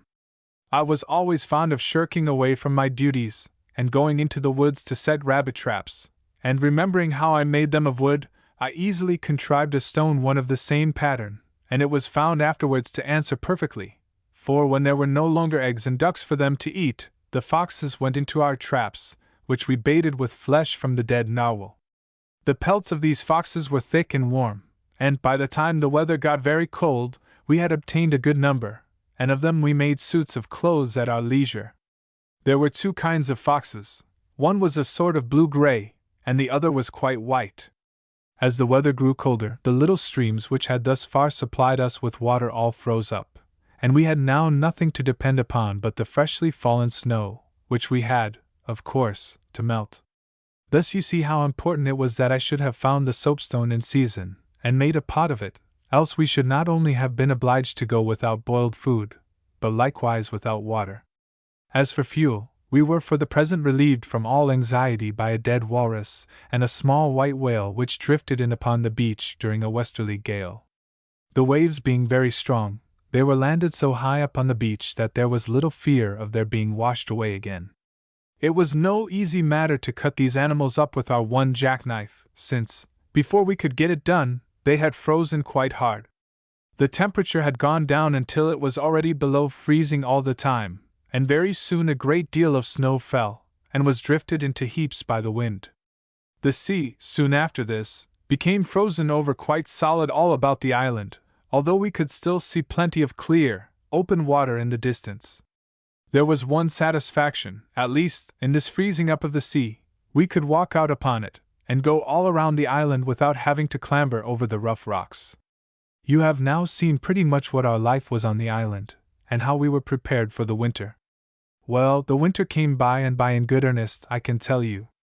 The sunlight all went away, and then, soon afterward, the autumn twilight went away, and then came the darkness that I told you is constant, in the winter, up towards the North Pole, for the winter there is but one long night, you know. Here William, who was, as we have seen, of an inquiring turn of mind, interrupted the captain to ask if he would not be so good as to mention again how dark it was in this polar winter. Dark as midnight, replied the captain, promptly. Dark all the time, did you say, Captain Hardy? Yes, dark all the time, my lad, dark in the morning, dark in the evening, dark at midnight, dark at noon, dark, all the time, as any night you ever saw, only, everything being white with snow, of course makes the night lighter than it does here, where the trees and the houses, and other dark objects, help along the blackness and make it more gloomy, absorbing the light, you see, while the snow reflects it. But what, asked William, did you do for light in this dark time, since you did not have a lamp? Easy there, my lad, replied the captain. I'm just coming to that, you see. Somebody has said that necessity is the mother of invention, or words to that effect, and darkness, I think, may be considered a mother of that description. First we made an open dish of soapstone, and put some oil in it, and then we made a wick out of the dry moss, and set fire to it. But this was found to make so much smoke that it drove us out of the hut, and it was given up. But we did not throw away the dish, and after a while it occurred to us to powder the dry moss by rubbing it between the hands, and with this powdered moss we lined our soapstone dish all over on the inside with a layer 1/4 of an inch thick. After smoothing this down all around the edge, this dish, which we called a lamp, was much like a saucer, only rougher and much larger. We filled it half full of oil, and again set fire to it all around the edge, and this time it worked beautifully, smoking very little, and giving us plenty of light. How cunning! Exclaimed the children, all at once. Rather so, replied the captain, but hardly more so than the 2 little drinking cups we carved out of the same kind of soapstone that we made the lamp and pot of. It must have felt very queer, Captain Hardy, said Fred inquiringly, to be in darkness all the time. I can't imagine such a thing as the winter being all the time dark, can you, Will? No, I can't, replied William. Can you, Sister Alice? Yes, I think I can, said Alice quickly. Why, how's that, my little dear? Asked the captain, greatly interested. Oh, said Alice, in her gentle way, I've only to think of poor blind Joe going round with his little dog, begging from door to door, and never seeing anything in all the world, no sun, no moon, no stars, no any light to him at all. Poor Joe's bright summer went out long ago, and both light and warmth were gone, never to come back again, when old Martha died. And all's night to Joe, and that's how I know what it is to be in darkness all the time. And as little Alice made this little speech about poor blind Joe, the beggar man, her lovely face looked thoughtful beyond its years, and, as she finished, the captain saw a tear stealing from her soft blue eye for poor Joe's sake, and he caught her in his arms right off, without stopping to think at all what he was doing, and he kissed away the tear, and, as he did it, a much bigger one came tearing out of his own great hazel eye, and hurried down into his shaggy beard to hide, as if it were quite frightened at what it had been doing with itself. Spoken like the little lady that you are, my dear, broke out the captain. Always thinking of the unfortunate. And you are very right, my child. Poor blind Joe's darkness is much worse than ours ever was, up in the frozen sea, upon the lonely island, far worse indeed, poor man. For you must know that the stars were shining brightly there upon us all the time, and then the moon came every month, and when it came for good and all, and never set for several days, and then sometimes the aurora borealis would flash across the heavens, and clear away the darkness for a little while, as if it were a huge broom sweeping cobwebs from the skies, and letting in the light of day beneath the stars. Oh, what a splendid sight it was! Oh, tell us all about it, Captain Hardy, won't you? Asked all the children, with one voice. Of course I will, replied the captain. Only I can do no sort of justice to that species of natural scenery, don't you see? That's a touch beyond John Hardy's powers of description, as I can well assure you. The children all declared that they never could think anything beyond John Hardy's powers, and they believed it too. Well, well! Now let me see, my dears, what I can do for you. First, you know the scientific chaps, especially my friend the doctor, down in Boston, say that the aurora borealis is electricity broke loose and tearing through the air, from pole to pole, for some purpose of its own. It can't be caught, nor bottled up, as Franklin bottled up the lightning, nor analyzed. In short, nothing can be done with it, and so it goes tearing through the skies, as I have said before, from pole to pole, just where it likes. Now this is what it is, so far as one can see. When you go away beyond the Arctic Circle, you see great fiery streams start up from a fiery arch that stretches right across the sky before you, and from this fiery arch the fiery streams of light shoot up, and then fall back again, sometimes lasting for a little while, and waving in the sky, to and fro, like a silken curtain of many colors fluttering in the wind. And then again seeming to be phantom things playing hide and seek among the stars, sometimes like wicked spirits of the night bent on mischief, sometimes like tongues of flame from some great fire in some great world beyond the earth, making one almost afraid that the heavens will break out presently in a roaring blaze, and rain a shower of living coals and ashes on his head. And oh, how grand the colors are sometimes! The great arch of light that spans the sky is often bright with all the colors of the rainbow, changing every instant. And from these flickering belts of light the fiery streams fly up with lightning speed, green, and orange, and blue, and purple, and bright crimson, all mingling here and there and everywhere above, while down beneath comes out in bold relief before the eye the broad, white plain of ice and snow upon the ocean, the great icebergs that lie here and there upon it, the tall white mountains of the land, and the dark islands in the sea. And then the flood of light dies away, and the dark islands in the sea, and the tall white mountains, and the icebergs, and the white plain around, all vanish from the sight, and the mind retains only an impression that the icebergs, with all these bright hues reflected on them from above, had come from space and darkness, like the meteors, then to vanish, and leave the darkness more profound.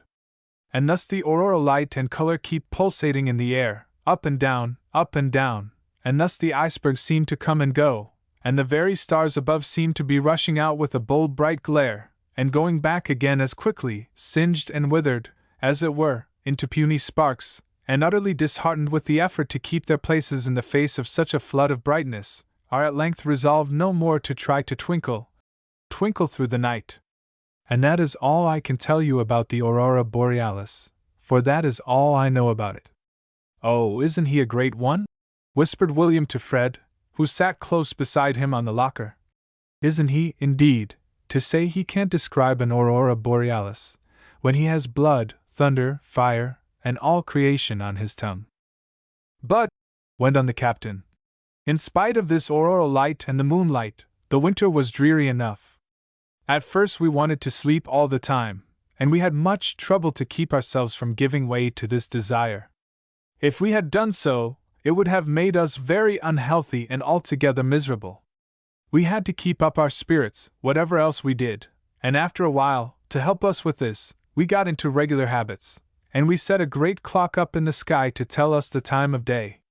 A clock up in the sky! Exclaimed both the boys. Why, Captain Hardy, how was that? Why, don't you see, my lads, the Great Bear and all the other constellations of the north go round and round the pole star, which is right above your head, and it so happened that I knew the Great Bear, and the two stars in its side called the pointers because they point to the pole star. Now these two pointers, going around once in the 24 hours, pointed up from the south at one time, and up from the north at another time, and up from the east and from the west in the same way. And thus you see we had a clock up in the sky to tell us the time of day, for we had an iceberg picked out all around for every hour, and when the pointer stood over that particular berg we knew what time it was. We should have got along through the winter much more comfortably if we had had some books, or some paper to write on, and pen and ink to write with, but these things were quite beyond the reach of our ingenuity. So our life was very monotonous, doing our daily duties, that is, whatever we might find to do, and after wading through the deep snow and doing it, we came back again to our little hut to get warm, and to eat and talk and sleep. And much talking we did, as I can assure you, about each other, and each other's life, and what great things we would do when we got away from the island, hopeless though that seemed. Thus we came gradually to know each other's history, and thus there came to be greater sympathy between us, and more indulgence of each other's whims and fancies, as we got better and better acquainted. The Dean had quite a story to relate of himself. He told me that he was born in the great city of New York. His father died before he could remember, and his mother was very poor, but so long as she kept her health she managed, in one way or another, to live along from day to day by sewing, and she managed, too, to send the Dean to school. She loved her bright-haired little boy so very, very much that she would have spent the last cent she could ever earn, could she only give her darling Dean a little knowledge that might help him on in the world when he grew to be a man. And so she stinted herself and saved, all unknown to her darling Dean, and she had not clothing or fire enough to keep her warm in the bleak winter, when the Dean was out, though she had a fine fire when the Dean came back. All would have been well enough if the poor woman had not, with her hard work and her efforts to save, become thin and weak, and then grown sick with fever, and now there was nothing for her but the hospital, for there was no money to pay for medicines, or doctor's bills, to say nothing of rent and fire and clothes. And now for the first time the Dean began to realize the situation, and a vague impression crossed his mind, that the poor, pale woman, now restless with pain on a narrow bed in a great long ward of a dreary hospital, his own dear mother, suffering here with strange hands only to comfort her, had been brought to this for his sake, and when she grew better, after a long, long time, but was still far from well, he thought, and cried, and prayed, and wished that he might do something to show his gratitude, and make amends. By and by he got into a factory, and worked there early and late, until he too grew sick, and was carried to the hospital, and was laid beside his poor sick mother, on a narrow bed. But he soon got well again, though his mother did not, and then, he could do nothing else, he went to sea as cabin boy of a ship sailing to Havana, and he came back too, and with a proud heart beating in his little breast, he carried a little purse of gold and silver coins that the captain gave him to his poor sick mother, and then he went away again on the same ship, and came back once more with another purse of money, twice as big as the first, but the good captain that had been so kind to him, and rewarded him so well, fell sick, and died of yellow fever on the passage home, and the mate, who got command of the ship, being a different sort of man, disliked the Dean, and told him not to come back any more. And so the poor Dean didn't know what to do, until one of his old shipmates met him in the street, and took him off to New Bedford, and shipped him as cabin boy of the Blackbird. And now here I am, said the poor little Dean, and all the rest you know, cast away in the cold, in this awful place, while my poor sick mother has no money and no friends in all the world, and is thinking all the time what a wretch I am to run away and desert her, when, God knows, I meant to do nothing of the sort. And so the Dean burst out crying, and to tell you the truth, I could not help crying a little too. But the Dean was a right plucky little fellow, I can tell you, and so full of hope and ambition was he, that nothing could keep him down very long, and nothing, I believe, could ever make him despond for a single minute but thinking of his mother, sick and far away, without friends or money, lying on a narrow bed, all through the weary, dreary days and nights, in the dreary ward of a crowded hospital. Poor Dean! He had something to make him cry, and something always to make him sad, if he had a mind to be, but what had I in comparison, I who had gone away from home with no good motive like the Dean's? After the recital of this story of the Dean's, we were both very sad, until the Dean suddenly roused himself, and said, "Let's go and look at our traps, Hardy." And so we sallied out into the moonlight, and waded through the snow, to see if there were any foxes for us. To get outside our hut was not so easy a matter now as it was when we first built it, for, in order to keep the cold winds away, we had made a long, low, narrow passage, with a crook in it, through which we crawled on our hands and knees, before we reached the door. We walked all the way around the island, and visited all our traps, of which we had 17, but only 2 of them had foxes in them.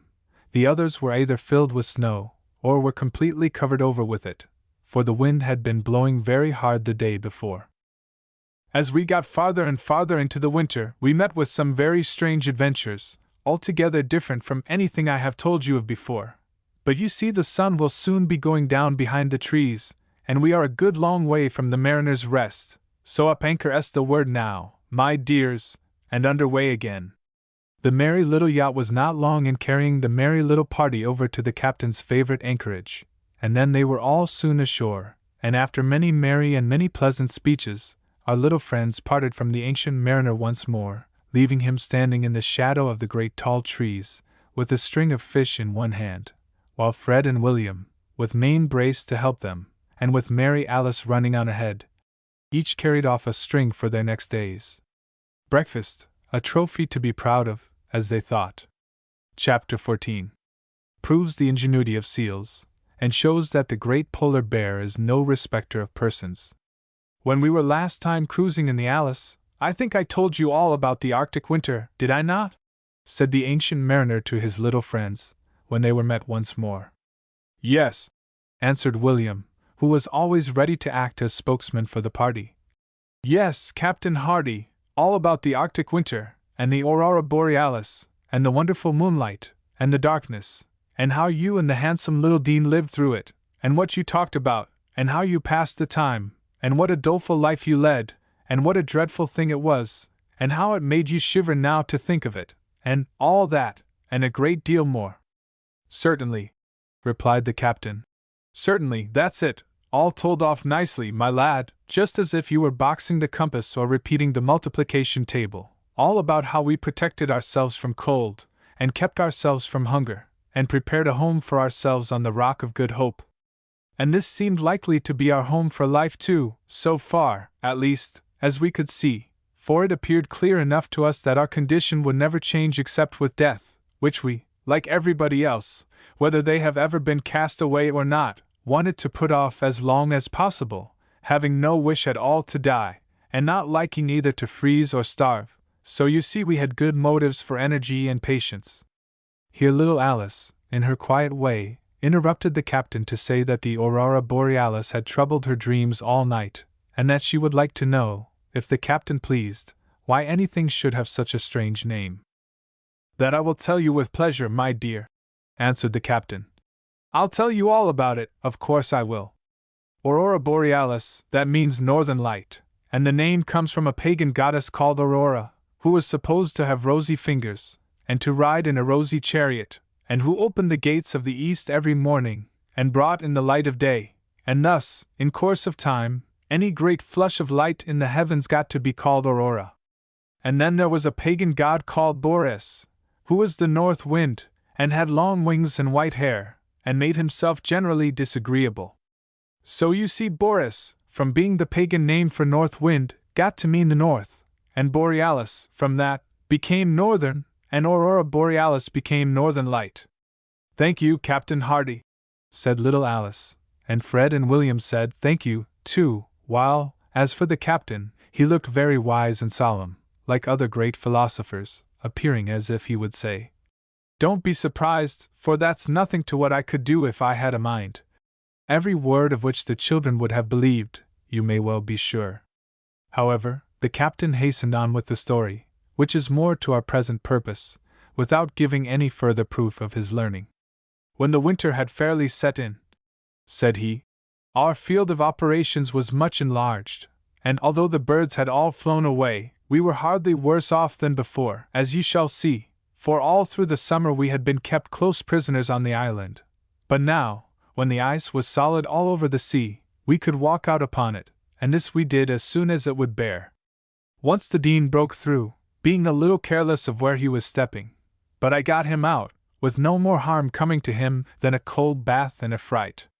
Soon after this we made a valuable discovery. Some of the seals have a habit, when the sea is frozen over, of cutting holes through the ice with their sharp claws, in order that they may get their heads above the water to breathe, the seals not being able, as I have told you before, to breathe under water, like fish. They can keep their heads under water about an hour, by closing up their nostrils, so that not a drop can get in, and during that time, they do not breathe at all. But at last they must find the open sea, or a crack in the ice, or else dig a hole through the ice from below, and thus get their heads to the surface in some way, or they would drown. As we did not then know anything about the habits of the seals in this respect, I was very much surprised one day, while walking over ice that was everywhere apparently very solid, to find one of my feet suddenly break through. I was carrying, at the time, our great narwhal horn, which had already been used for so many purposes, and when I had got my foot, as quickly as possible, out of the water, I pounded with the heavy horn all about the place, and found that there was a large round hole there that had evidently been made by some animal, and I could think of nothing else as likely to have made it but a seal. The reason why I had not seen it was because the snow had drifted over it in a hard crust, and through this crust the seal kept open with his nose a small orifice for breathing, that was not larger round than a silver dollar. This discovery made us very glad and very curious, for, having concluded what it was, we concluded also that there must be more like it, and we went in search of them immediately. Our search was soon rewarded, for these seal holes were very numerous. How to catch a seal was the question which now most occupied our thoughts. The difficulty was very great, for we had no weapons of any sort for such a purpose. Once more, however, we fell back upon our narwhal horn. To this horn we had already become much attached, and, as if to express our gratitude, we had bestowed upon it several names, as, for instance, Life Preserver, Crumply Crowbar, the Castaway's Friend, and the like of that.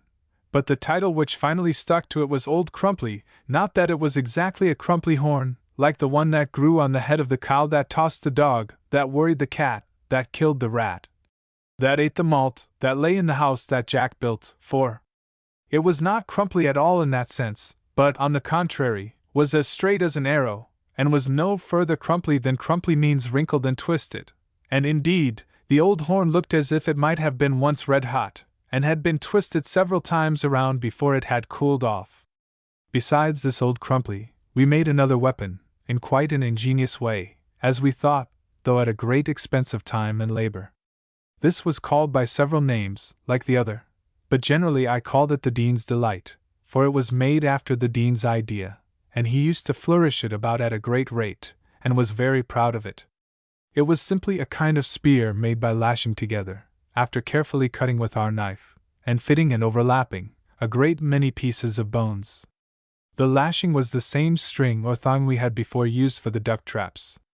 It was very strong, though not half so heavy as Old Crumply.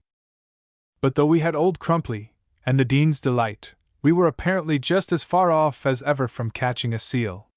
The Delight was tipped with hard ivory, a piece of walrus tusk carved into proper shape with the jackknife, and Crumply was of the very best kind of ivory throughout, yet we could not sharpen either of them so as to be of much use. But remembering the general shape of the harpoon heads used in whale ships, I managed to cut one of that pattern out of walrus ivory, and this I set on the end of the Dean's Delight, and then, making a hole in the center of it, I fastened it to the end of one of our long lines.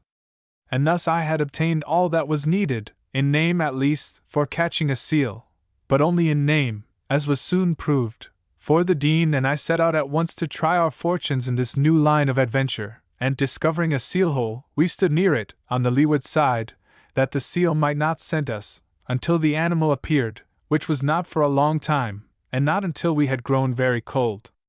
The seal had evidently been off breathing in another hole. When he did come up, we knew it by a little puff he gave, which threw some spray up through the little orifice in the snow crust. Quick as thought I plunged the Dean's Delight down into the very center of the hole, and struck the animal, but the ivory harpoon head that was on the end of it only glanced off, without penetrating the skin, and the seal, no doubt very much astonished, got off as quickly as he could, more frightened, probably, than hurt. At least, we heard of him no more. He never came back to the hole, for it was all frozen over next day, and so it remained. We afterwards discovered that when a seal hole has been once touched, the seal will never go back to it.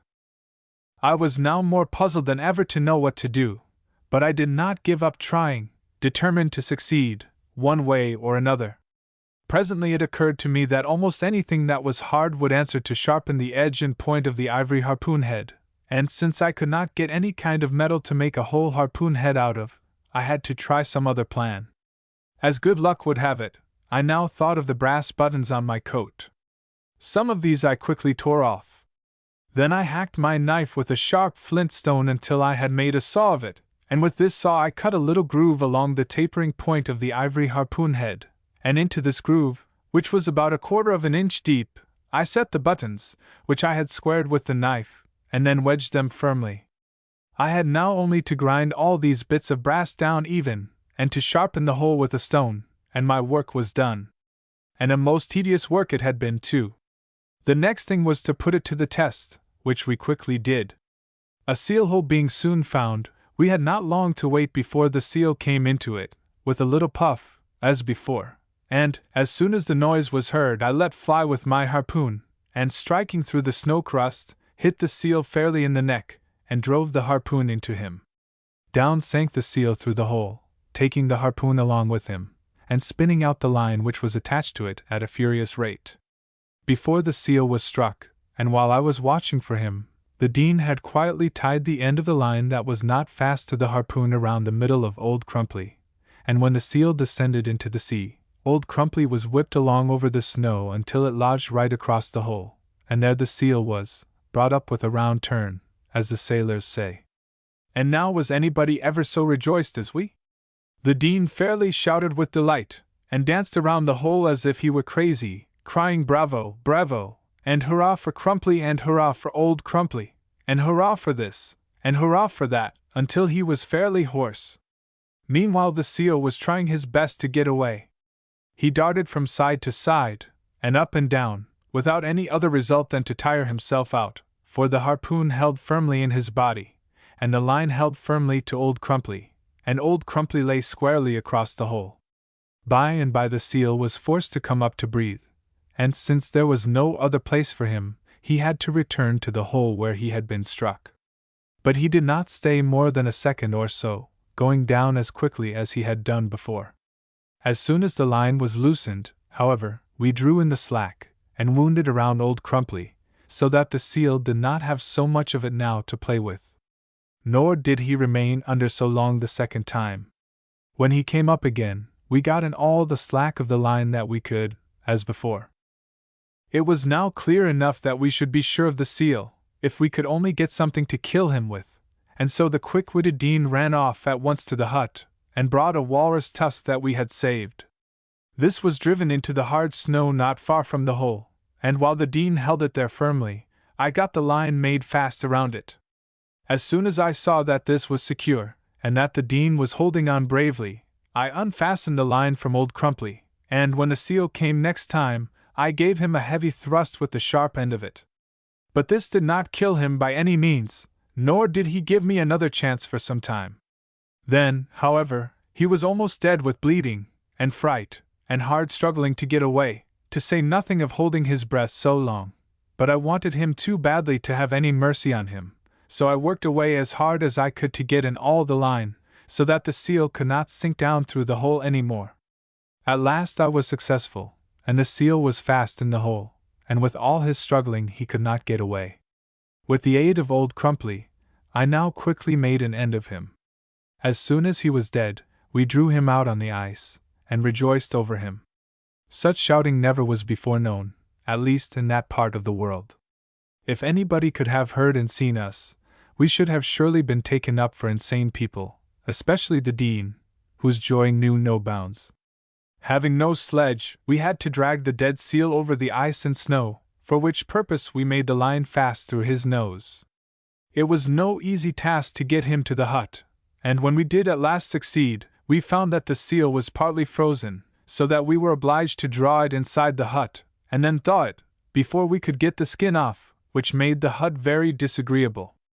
After the skin and blubber were removed, we cut off some of the flesh, and made for ourselves a good hot supper, first cooking a stew in our soapstone pot, and then frying some steaks on a flat stone, and if anything was before wanting to make us perfectly happy over the capture of so great a prize, we had it now, when we discovered what excellent food it was, and what a quantity there was of it. When we had finished butchering the seal, we prepared the skin for making boots, and we put the blubber and flesh away in our storehouses for future use, the flesh for food, and the blubber for our fire and lamp. Then we slept, and the very next day we set out to catch more seals, without, however, the same success, for we were unfortunate in every attempt, and it was, indeed, almost a week, I think, before we made a second capture. Some time afterward we caught a third, and then a fourth, and by great good fortune on the very same day a fifth, and not long after that we caught another, which made the sixth. But it would have been well had we been content with 5, without coveting a sixth, as this last had like to have been the ruin of us. For as we were going slowly back to the hut, dragging the seal after us, and all unsuspicious of harm, we were set upon by a great white beast, the like of which we had never seen before, but which we knew must be one of those savage animals called polar bears. He was not coming rapidly, but was rather crawling along cautiously, with mouth wide open, looking very fierce. As soon as we discovered him, we dropped the line with which we were dragging the seal, and ran as fast as our legs would carry us, never stopping until we had reached the hut and crawled into it, not once having had the courage to look back, for at every step we expected that the bear would be atop of us.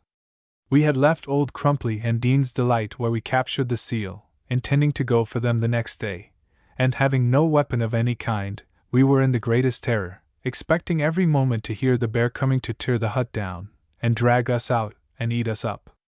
But finding that we were not disturbed, we at length fell asleep. Upon awaking the next day, and finding that we had been suffered to go undisturbed thus long, we began to wonder whether we had not been needlessly alarmed, and finally we set to wondering whether we had really seen a bear after all, and at length we grew to feel quite ashamed of ourselves. So we put on a little bravado, like the boy that whistled in the dark to keep his courage up, and went out, cautiously approaching the spot where we had left the seal. Arriving there, we had positive proof enough, if any were wanting, that we had certainly seen a bear.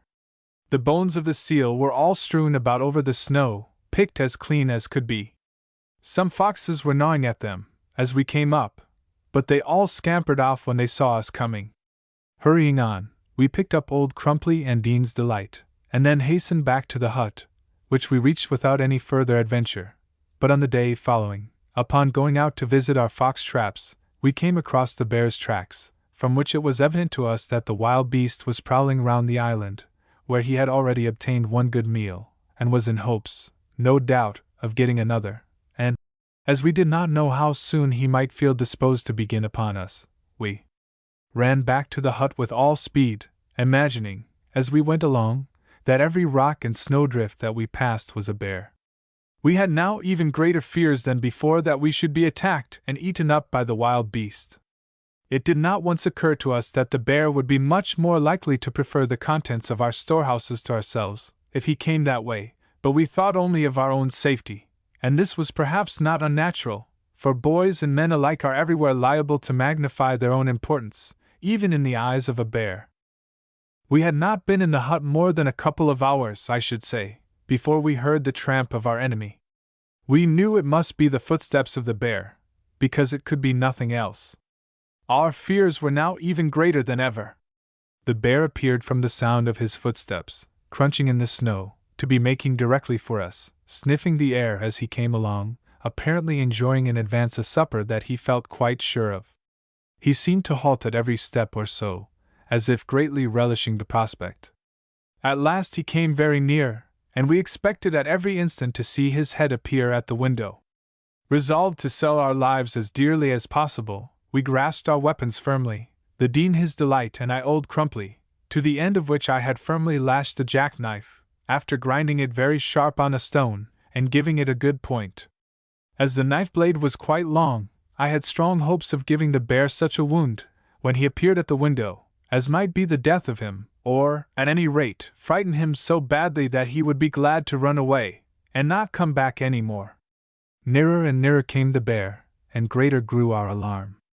Our hearts beat violently in our breasts, our faces were pale as death, we held our breath, as if fearful of making the least noise to give the bear encouragement. At length our enemy gave a sudden start. It seemed to us as if he had now made a dash at the window, so we both rose to our feet, with our weapons ready to meet him. But to our great joy and relief, the sound of his footsteps showed that the beast was retreating, rather than advancing, and was moving more rapidly.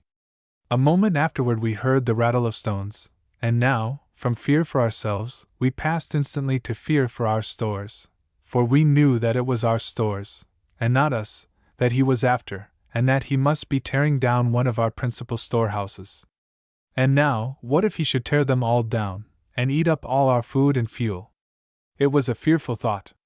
How often do we pass almost insensibly from the greatest terror to the greatest courage? Relieved now from all immediate personal apprehension, we felt at once inspired to protect our property, on the safety of which our lives depended. We ceased at once to feel like standing passively on the defensive, but immediately crawled out of the hut to do something, exactly what, we did not know. Our thoughts had, indeed, hardly time to take shape in our minds, so quickly had the change come in the situation and in our feelings.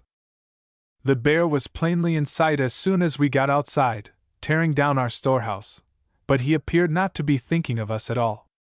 Without reflecting in the least what I was about, but filled only with alarm at the prospect of losing our food and fuel, I set up a loud shout, in which the Dean joined, and to our great surprise the huge beast that had caused us so much terror took fright himself, and without looking round, or stopping a moment, he made a great bound, and tore away over the rocks, plunging through the snowdrifts, and rolling down the hill into the valley, where we had dug the turf, in a most ridiculous manner. We passed now from a state of terror to a feeling of perfect safety, and in such an unexpected manner, too, that we laughed outright, and we thought that we had been very foolish to be so frightened, and looked upon our enemy as a great coward. So we concluded that an animal who was so easily scared as that would never attack us, and therefore, getting our weapons, we followed after him, hoping to drive him from the island. The jumps that he had made were quite immense, showing clearly the state of his mind. Following the tracks of the bear, we came very soon in full view of the beach where the carcass of the narwhal was lying, half buried in ice and snow. The tracks led in that direction, and finally pointed straight to the spot. He had in his flight evidently smelled the old narwhal, and remembering only that he was hungry, had stopped there, for presently we caught sight of him, tearing away at the narwhal with as much energy as he had before wasted upon our storehouse. We had come quite near to the bear before we saw him, and now our spirits underwent another sudden change, and our minds were once more filled with such feelings of respect for the bear, that we turned about immediately, and beat a hasty retreat, and when once more under the shelter of the hut, prepared again to stand on the defensive. All we could now do was to watch the bear closely. So long as the old narwhal lasted, we felt that we were safe enough, even after he had apparently satisfied himself with a good meal, and had gone away, as seemed likely, to sleep. He would certainly, however, come back to the narwhal again when he got hungry, but now, worse than ever, when he did come back, there were 2 other bears with him, and all 3 of them were making a meal off the carcass of the dead narwhal. These last 2 were quite small ones, the smaller not being larger than a big Newfoundland dog. With this discovery all our newly found courage took rapid flight, and we were overtaken with even greater alarm than before. That the narwhal would soon all be gone seemed plain enough, with 3 bears feeding upon it, and then, when this feeding was over, this first bear, knowing where our storehouse was, and forgetting his fright, and having 2 bears, and perhaps by that time even more, to help him, we were sure he would soon come back again. It seemed as if a great crisis had now come in our fortunes, and what to do we did not know, and what was to become of us we could not imagine. We were in great trouble. "I don't wonder," exclaimed William. "The horrid brutes! I should have been scared to death," cried Fred, while little Alice thought it was too dreadful to think of. "But the poor bears, how cold and hungry they must have been," said she.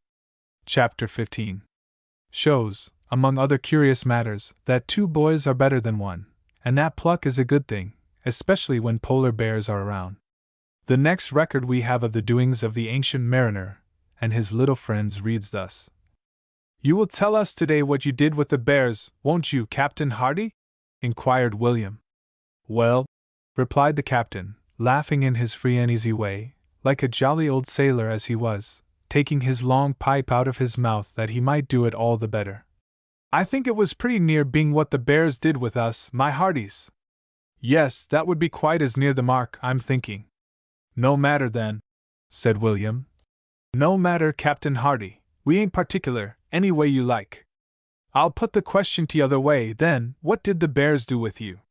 The captain was in great good humor today, and he kept on laughing till his pipe went out, and while he laughed, he said, "Why, to be sure, they frightened us."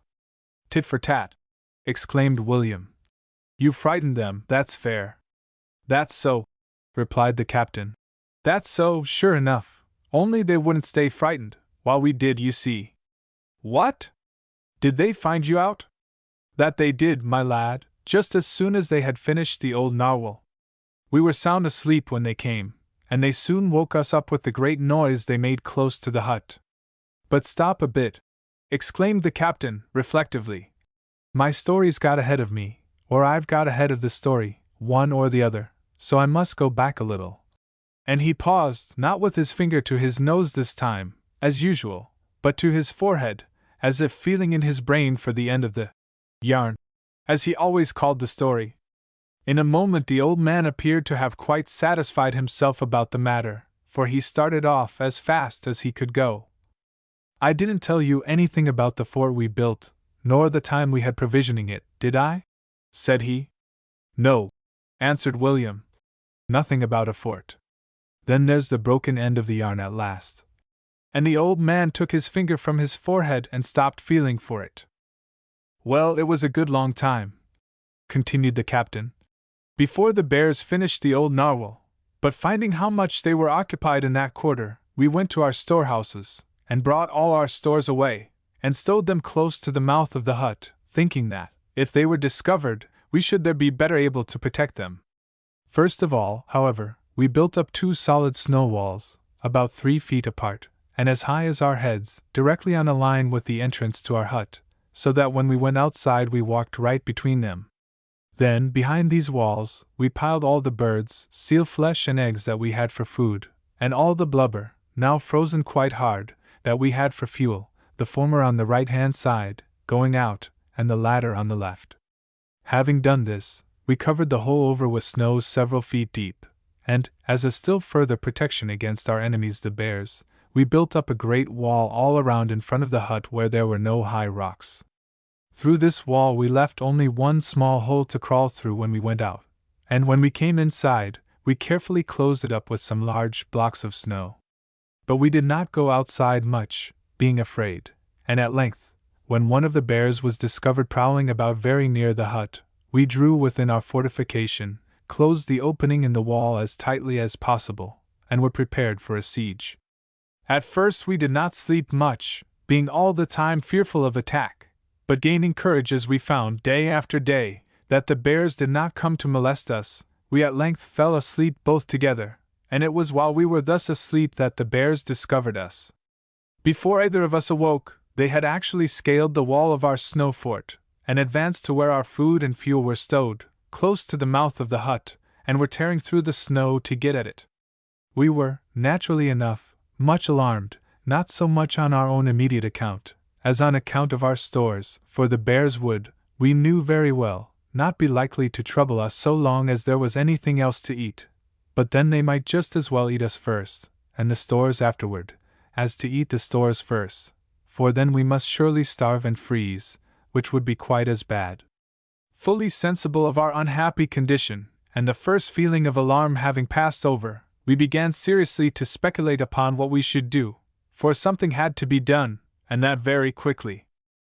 I looked out through the window, and there were the bears all crowded together in the narrow passage, and one of them had already got among the frozen ducks, which were tumbling in the snow about his feet, and he had one in his mouth, crunching away at it in such a manner as to leave no doubt that he was either very hungry or was in a violent hurry, growling all the while, with each crunch he gave, to keep away the other 2 bears. This bear was much the largest of the 3, the smallest one was not, as I said before, larger than a Newfoundland dog, not larger than port or starboard. Thus you see not only what a destructive, but what a selfish, beast he was. From alarm we now got to be angry, as we observed the liberties these bears were taking with our food, and the little ceremony they made of eating up, in this wholesale manner, what had cost us so much hard labor to get, and upon which our very lives now depended. I seized old Crumply in very desperation, and asked the Dean if he would follow me. "What?" exclaimed he, "you don't mean to attack them?" "That's just what I am going to do," said I, "and if you can do anything with the delight, now's your chance." "I'll stand by you," said the Dean, grasping his weapon. "Better to be killed outright by the bears than to let them starve us to death, and then very likely kill us afterwards."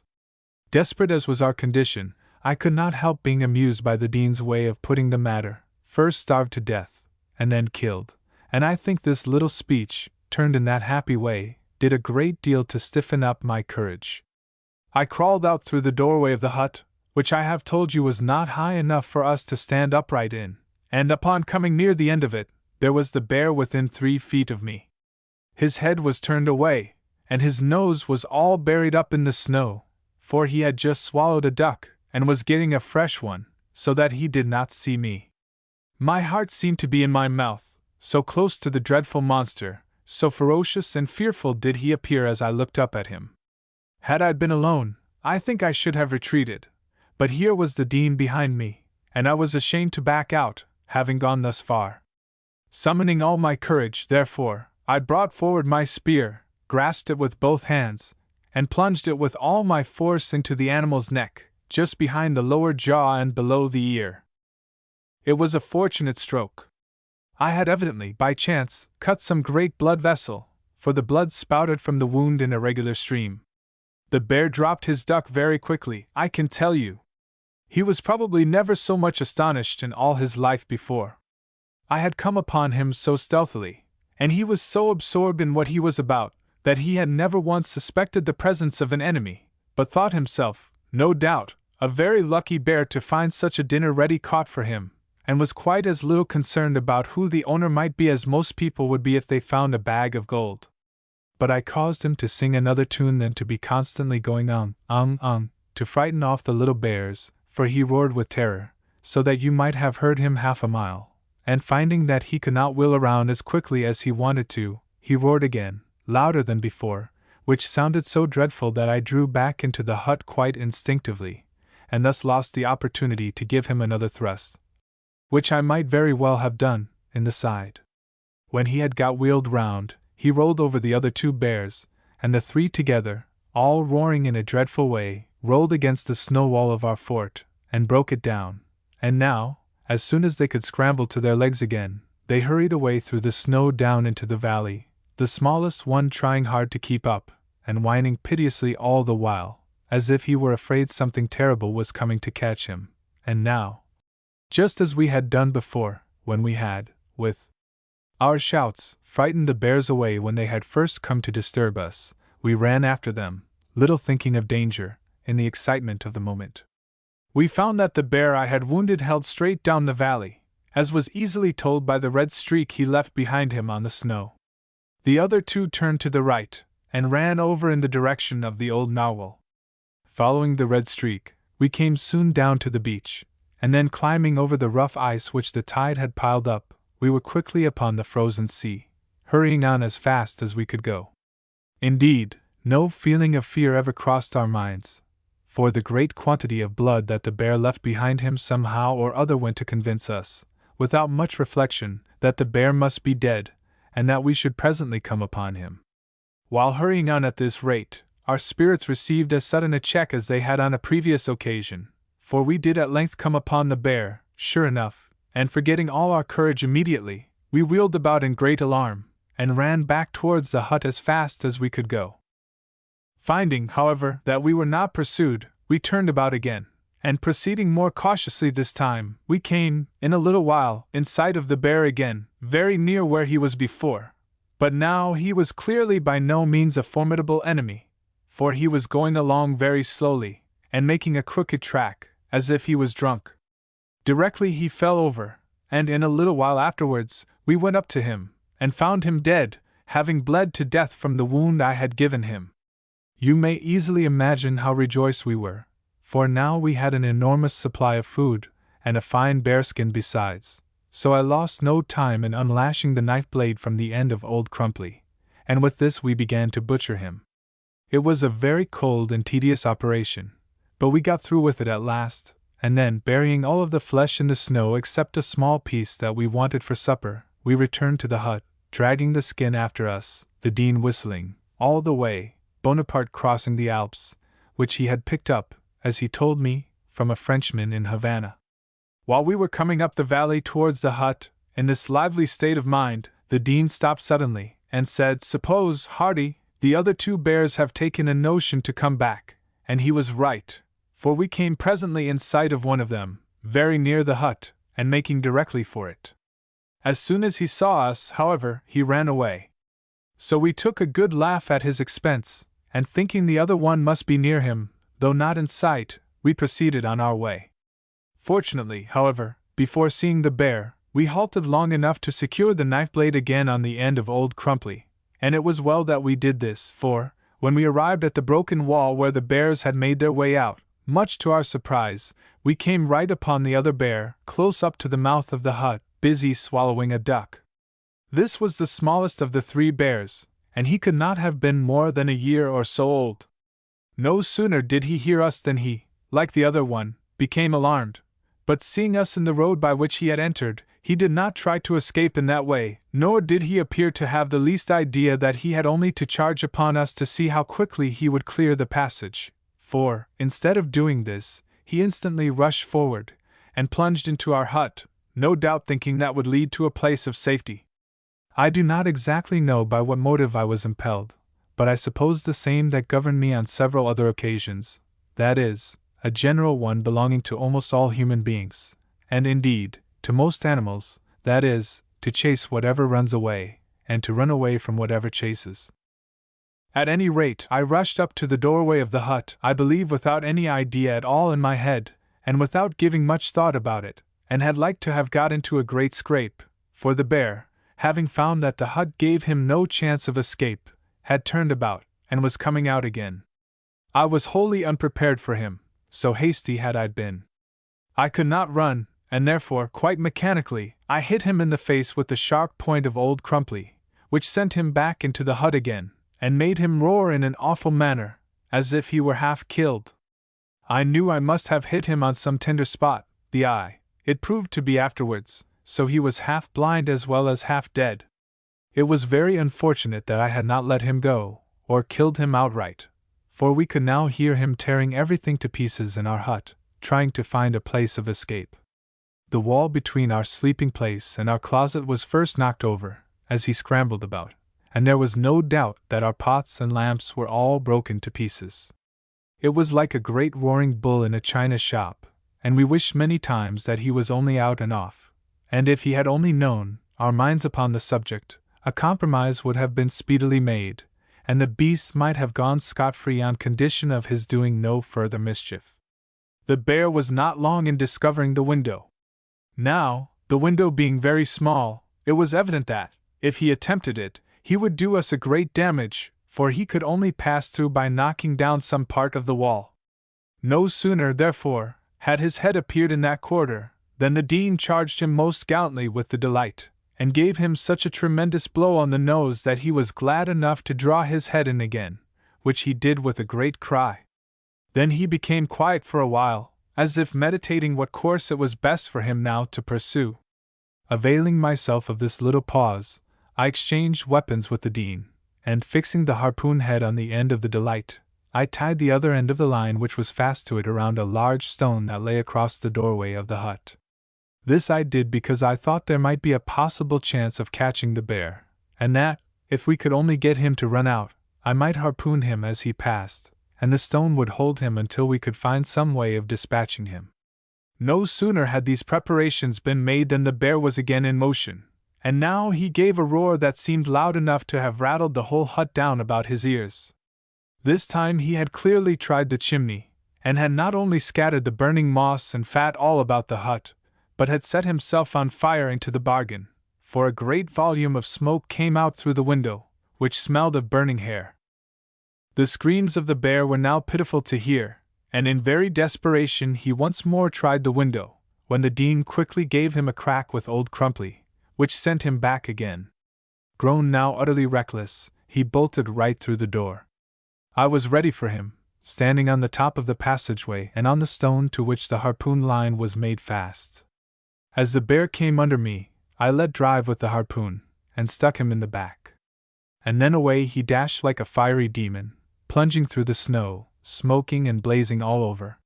He had evidently rolled all about in our burning fat and moss, as bits of burning moss were sticking to him, setting his hair all on fire, and no doubt scorching his skin to a degree that must have made a dive into the snow very comfortable indeed.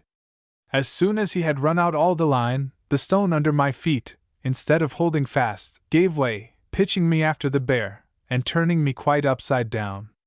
I landed headforemost in a snowbank. The burning bear went rushing and roaring away, dragging the big stone after him, but not far, however, for he fell over and died directly, no doubt partly from fright, but chiefly, perhaps, from his wounds and his severe burns. Having got rid of the bear, we gave him no further thought for the present, but rushed into the hut to see what mischief he had done there. The smoke was at first so thick that we were almost smothered by it. Our cloth coats and part of our fur bedding were all mixed up with the burning moss upon the floor, and were being rapidly destroyed. As we had feared, the pots and lamps were all broken, and, in short, the inside of the hut was in a most sorry state. It was a long time before we fully repaired all the damage the bear had done, and we suffered much inconvenience and discomfort before we replaced our pots, cups, and lamps. When we had, however, at last done all this, we were not sorry that the bears had come to disturb us, but on the other hand were rather rejoiced, for we were now in all respects just as comfortable as ever, and had besides a great warm bearskin to sleep on, and one more variety of food added to our list, and that, too, in such large quantity that there was no fear of our coming to want very soon. Seeing that the ancient mariner showed signs of breaking off at this stage of the story, Fred spoke up, and wanted to know more about the bear that had set fire to himself.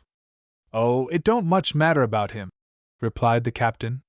"When we had looked after the hut, and had got the fire put out, and found leisure then to go after the bear, he was dead enough, as I said before, but much of the hair was singed off him as nicely almost, in some places, as if he had been shaved, so that the skin was of little use to us, and we only used the flesh, which we soon grew very fond of, for this bear, as I have said before, was a young one, and his flesh was tender."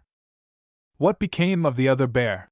asked William, curious to reach the end of the bear story.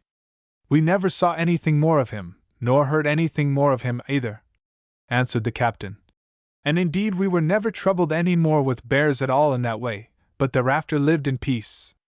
That is to say, we lived in peace so far as the bears were concerned, but the cold and the darkness were now at their greatest, and the winds blew sometimes with such violence that we were often greatly terrified. Indeed, the storms at one time were so constant and so fearful that we could scarcely stir out of doors. Up to this period the weather had been mostly calm and very favorable to our course of life. But, as the winter began to turn towards the spring, all this was changed. Yet we could not but feel thankful for the great privilege of good weather with which Providence had so far blessed us. Had the storms raged in the autumn and early winter as they did now, we should have been quite unable to provide for our wants, and we must have starved. But now our needs were abundantly supplied, and we had little occasion for going abroad unless we wanted to and the weather was favorable. Once only did we experience any serious danger from the weather, and this, like most evils that befall all human beings, was due to our own imprudence. There being a bright moon, and the air being nearly calm and not unusually cold, we were tempted to take a long walk, and attracted by one object after another that was upon the frozen sea over which we were walking, here an iceberg of peculiar formation or remarkable size, there a snowdrift of singular form, we found ourselves at last several miles away from our hut.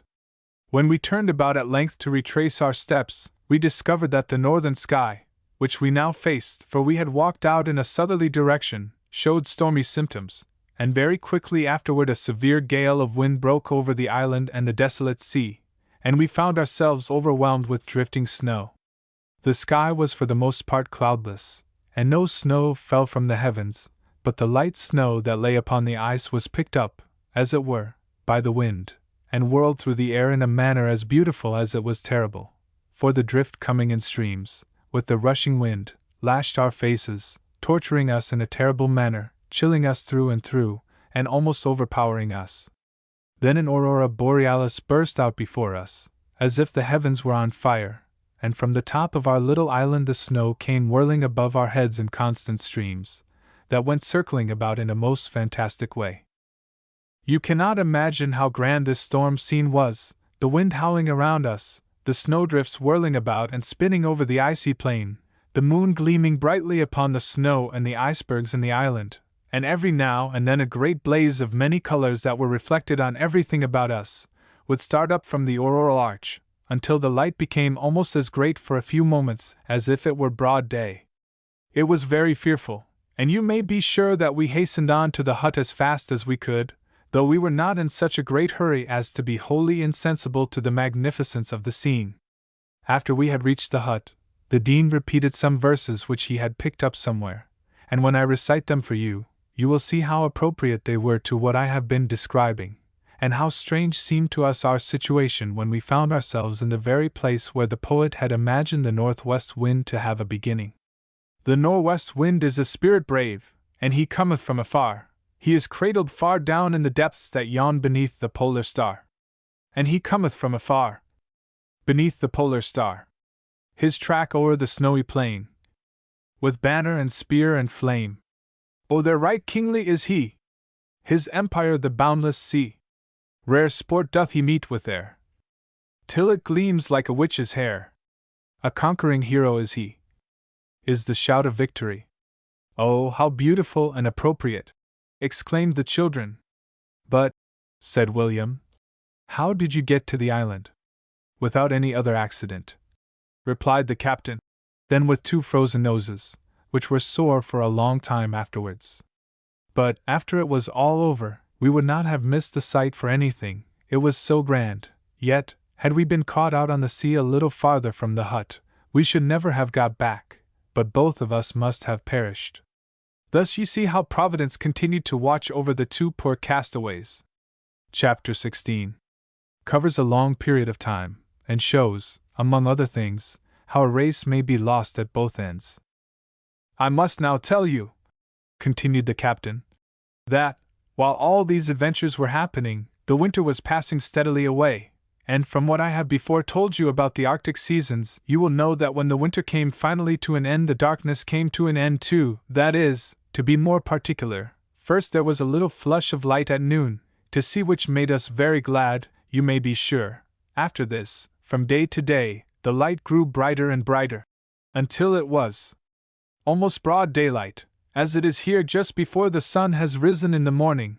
Then the sun came up a few days afterward only a little way above the horizon, of course right in the south, and then, next day, it was a little higher, and the next day a little higher still, and then, by and by, it was, as it had been in the summer-time before, circling round and round us, shining all the while.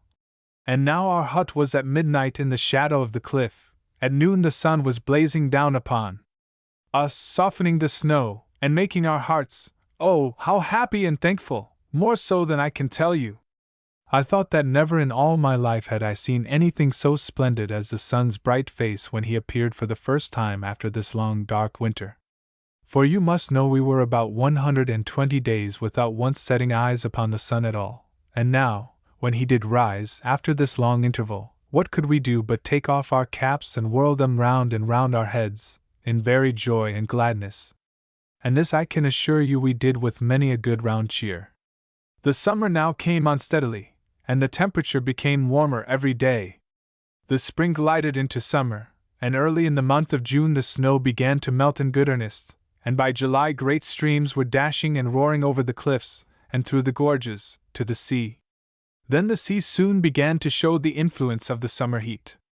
The ice grew rotten, and from being white it got to be quite dark, and we could no longer go out upon it with any safety, except in one particular direction, towards the east, where it was much thicker than in any other place. Then strong winds came, and the rotten ice was broken up, and after that it went drifting here and there to right and left, up and down upon the sea, whichever way the winds were blowing. And now once more we kept a sharp lookout for ships, hoping all the time that this day will be the day of our deliverance. But we lived on as we had done before, every day adding one more disappointment to the list, for no ship came. Thus watching, waiting, hoping on, we grew restless with anxiety, and were more unhappy than we had ever been in the gloomy winter that had passed away. But the summer brought some pleasure to us. As soon as the snow had gone, the grass grew green upon the hillside, and the tiny little plants put out their leaves, and then the tiny little flowers were blooming brightly, and turning up their pleasant faces to the ever-smiling sun. And then the birds came back, the eider ducks, and the little auks that I have told you of, and great flocks of geese and gulls, all looking out for places in which to make their nests, and they fairly kept the air alive with the flutter of their wings, and their quack, quack, quack, and their gladsome screams, as they hurried to and fro. And then bright yellow butterflies and little bees came fluttering and buzzing about the little flowers, and all was life and happiness and brightness in the air about us. But there was no one there to look at us and see how heavy were our hearts at times, no one but God. But not on our desert island alone was nature full of life and gaiety. The seals, as if glad that summer had once more returned, crawled out upon the ice, and lay there on it, where it floated in the water, basking in the sun. There were hundreds and hundreds of them to be seen almost every day, and besides the seals, the walruses, with their great long hideous-looking tusks and ugly and ungraceful bodies, came up too, and the narwhals, also, with their long ivory horns, and the white whales, were to be seen at almost any time, spouting round about us in the sea. And besides all this life in the sea, and in the air, and on the land, we now and then saw a great white bear prowling about upon the floating ice fields, seeking seals to feed upon, and when tired of one ice field, he would jump into the water, and swim away and crawl up on another. Thus you observe that, if we were upon a desert island in the Arctic Sea, it was not so barren as one would think who had never seen anything of such a place. It is not worth while for me to tell you how we lived through this second summer. Of course we had a much easier time of it than we had had the summer previous, for there was no hut to build, and we had now leisure to make ourselves more comfortable, and indeed we used our time so well that we accumulated, in good season, everything we needed in the way of food and fuel, catching the birds and other animals as before, which we stowed away in so many different places that we felt quite sure the bears would not be likely to discover all of them, and then we made fresh suits of fine fur clothes, and fresh fur bedding, and carved new lamps and pots and cups out of soapstone, that we might be safe against all accidents. While we were thus working, and watching all the time for ships, without the hope for ship ever coming, the summer passed away, the birds flew off once more with the setting sun, the sea froze up all around the island, and we were left again alone, all alone, in the cold and snow and darkness of another winter. Oh, how heavy were our hearts now! Bright had been our hopes of rescue, great was our disappointment, and unhappy the prospect before us. For a time we were very despondent, but the darkest hour, you know, is just before the break of day, and we were experiencing now only one more of our many periods of gloom with daybreak following, for when the winter fairly sealed up the sea around us, and covered everything with snow, we felt the same spirit of resignation in our lives that had before carried us through so many trials and difficulties. And in this we were a great support to each other. If our hearts were more than commonly heavy at any time, we tried all we could to disguise it from each other, and tried always to be as cheerful as possible. If we had each always carried a gloomy face about with him, I am sure both of us must have died. Thus you see how important is the spirit of cheerfulness, and to tell the truth, I haven't much opinion of long-faced people anyway, whether they live on rocky islands or in big houses or in little huts, whether they are old or young, rich or poor, civilized or savage, Christian or pagan. That's my opinion. Well, this winter passed over just as the other had done. The same routine of work and hunting, the same cold and darkness, the same constant bearing up against our unhappy fortunes. It did not in any particular differ from the other in a manner worthy of mention, except that no bears came this time to disturb us.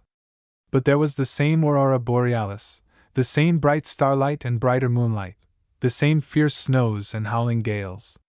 We caught foxes and seals as we had done before, and wanted not for food or fuel. Our health was still always good. So you see there is no occasion for our halting over this period. I can tell you nothing new about it. The winter came to an end, as everything must, in time. The sun came back, the summer followed the winter, and this, our third summer on the Rock of Good Hope, passed away like the others, with its bright sunshine, and its pretty butterflies and flowers, and myriads of birds, but still no ship, and still no rescue.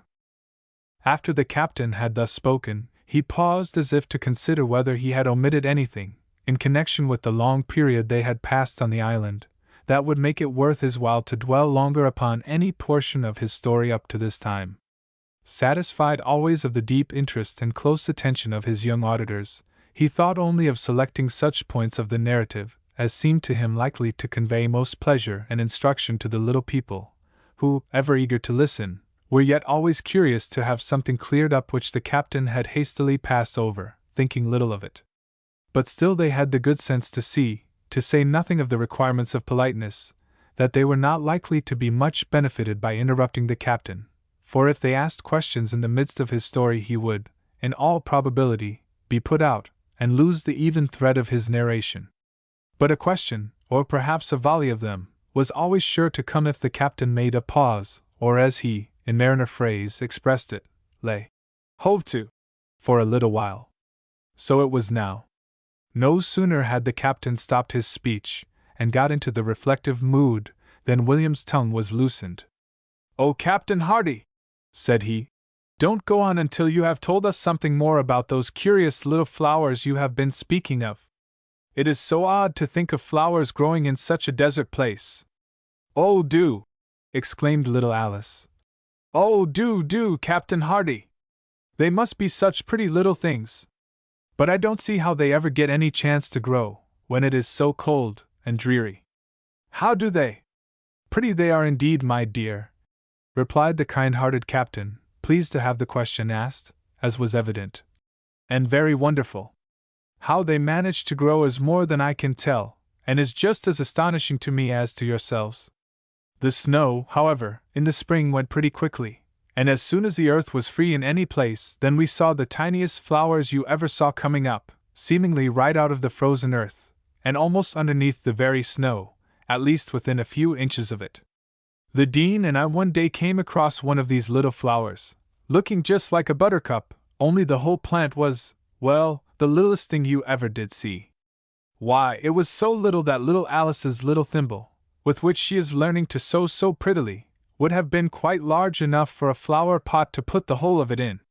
And it would have grown there, too, and glad enough, no doubt. There was a great snow bank hanging right over it, and there was ice all around it. But still it looked spunky, and happy, and well contented, and seemed quite able to take care of itself. As we walked on towards the hut, I noticed that the Dean grew very thoughtful. "What's the matter, Dean?" said I. "What are you thinking about?" "About that little flower," replied the Dean. At this I laughed, asking the Dean what there was in the little flower to think about. "A great deal," said he. I laughed again, and asked him what it was.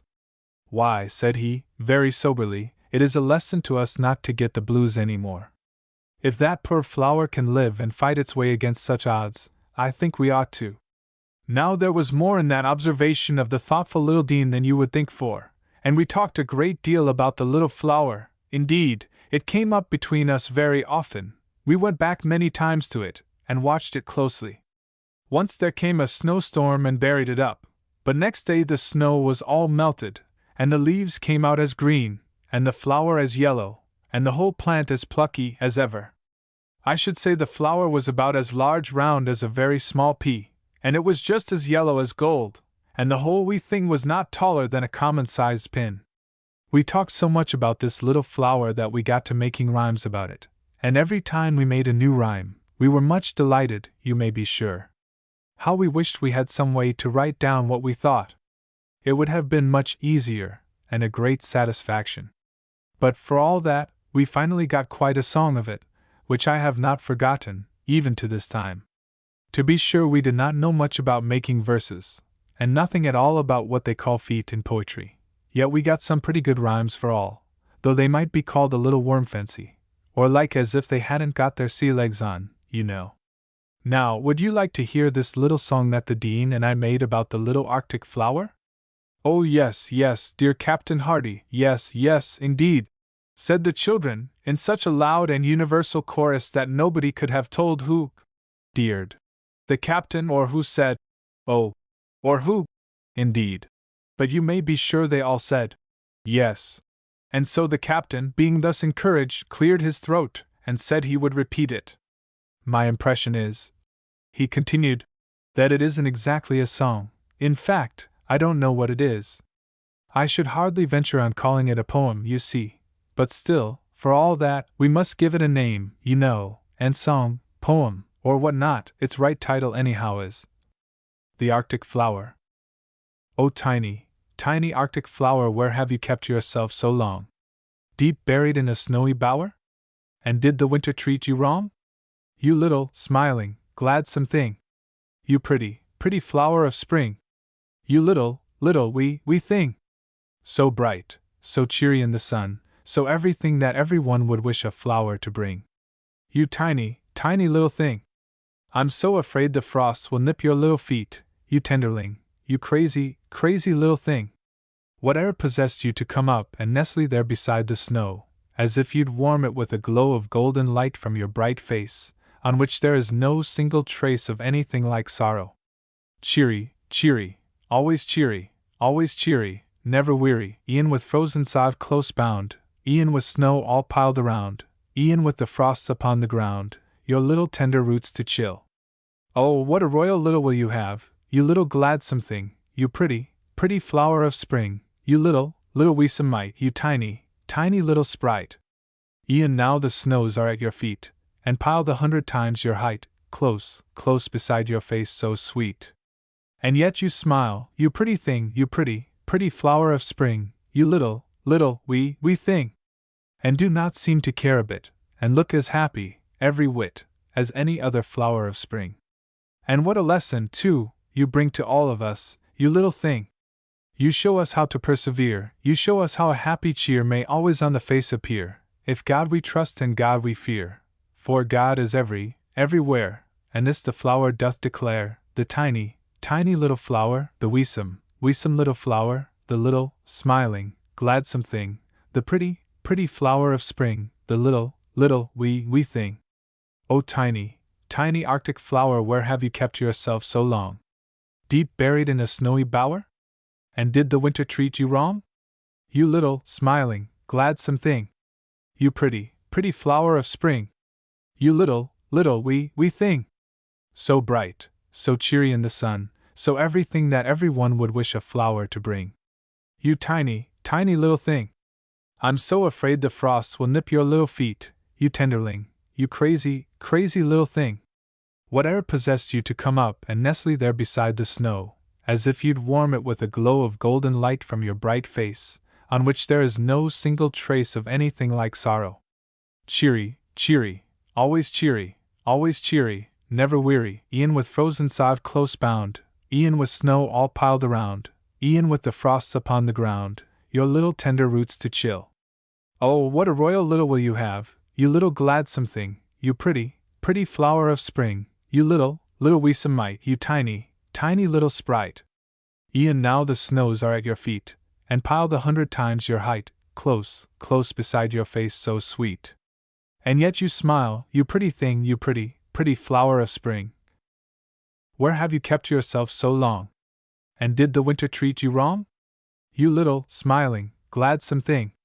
You pretty, pretty flower of spring. You little, little wee thing. Would wish a flower to bring. You tiny, tiny little thing. Your little feet, you tenderling. You crazy, crazy little thing. And nestle there beside the snow, as if you'd warm it with a glow of anything like sorrow?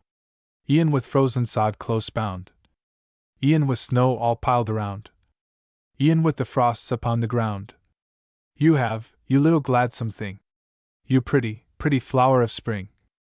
E'en now the snows are at your feet, close, close beside your face so sweet.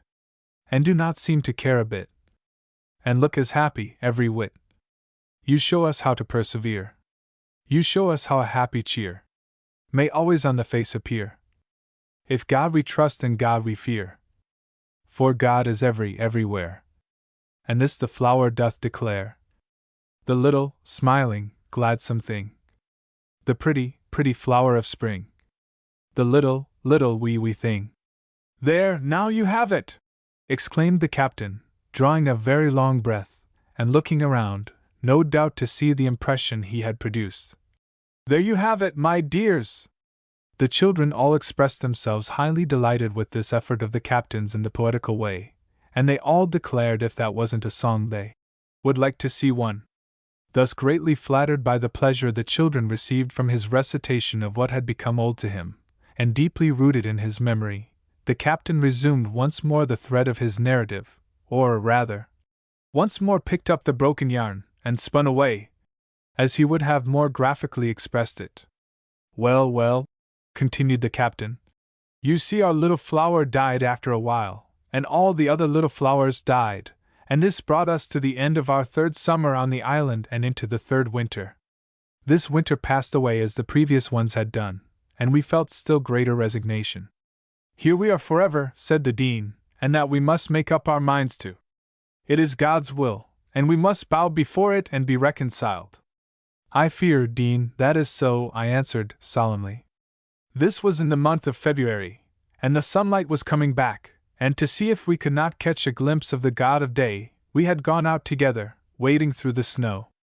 The dean felt it when he said we must be reconciled, but he had hardly spoken when our attention was quickly called away from such reflections, and from the sun too, by seeing something dark upon the frozen sea, not far away from us.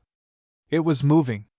We were not long in doubt as to what it was, for we had seen too many polar bears to be cheated this time. A bear, without any doubt at all. He was running very fast, and was making directly towards the island. He soon ran behind a large iceberg, and for a little while was out of sight, but he appeared again soon afterwards, and held on in the same course. Then we lost him once more among rough ice, and then again he came in view. He appeared so dark at first that less experienced persons might have been uncertain about what it was, for although the polar bear is usually called the white bear, yet in truth he has a yellowish hue, and is quite dark, at least in comparison with the pure white snow. It's another bear, I do believe, exclaimed the dean, and at once we made for the hut. But the bear was running much faster than we were, and was moreover coming in right towards the place for which we were bound.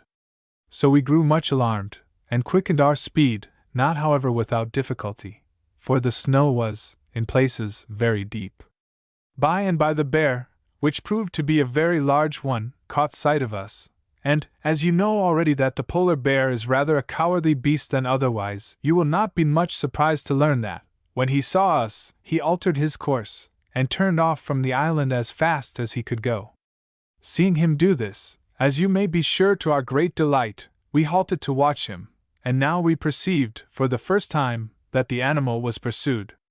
By what we could not imagine, but clearly enough, by something, for in the distance, and from the quarter whence the bear had come, there was plainly to be seen, winding among the bergs and rough masses of ice, something dark following on the very track which the bear had taken, sometimes lost to sight and sometimes in full view, and growing larger every moment, just as the bear had done.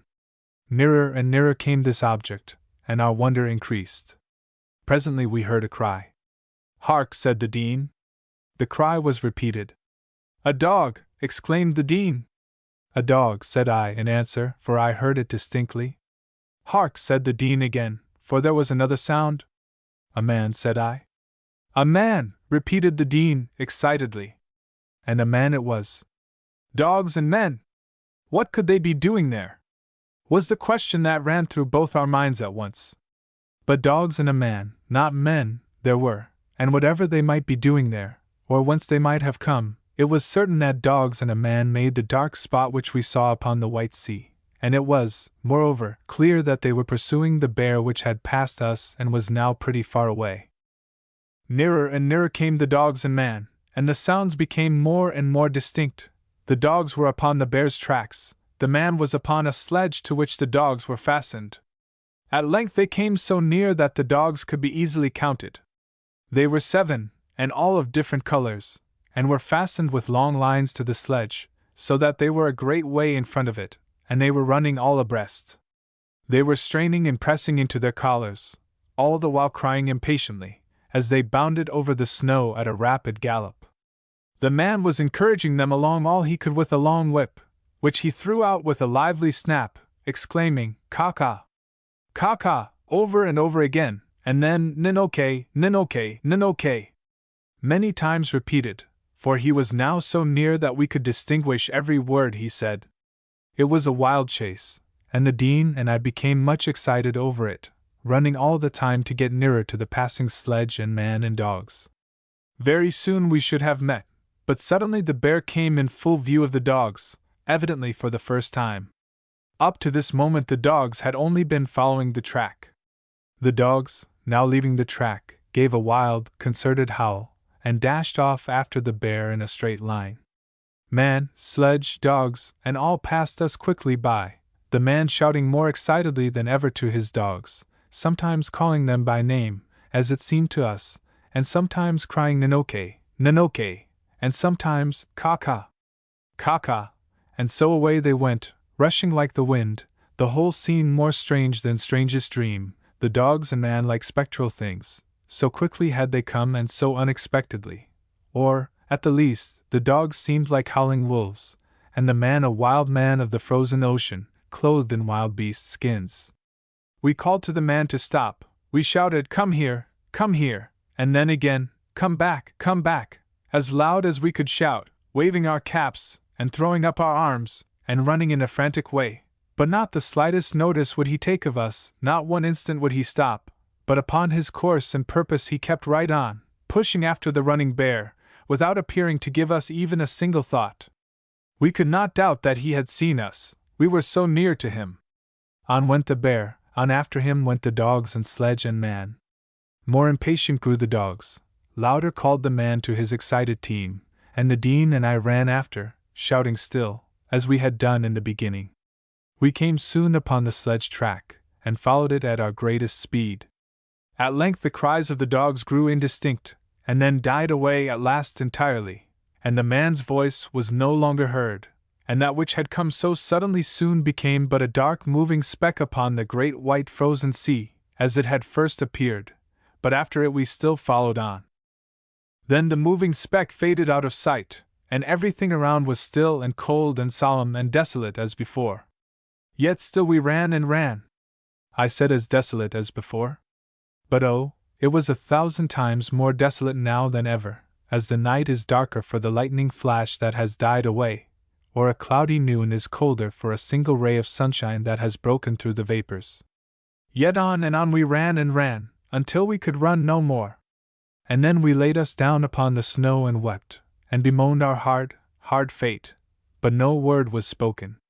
The disappointment was too great for words, and, after a short rest in the chilly air upon the frozen sea, we wandered slowly back to our poor hut, and after many weary hours we reached it, not so much alive as dead, for through miles and miles of heavy snow we had run after the sledge, and through these same miles we had trudged back again, with the cruel disappointment rankling in our hearts, and with no hope to buoy us up. Strange, was it not, that at no period of our life upon the desert island were we so unhappy as we were that day, never so utterly cast down, never so broken-spirited, never looking on the future with such hopelessness.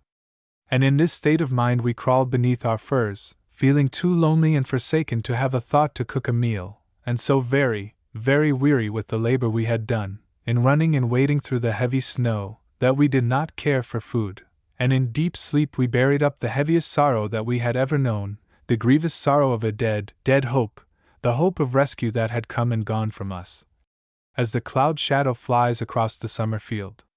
Chapter 17. A very peculiar person appears and disappears, and the castaways are filled alternately with hope and fear. How long we slept I have not the least idea. It may have been a whole day, or it may have been 2 days. It was not a 20-year sleep. How we wished it was, like that of Rip Van Winkle, yet it was a very long sleep, and indeed either of us cared how long it lasted, we were so heartbroken about what seemed to be the greatest misfortune that had yet happened to us. If we woke up at any time, we went to sleep again as quickly as possible, not caring at all to come back any sooner than was necessary to the contemplation of our miserable situation, never reflecting for a moment that the situation had not been changed in the least by the unknown man who had appeared and disappeared in such a mysterious way. But the sight of him had brought our thoughts freshly back to the world from which we had been cut off, a world with human beings in it like ourselves, and it was not unnatural, therefore, that we should be made miserable by the event. And so we slept on, and thus we drowned everything but our dreams, which are everywhere very apt to be most bright and cheering in the most gloomy and despondent times. Such, at least, was the case with me, and if I could have kept dreaming and dreaming on forever, about pleasant things to eat, and pleasant people talking to me, I should have been quite well satisfied. Thus you see what a great number of ups and downs we had, sometimes being cheerful and fully resigned, then again buried in the very depths of despair. Sometimes we felt real pleasure in the life to which we had become so well accustomed, and it seemed to us, as we chatted together in our warm and well-lighted hut, that, since every necessary want was well supplied, and we were entirely free from care, we should be well satisfied to continue in that situation all our lives. We had, in truth, few troubles and few anxieties. Food, fuel, and clothing we possessed in abundance, and no fears crossed our minds that they would ever fail us. But this satisfactory state of mind, so natural at times, was apt to be broken up by a very slight occurrence, unusual fatigue, a restless sleep, a severe storm confining us to the hut for many days together, or by the disappointment we so often experienced when an object which we had confidently believed to be a ship proved to be but an iceberg. Nor was this more unnatural than that we should at times be perfectly happy and well contented. Thus are we all made, and thus are we all, at times, inconsistent, being often unhappy when there is no assignable cause, and often experiencing the sense of great happiness, under circumstances apparently the most distressing. You will see, therefore, that there is but one way for any of us to preserve an even temper and uniform disposition, that is, always to be cheerful, never despondent, ever hopeful, and this can only be attained by always feeling the real presence of God with us. When we meet with disappointment, to say in our hearts, well, it was not the will of God, or, if we meet with what seems great good fortune, it is the will of God that we do some good work, and therefore He has thus blessed us. Thus only can we be truly happy. With this feeling there is always consolation in distress. It begets charity, and love, and confidence, and gentleness. It makes the heart light and the face cheerful, and the life like a sunbeam gladdening where it goes. That's what the love of God does.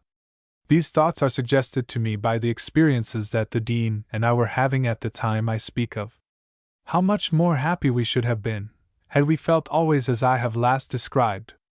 We should then never have been cast down, but should have been always hopeful, never wishing to sleep on, and thus drown sorrow. We should not have felt as we did now when the strange man had come from the frozen sea and disappeared again. Well, to come back to the story, we were not allowed to sleep as long as we wanted to. Our sleep was indeed brought to an end very suddenly. I was first startled by a great noise, and then, springing up, much alarmed, I aroused the Dean, who was a sounder sleeper even than myself. "What's the matter?" cried he. "Didn't you hear a noise?" I asked. "No," answered the Dean, "nothing more, at least, than a church bell, and that was in my sleep, which was clear enough. Presently I heard the noise again, and this time it seemed to proceed from something not far off." It was now the Dean's turn to be amazed. "Did you hear?" I asked again. "Yes," said the Dean, holding his breath to listen. Again the strange sound was repeated. "Is it the wind?" "How can it be? The wind does not make a noise like that." "Can it be a bear?" "No. It cannot be a bear." "A fox?" "Perhaps it is a fox." "No, listen. There it is again." The sound was louder now, and nearer to the hut. Again and again it was repeated, nearer now and more constant, then a footfall on the crusted snow. "It is a man. The bear hunter has come back again," spoke the Dean, throwing up his hands. Again the noise was heard, again the footfall creaked upon the snow. "The bear hunter, it must be," cried the Dean again. "Oh, I pray that it is so," I added earnestly. Again the voice was heard. I answered it. The answer was returned, and with the answer came a heavier and more rapid creaking of the footfalls on the snow. We rushed from the hut into the open air without another moment's loss of time, and without saying another word, and there, not 10 yards away, stood the very man who had passed us on the sledge, the bear hunter of the frozen sea. And a strange-looking creature he was, to be sure. There was not the least sign of alarm or fear about him, but, on the contrary, he was looking mightily pleased, and was talking very fast in a language of which the Dean and I could neither of us understand a single word. When he was not talking he was laughing, and his enormous mouth was stretched almost from ear to ear. Yeah, he went, and I went that way too, by way of answer, which seemed greatly to delight him. He was dressed all over in furs, and looked very wild, but, as he kept ing all the time, we were not afraid. As he came up to us, we greeted him very cordially, but he could no more understand what we said than we could understand him. He talked very much, and gesticulated a great deal, pointing very often in one particular direction with his right hand. Then he cried, "Mickey, Mickey," and pointed to the beach below, towards which we followed him. There we found a sledge and 7 dogs, and now we understood very certainly, if we had any doubts before, that this was the man and these were the dogs that had passed us, following the bear. The man tried his best to explain to us the whole affair, talking very rapidly, but we could not gather from what he said more than our eyes told us already, for on the sledge we soon discovered a large bearskin, all bloody and folded up, and some large pieces of bear's meat. The dogs were tied some distance from the sledge, and were securely fastened by their traces to a heavy stone, which I was very glad of, for the wolfish-looking beasts were snarling at each other, and fighting, and howling at us continually, seeming all the while to wish themselves loose, that they might fly upon us, and tear us to pieces. If we could not understand the hunter's words, we made out by his signs, after a while, that he had seen us when he passed in pursuit of the bear. After overtaking and capturing the animal, he turned about upon his track to look for us, and finding our footmarks at last, he had followed us to the hut, calling loudly, as he neared us, to attract our attention, for he could not find us easily, our hut was so buried up in snow. After being fully satisfied with the inspection of the dogs and sledge, and what there was upon it, we all 3 went up to the hut. It would be difficult to describe our visitor.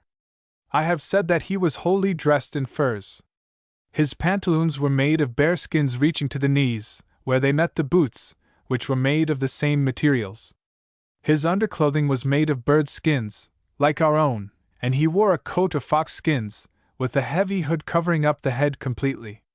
On his hands he wore mittens made of seal skins, with warm dog skin for an inside lining, and his stockings were of the same.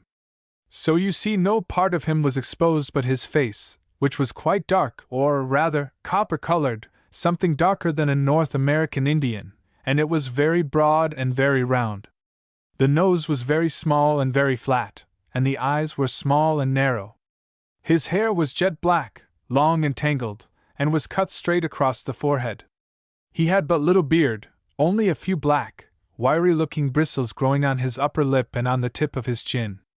You would hardly suppose that such a creature could be anything but savage and repulsive, yet this he did not seem to be at all. On the contrary, he appeared like the most amiable fellow that ever was seen.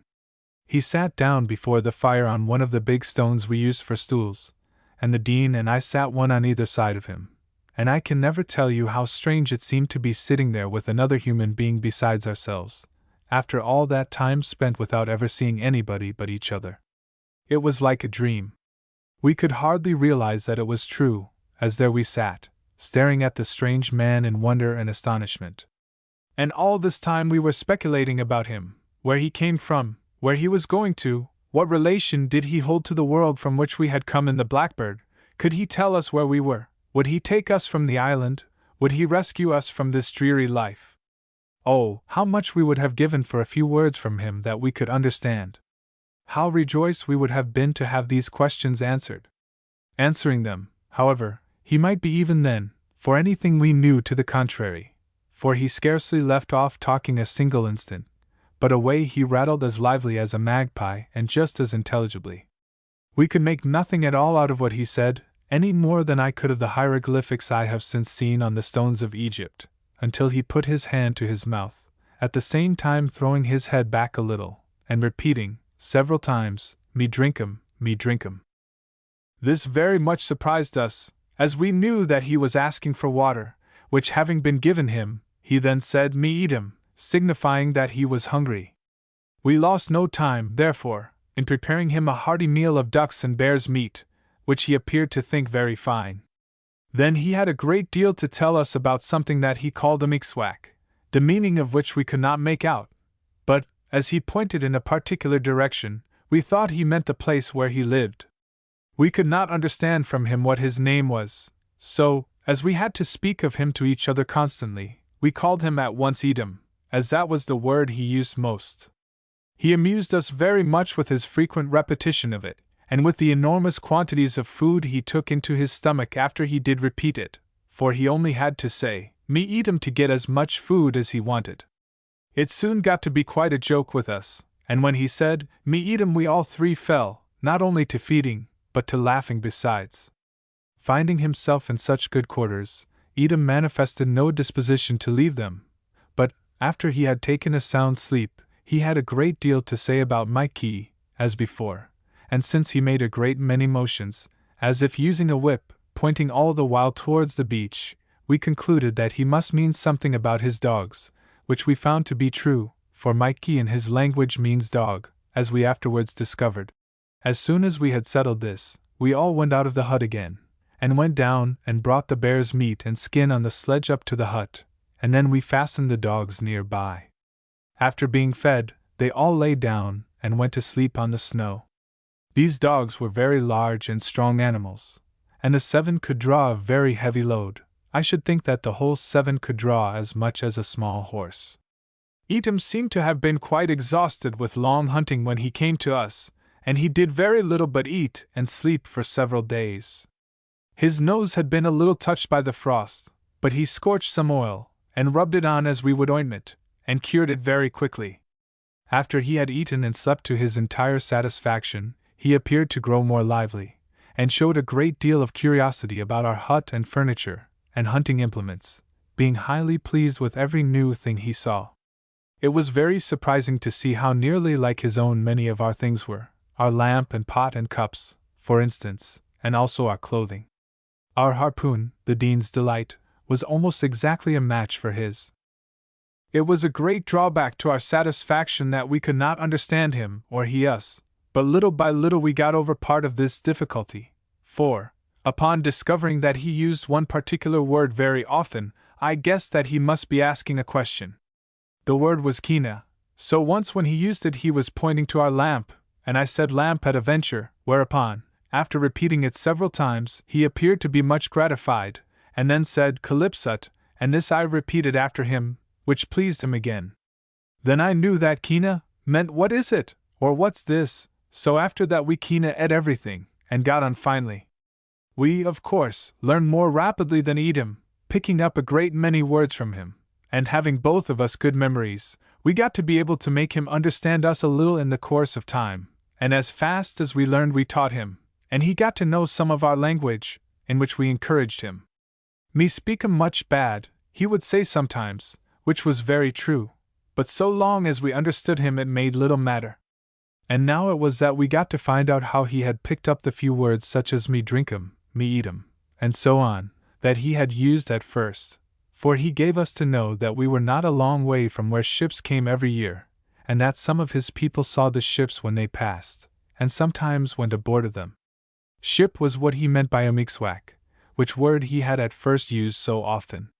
He had frequently been aboard of an umixwak, he said. Now this was great news for us, and we began at once to devise means of escape from the island. We made Etam understand as much of what we wanted as possible. All this time I must not neglect to mention, however, that Etam was of the greatest service to us, for when the weather was good he would fasten his dogs to the sledge, and all three of us would go out together on the sea to hunt, Etam driving. It was very lively sport, and sometimes, when the ice was very smooth and the snow hard, we went very fast, almost as fast as a horse would run, even with the three of us upon the sledge. The sledge, by the way, I must tell you, was made out of bits of bones, all cunningly lashed together with sealskin thongs. Once we were caught in a severe gale a good way from home, and had to make a little house to shelter ourselves from it out of snow, and in this, with our furs on, we managed to sleep quite comfortably, and remained there about 24 hours before the weather would permit us to go on again. While in the snow hut we had a lamp to give us light and warmth, and this lamp, which was Edom's, was made like ours, and Edom made a spark, and started a flame, and kept it burning just as we had done, the tinder being the down of the willow blossom, which he carried wrapped up in several layers of sealskin, with moss for wick and the blubber for fuel. The pot in which he melted snow for water, and cooked our supper, was made, like ours, of soapstone. When the storm broke, we left the snow hut, and set out for the island, catching 2 seals by the way, and in the very same manner, too, that the Dean and I had done long before we ever knew there was such a person as Edom in the world. We were much disappointed at not discovering any bears, and so were the dogs. But not many days afterward, the weather being fine, we went out upon the sea a great way, and were rejoiced to come across a bear's track, which Edom said was very fresh. No sooner had the dogs seen it than away they started upon it, and over the ice and snow, rough and smooth, right upon the track, they ran as fast as they could go. The bear had been sleeping behind an iceberg, and we had come upon him so suddenly that he had not time even to get out of sight, and we saw him almost as soon as we had discovered the track. "Nenoke, Nenoke," cried Edom, pointing towards the bear, and there he was, sure enough, running as fast as he could. But no matter how fast he ran, we went still faster, and it could not have been an hour before we overtook him. Then Edom leaned forward and untied his dogs, letting them run ahead while the sledge stopped. In a few minutes the dogs had brought the bear to bay, surrounding the huge wild beast, and flying at his sides, and tormenting him in a very fierce manner. But I always observed that they took good care to keep away from his head, for if he should get a chance at one of them, and hit him with his huge paws, he would mash him flat enough, or knock him all into little bits. While the dogs were worrying the bear, we got out our weapons, the Dean his delight, I old Crumply, and Edom a spear made of a narwhal horn, and looking, for all the world, just like old Crumply's twin brother. Then we rushed up to the bear, Edom leading, and fierce though the animal looked, and awfully as he roared, we closed right in upon him, and quickly made an end of him. Then we drove off the dogs, and tied them to a hummock of ice, while we butchered the dead animal and secured the skin and what meat we wanted, after which we allowed the dogs to gorge themselves. Being now too full to haul, we had to let them lie down and sleep, while we built a snow hut, and crawling into it, got a good rest. Then we returned to the island, mighty well satisfied with ourselves. After this we fell again into conversation about the Umiaxwakes, or ships, as I have explained before, and having learned more and more of the language which Edom spoke, we got to comprehend him better, so we fixed clearly in our minds where the place was that the ships came to, and were fully satisfied that Edom told the truth about it. We now offered to give him everything we had if he would take us there, and stay with us until the ships should come along and take us off his hands.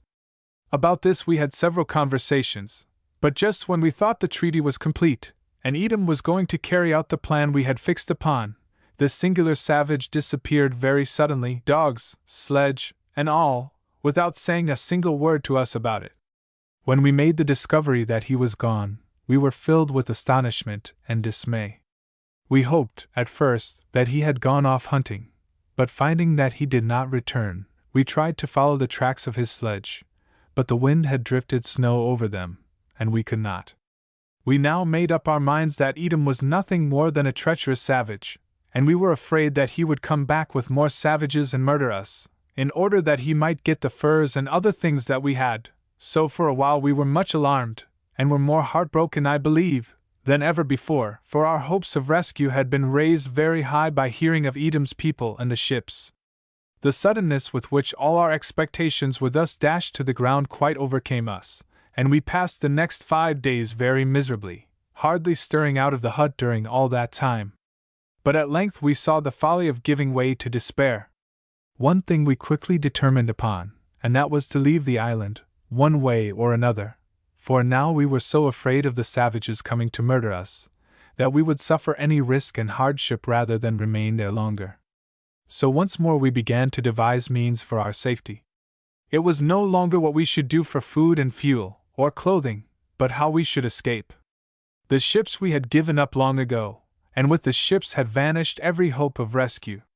But now a wild man had come to us out of the ice desert, and had told us that ships came in the summer not far from where we were, and through this intelligence we had obtained a glimpse of home and our native country, as it were, and this too at the very time when we had become most reconciled to our condition, and had made up our minds to live as best we could on the rock of good hope for the remainder of our days. But now our minds were wholly changed. "We are worse off than ever," said the Dean, "for this little hope the savage gave us, and the fear, besides, that he has put into us, which was true enough." Stimulated now by the memory of that hope and the presence of that fear, we prepared to undertake the bold task of rescuing ourselves.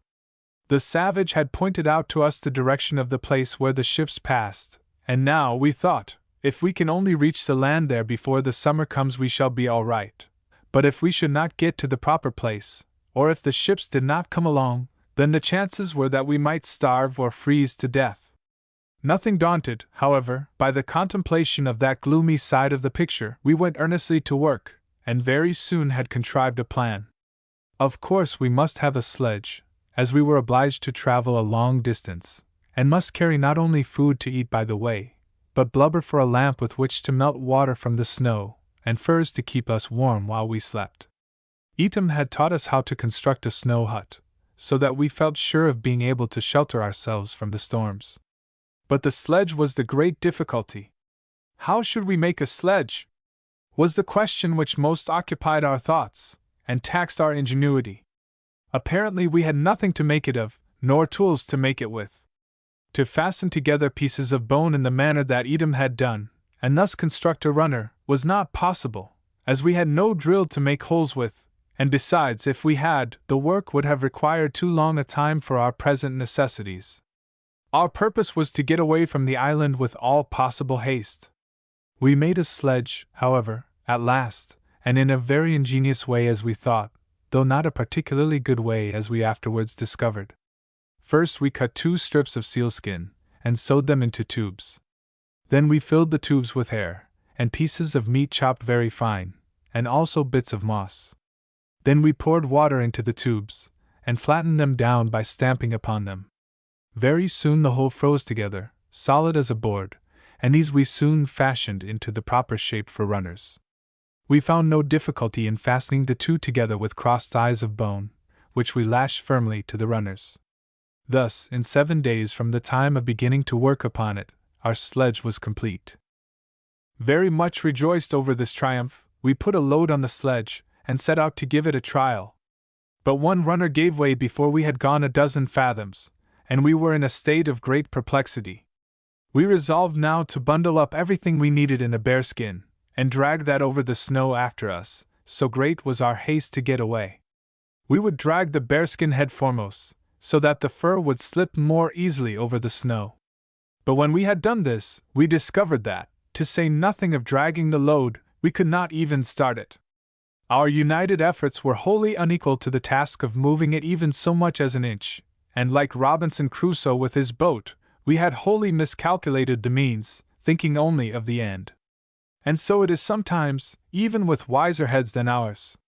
We were now in even greater trouble than ever, but being at length fully satisfied of the utter hopelessness of proceeding in this manner, we went back next day to the sledge, and began to work upon it again, all the while looking out for the savages, and expecting them every minute to come and murder us.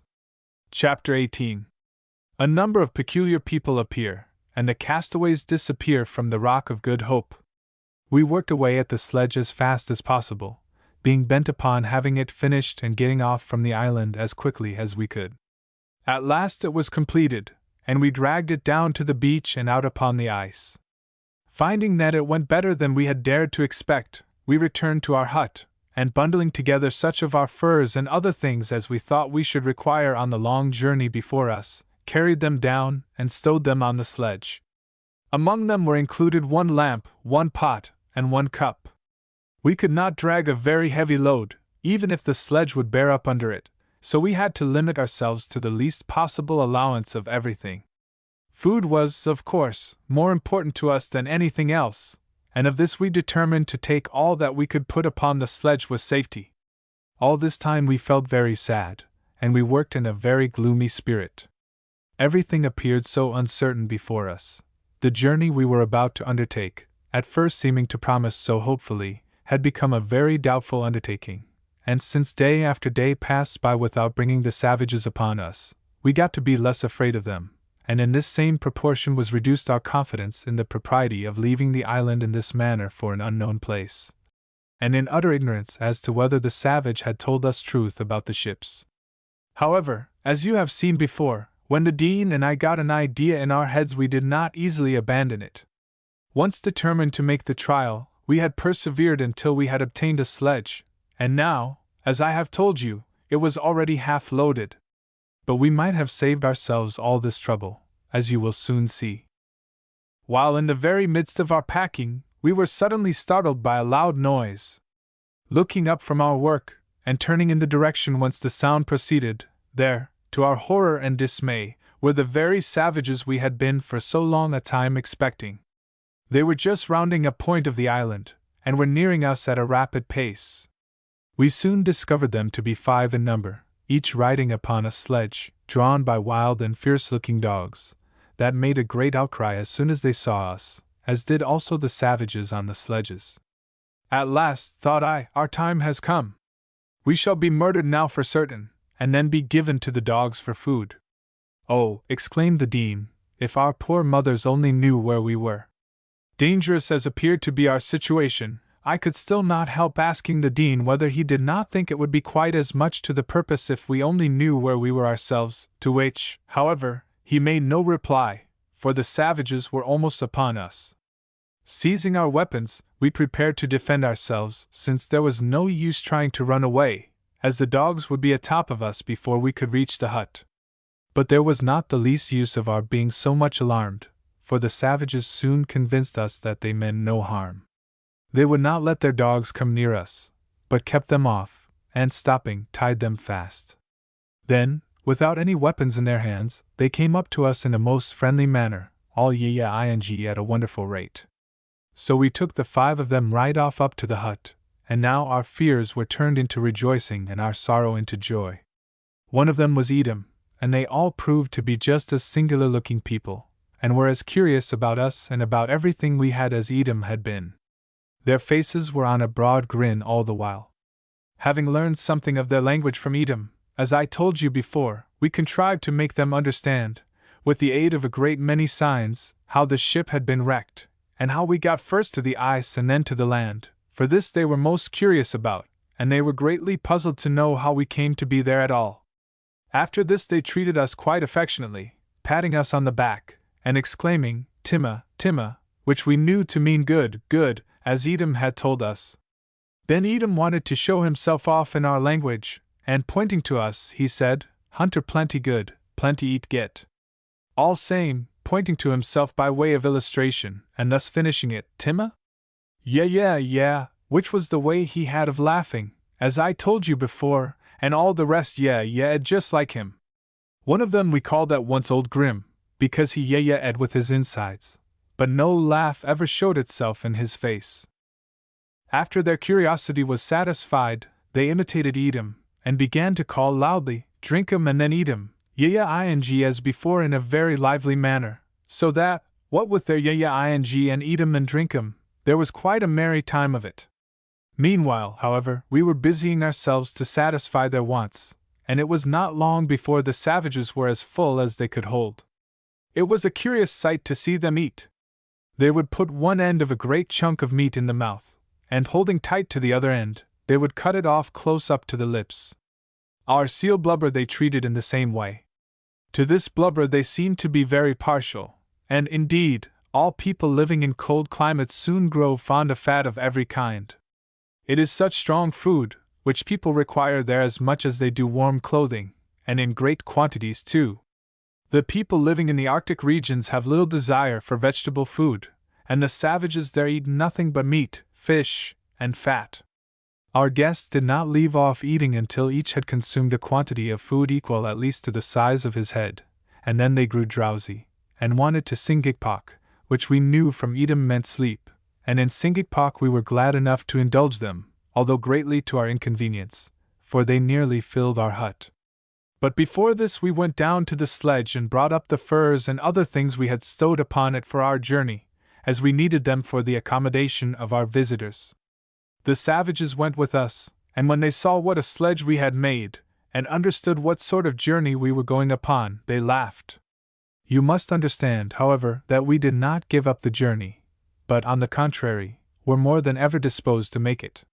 For, although we could see no harm in the savages, yet we put no trust in them.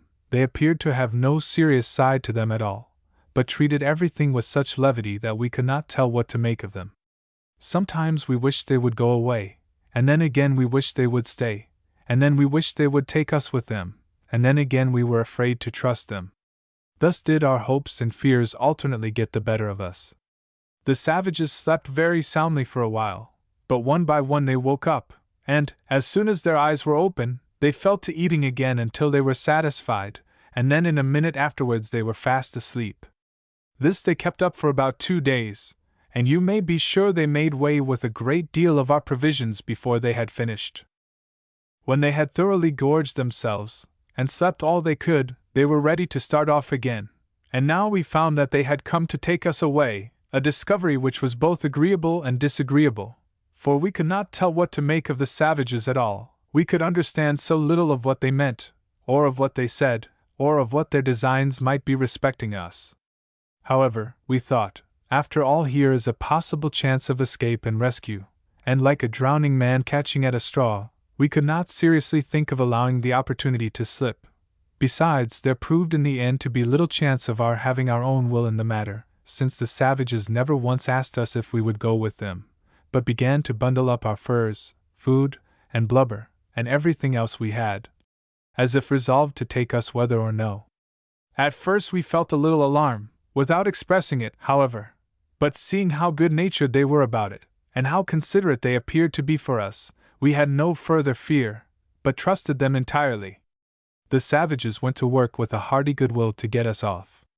Not a thing escaped them, not a piece of fur of any kind, fox skins, bird skins, bear skins, pots, lamps, and everything else, were picked up and carried off just as if we had no right to them at all, and although there were, as I have said, 5 sledges, yet these were all quite heavily laden.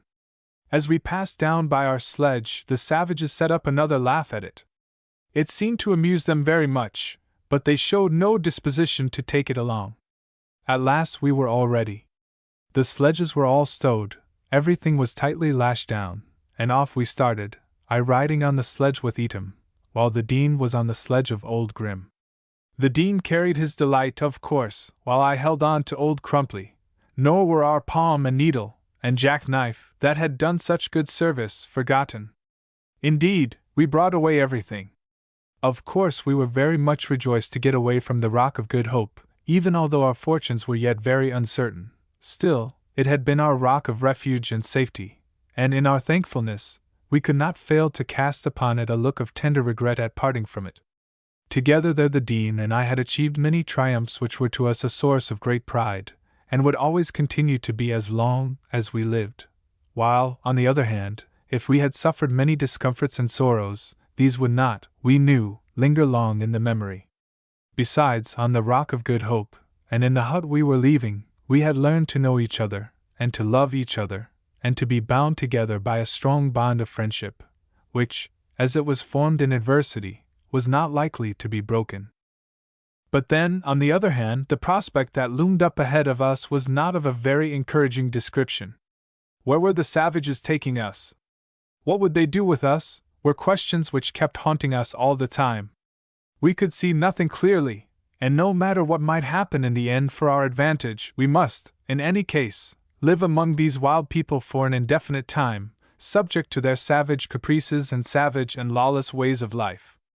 But we soon had to give up speculating about the prospect ahead, and had to let the Rock of Good Hope, and the hut, and the life we had led there, with its struggles and trials and triumphs, pass away as some vaguely remembered dream, for on we sped, with our caravan of sledges, over the frozen sea, the dogs all lively, and galloping away with their bushy tails curled over their backs, and their heads up. Their savage drivers crying to them, now and then, caw-caw, caw-caw, and snapping their whips to keep them at a brisker run, and all the while talking to each other in a loud voice, sometimes, as we could clearly understand, about ourselves, sometimes whether they should go off on a bear hunt. Occasionally one of the teams would scent a seal hole, and away the dogs would rush towards it as hard as they could go, all the other teams following after, pell-mell. And when they reached the hole, it was all the hunters could do, by whipping and shouting and scolding, to keep the teams from coming atop of each other and getting into a snarl. Once this happened with two of the teams. The dogs all became tangled in each other's traces, the sledges got locked together, and the animals fell to fighting, one team against the other, in a most vicious manner. This was such a novel mode of traveling that we enjoyed it immensely, even although it was pretty cold and the journey was very long.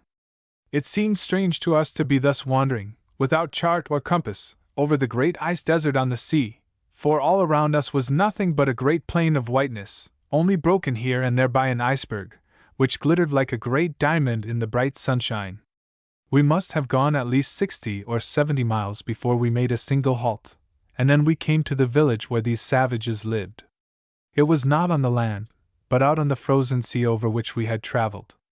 As we approached, the dogs ran very fast. "Igloo, igloo," exclaimed the savages, pointing, when we neared the village. As we had already learned that igloo meant hut, in their language, we were much rejoiced, for we were very tired with the long journey, and cold besides. But still we fell to wondering what sort of place this was we were coming to, and what strange sight we were next going to see. Old Grim drove his sledge close up alongside of Adam's, trying to pass, and we went into the village with a perfect rush, the men shouting, the dogs barking, and everything in an uproar generally. While this race between Old Grim and Edom was going on, the Dean and I were for a few moments side by side, and near together. The Dean called out to me, "Hardy, this don't seem real, does it? These ain't dogs, they are wolves. These ain't men, they're devils." And, as I looked over at Old Grim, and saw him throwing his long whip to right and left, and heard him calling out to his dogs in a language which seemed like nothing human, and all the while preserving the same immovable expression of countenance, I must confess that there seemed to be a great deal of truth in what the Dean said. Thus it was we went rushing into the village. And a strange village, indeed, it proved to be, nothing but a collection of huts made of frost-hardened snow. There were in all 6 of them. Many more savages were there, who came out to meet us, and their dogs rushed out too, making a great noise, and when we had halted, a number of women joined them, all dressed in furs just like the men, and also children dressed in the same way, and all very curious about us, and all ing a great deal. Indeed, we made such a commotion in the village as never was seen before. But everybody appeared to be kindly disposed towards us, and into one of the huts we were both taken immediately, and down we sat on the floor of the hut, which was covered all over with bearskins. There were 2 lamps in it, almost exactly like ours, and 2 pots were hanging over them. We had soon a good meal, and very quickly after that were sound asleep, and even although it was a snow hut, and among savages, we were thankful in our very heart of hearts. And our thankfulness was because we were among human beings once more, and felt no longer as if we were wholly cast away from the world, and we now felt hopeful that through these savages would come means of escape to our homes. We felt thankful, too, that they treated us so kindly, the women especially, for, savages though they were possessed of much feeling and sympathy. One of the women made the Dean go to sleep with his head in her lap, which it was easy to see he did not like a bit, and before this she had fed him with her own fingers, and while he was sleeping, she stroked his bright hair away from his handsome face.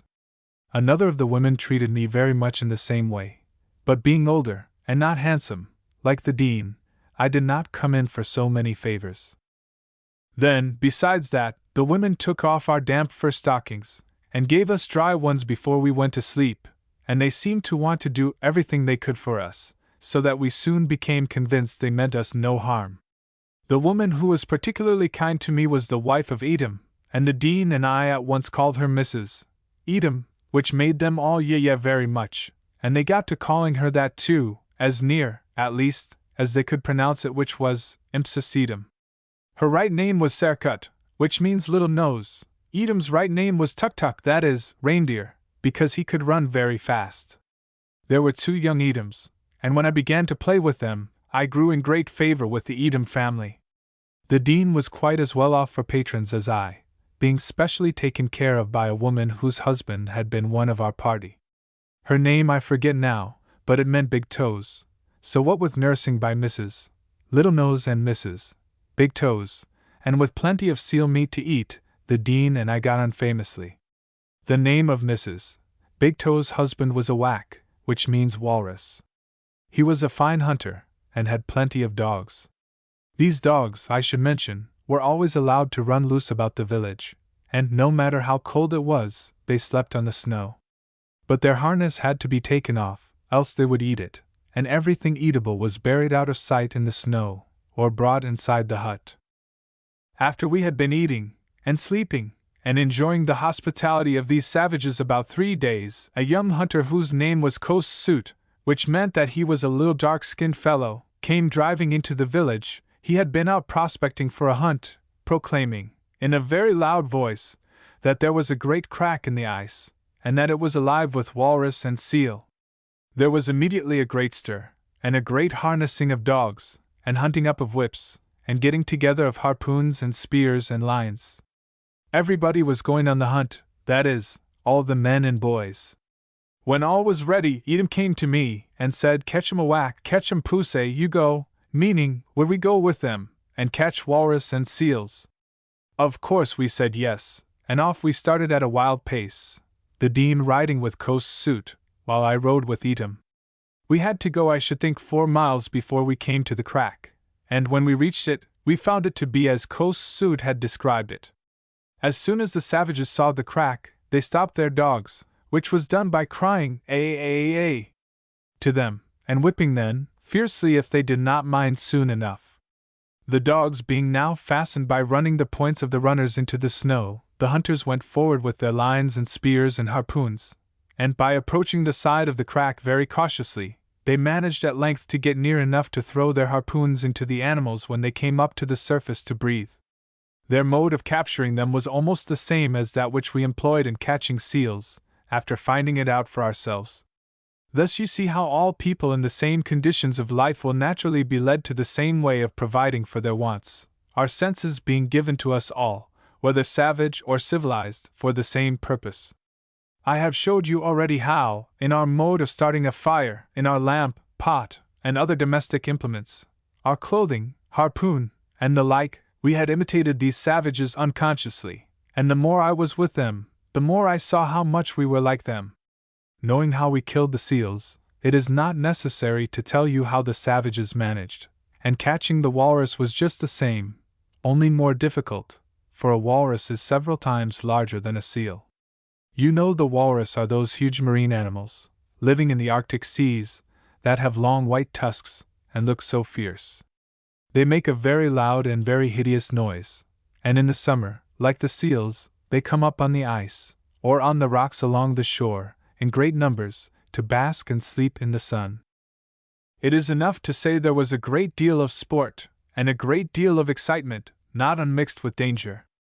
One of the hunters got a line tangled about his legs, and was whipped over into the water, where he was not noticed, except to be laughed at, while all the hunters went on with what they were about, letting him shift for himself, little caring, as it appeared, whether he drowned or not, and I really believe he would have drowned, had it not been for the assistance of the dean and myself.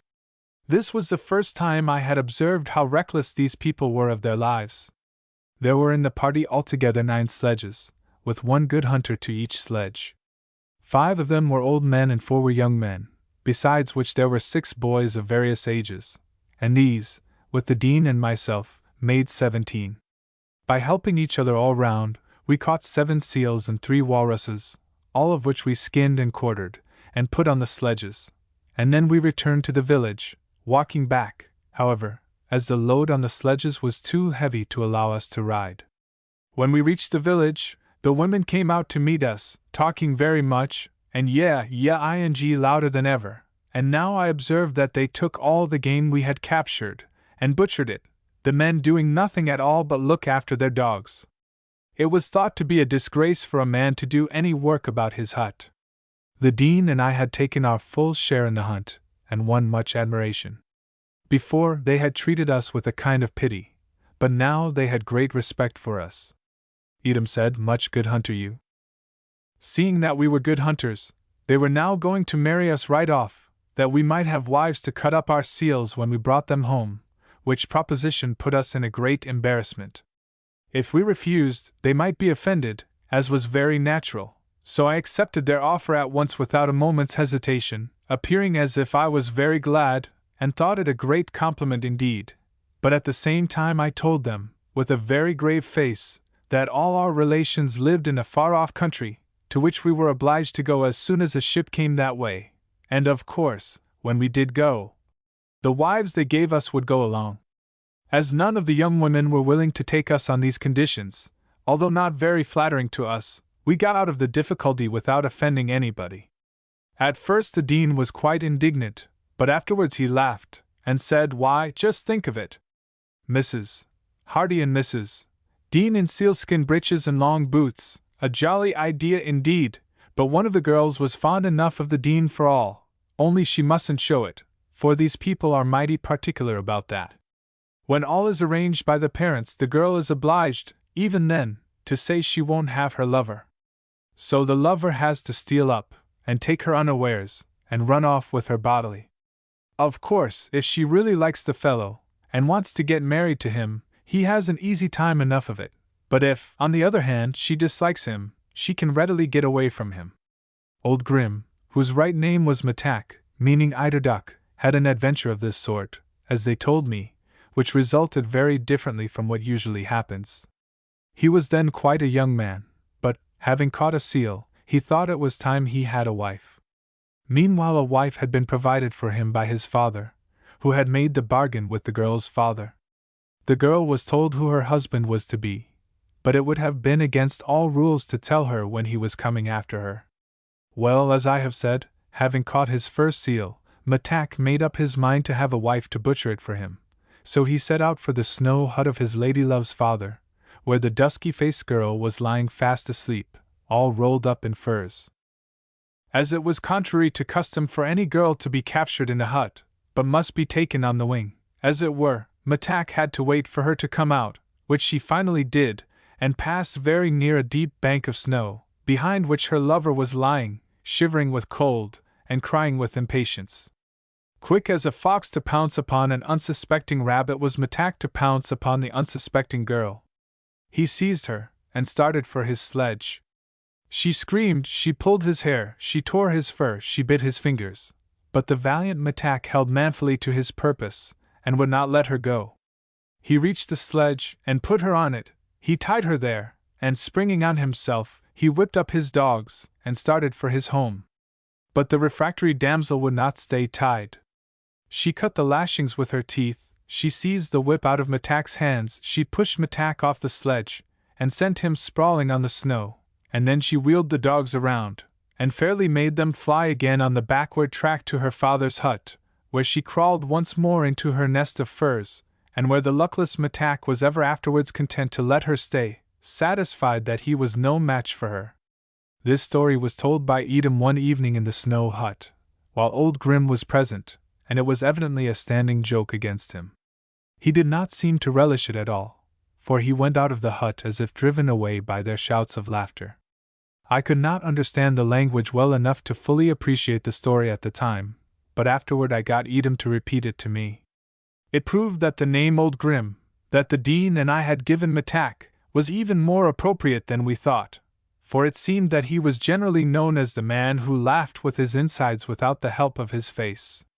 Altogether these savages were a most singular people. They seemed to be happy and cheerful all the time, never caring for anything, so long as they had enough to eat, and plenty of time to tell stories about each other, and make each other laugh. But what struck the Dean and I most strangely was that they should be living in this happy state away out there on the sea, a long distance from land, really burrowing in the snow for shelter, and roaming about for food like beasts of prey, and yet enjoying themselves and amusing themselves after the fashion of civilized human beings, so far as their relations to one another were concerned. "Well, I do declare," said the dean, "this is an odd party, to be sure. I'm going to christen them, Hardy."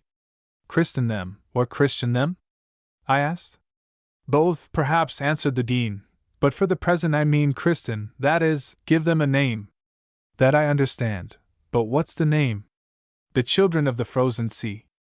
"The Children of the Frozen Sea." "Very good," I said, "capital. Children of the Frozen Sea. Sounds good, at any rate, and all the world is agreed that whatever sounds good must be good." Chapter 19. The peculiar people proving to be savages, the castaways seized the first opportunity to leave them, not relishing their company. I have not latterly said much about the dean, but you may be very sure that such a fine fellow could not fail to be greatly delighted with the change that had come about, as it not only led us away from our desolate life on the desert island, but gave us a promise at least of the rescue which we had so earnestly prayed for. "We ought to be very thankful," said the dean to me one day, "very thankful indeed for this deliverance. But as I did not much relish the habits and customs of the savages, I did not find myself of the same thankful disposition, so I replied to the dean, that the change looked much like that of the fish who fell out of the frying pan into the fire." "You should not say so," replied the dean. "I see the hand of God in it, and He who has mercifully preserved us through so many trials and dangers will not desert us now." The dean said no more at that time, but he became very thoughtful, while, as for myself, I felt quite ashamed that I had spoken so slightingly of the savages, and had shown so much impatience with their rather disagreeable company, for, to tell the truth, their ways were somewhat offensive, as they never washed their faces, and were altogether rather a filthy set. The dean, however, did not stop with preaching about them, but, on the contrary, did everything he could for them. One of the hunters had gone to catch seals, and, the ice breaking up, he was drifted out to sea, where he took refuge on an iceberg, upon which he managed to drag his dogs and sledge. Here he lived through terrible storms and cold for a whole moon, that being the way they reckon time, and he only escaped finally by the iceberg drifting in near the land, when the sea froze around it. After great trouble he got ashore, with both of his feet dreadfully frozen, which is easily accounted for when you know that the poor fellow had no shelter at all while on the iceberg, and had nothing to eat but his dogs, all of which died of starvation.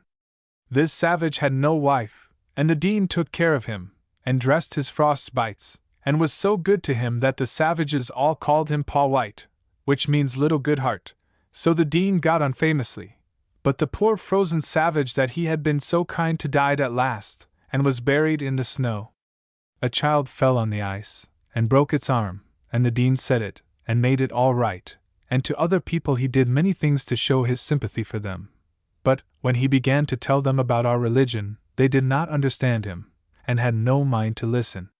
This very much grieved the dean, for he wanted to convert the whole of them, and thought, if he only knew their language better, he could persuade them all to be Christians, which I think very likely, for nobody could resist him.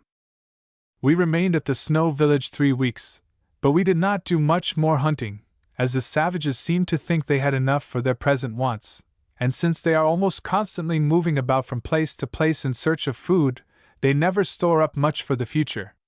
Having enough to eat for the present, they let the future take care of itself, and sure of a good meal, they amuse themselves mostly with telling stories, usually about each other, that is, when they are not eating or sleeping, which I must say occupies most of their time. They had a singular custom in their story-telling which I have never seen among any other people. One person recites the story, and the listeners break in, every now and then, with a laughing chorus that is nothing more than a repetition of the meaningless words "Amna Aya," which are sung over and over to any extent. The women generally enjoy it the most, and sing the loudest, especially when a man is concerned. I will give you a specimen of this kind of song, translated, of course, as I have long ago forgotten how to speak their language. Etam is telling the story of a bear hunt, and as you will see that it is a kind of song, I will sing it for you, and you can join in the chorus just as well as if you were all little savages yourselves. We will call it The Song of Karsuk's Bear Hunt. A bear is seen upon the ice, Amna Aya. Karsuk goes out to hunt the bear, Amna Aya. The dogs get quick upon the trail, Amna Aya. The dogs are pulling all they can, Amna Aya. The bear is running all he can, Amna Aya. The bear gets tired and cannot run, Amna Aya. He turns around to charge Karsuk, Amna Aya. Karsuk jumps off and runs away, Amna Aya. He runs away all full of fright, Amna Aya. So full of fright he tumbles down, Amna Aya. Bear kills the dogs and breaks the sledge, Amna Aya. What girl will marry such a man? Amna Aya. A bear is seen upon the ice, Amna Aya. Karsuk goes out to hunt the bear, Amna Aya. Amna Aya. Amna Aya. The dogs get quick upon the trail, Amna Aya. The dogs are pulling all they can, Amna Aya. Amna Aya. Amna Aya. The bear is running all he can, Amna Aya. The bear gets tired and cannot run, Amna Aya. Amna Aya. Amna Aya. He turns around to charge Karsuk, Amna Aya. Karsuk jumps off and runs away, Amna Aya. Amna Aya. Amna Aya. He runs away all full of fright, Amna Aya. So full of fright he tumbles down, Amna Aya. Amna Aya. Amna Aya. Bear kills the dogs and breaks the sledge, Amna Aya. What girl will marry such a man? Amna Aya. Amna Aya. Amna Aya. And so on. After that, they keep Aya ing, and Amna ing uproariously, until they are entirely broken down with shouting and laughing, in the midst of which Karsuk is pretty sure to run away. In the same manner I have heard the story of Matak's love adventure sung, or rather recited, or Amnaya ed as one might say. They use the same Amnaya chorus when they sing over the dead, or sing praises of the dead, only instead of being lively, then it is sung in a solemn tone. I will repeat one called The Grave Song of Marikut. Marikut dead! Amna Aya, Marikut dead, her lamp is smoking, Amna Aya. Her children are crying, her baby is freezing, Amna Aya. Oh, her hut and our hearts are all cold. Amna Aya. Marikut dead! Amna Aya. Amna Aya. Marikut dead, her lamp is smoking, Amna Aya. Amna Aya. Her children are crying, her baby is freezing, Amna Aya. Amna Aya. Oh, her hut and our hearts are all cold. Amna Aya. Amna Aya. And after that, as in the other song, they keep on Amna ing for a long while, but with a very doleful voice and manner. Indeed, it is quite as distressing to hear them Amnaya the dead as it is amusing to hear them Amnaya the living.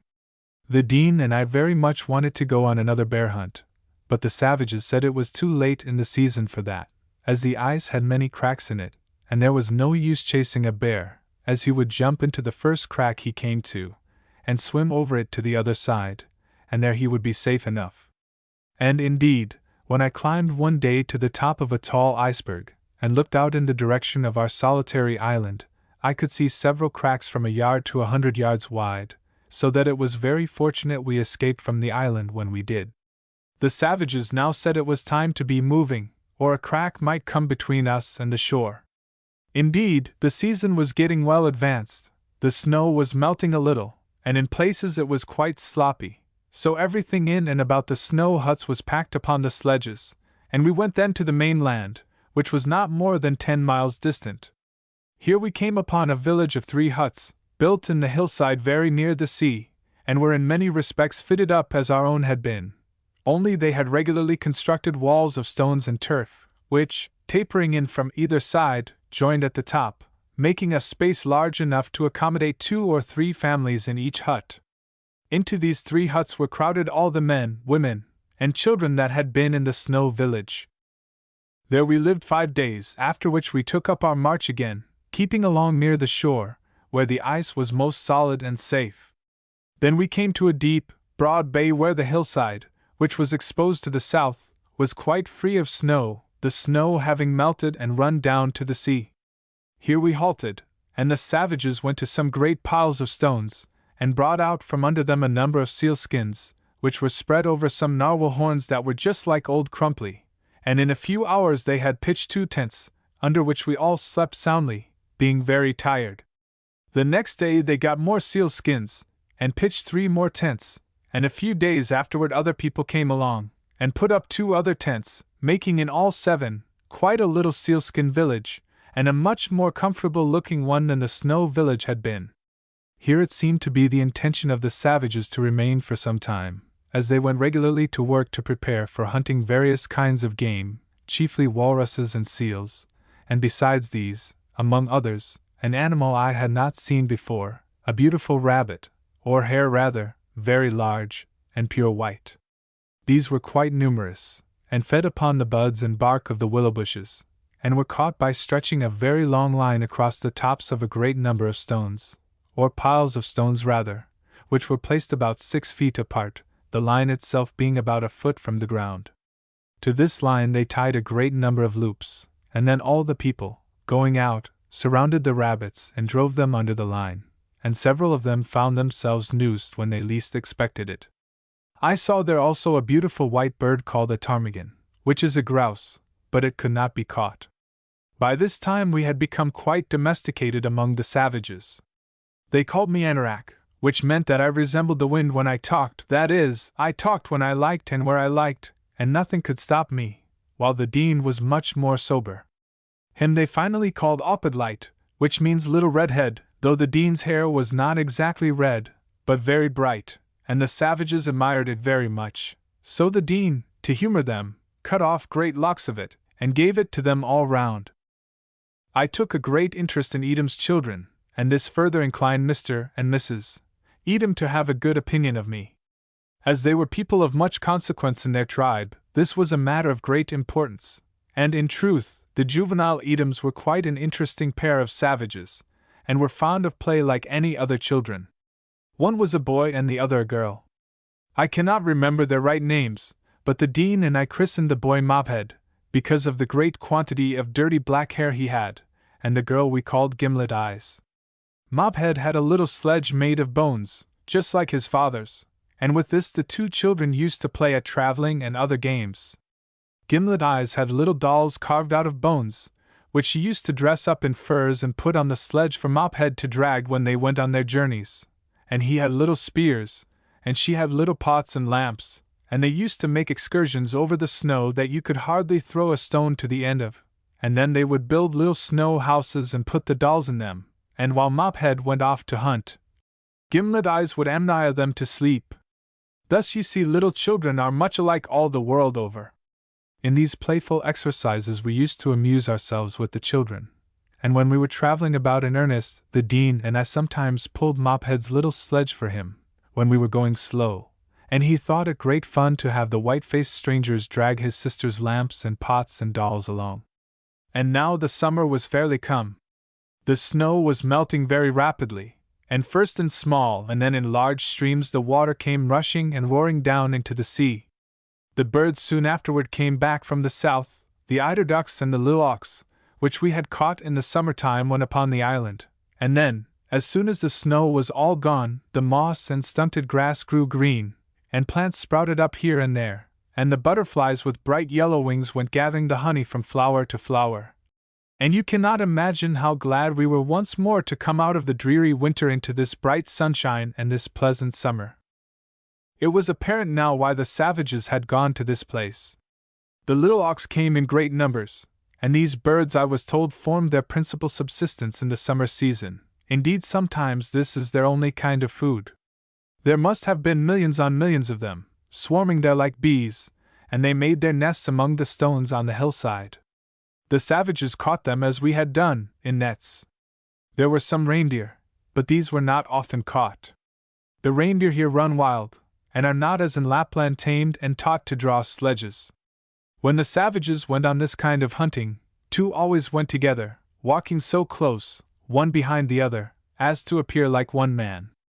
As soon as the deer saw the hunters, the latter would turn round and go back the other way, and the deer, being very curious, would follow them. Thus a deer may sometimes be enticed a long distance, and if through a narrow defile, there is then a chance of catching him, for one of the hunters drops down suddenly behind a rock, while the other goes on as if nothing had happened. The deer, thus cheated, keeps following the single hunter, where he had before followed a double one all unknown to himself, and at length approaches very near to the hunter lying behind the rock. As soon as the deer comes within a few yards of him, this concealed hunter rises, and throws his harpoon, the line of which he has previously made fast to a heavy stone. If fortunate enough to hit the deer, and the harpoon to hold, the animal is easily killed by the two hunters, who attack it with their spears. Besides the birds that I have told you of, there came a great many snipes, and different varieties of seagulls, and ducks of various species, and gerfalcons, and ravens, also some little sparrows. I was very desirous to know how they managed to make their harpoon and spear heads, as I observed that they were all tipped with iron. So one day they took us over to a place they call Savasavik, which means the iron place, the name being derived from a large block of meteoric iron, from which the savages chipped small scales, and these were set in the edges and tips of their harpoon and spear heads, just as I had done with my brass buttons. They also made knives in the same way. Many of their spear handles were nothing more than narwhal horns, just like old Crumply, and so you see how the Lord provides for all his creatures, endowing them all, whether white or black or copper-colored, with the same instinct of self-preservation, which leads them to seek and obtain for the security of their lives the materials that he places within their reach. How beautiful are all his works! And how constantly he watches over the rich and the poor, the savage and the Christian, the just and the unjust alike. Thus occupied, we drifted on into the final week of July.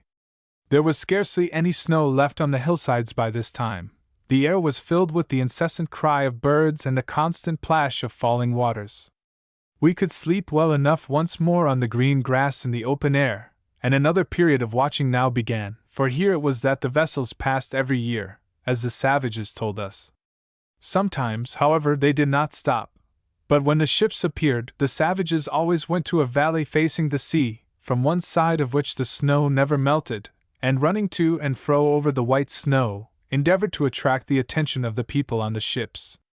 We were much alarmed to find the ice holding firmly along the shore, and, as far away as the eye could reach, there was not much water to be seen. At last, however, a strong wind came, and started the ice. Some cracks were soon opened, and then a long lead or lane of water was seen stretching away to the south, and running close in by the land. The savages said that the Umiakswakes, big ships, would come very soon now, if at all, so we watched very carefully for them. The Dean and I did not hunt any more, as the savages, seeing how anxious we were, and how our hearts yearned for our own homes and kindred, provided us with food in abundance, and besides this, they sent some of their women and young lads to aid us in looking out for the ships. Thus the time wore on, and we were becoming very fearful that the ships would not come at all. This was a dreadful thought to us, for, although the savages were very obliging, yet we looked forward with great dread to living long with them. Besides this and our longing to get home, we had had quite enough of this cold, desolate part of the world, where the sun never sets in summer nor rises in winter. While reflecting in this way, we heard one of the savages cry out Umikswak, several times, and running a little higher up the hillside whence the cry proceeded, our eyes were gladdened by seeing far off, with the hull yet hidden below the horizon, a ship under full sail, steering northward. At first the Dean, who had been so often cheated, thought it might be an iceberg, but it was clearly a ship that we saw this time. From fear that it might be an iceberg, we passed now to fear that it might hold off from the land, and not discover us, which would be even harder to bear. By and by the hull of the ship was plainly to be seen, and after a while we discovered that the ship was not alone, but that another was following only a few miles behind it, and directly two more were seen, making four, and then a fifth hove in sight some hours afterward. We knew this must be part of a whaling fleet that annually visits the Arctic seas, and we rejoiced greatly at the prospect of our deliverance. You will see how fortunate it was for us that there were so many of these ships, for, as we had feared, the first ship held so far away from the land that it was hopeless to think of being seen from her. But the lead through which this first ship had sailed off from the land was closed up before the others could enter it, and now these other ships were forced to come nearer to us. Seeing this, we hastened to the white hillside I have spoken of before, all the savages accompanying us, and we all began running up and down, but the next ship was still too far away to discover us. And the same with another and still another.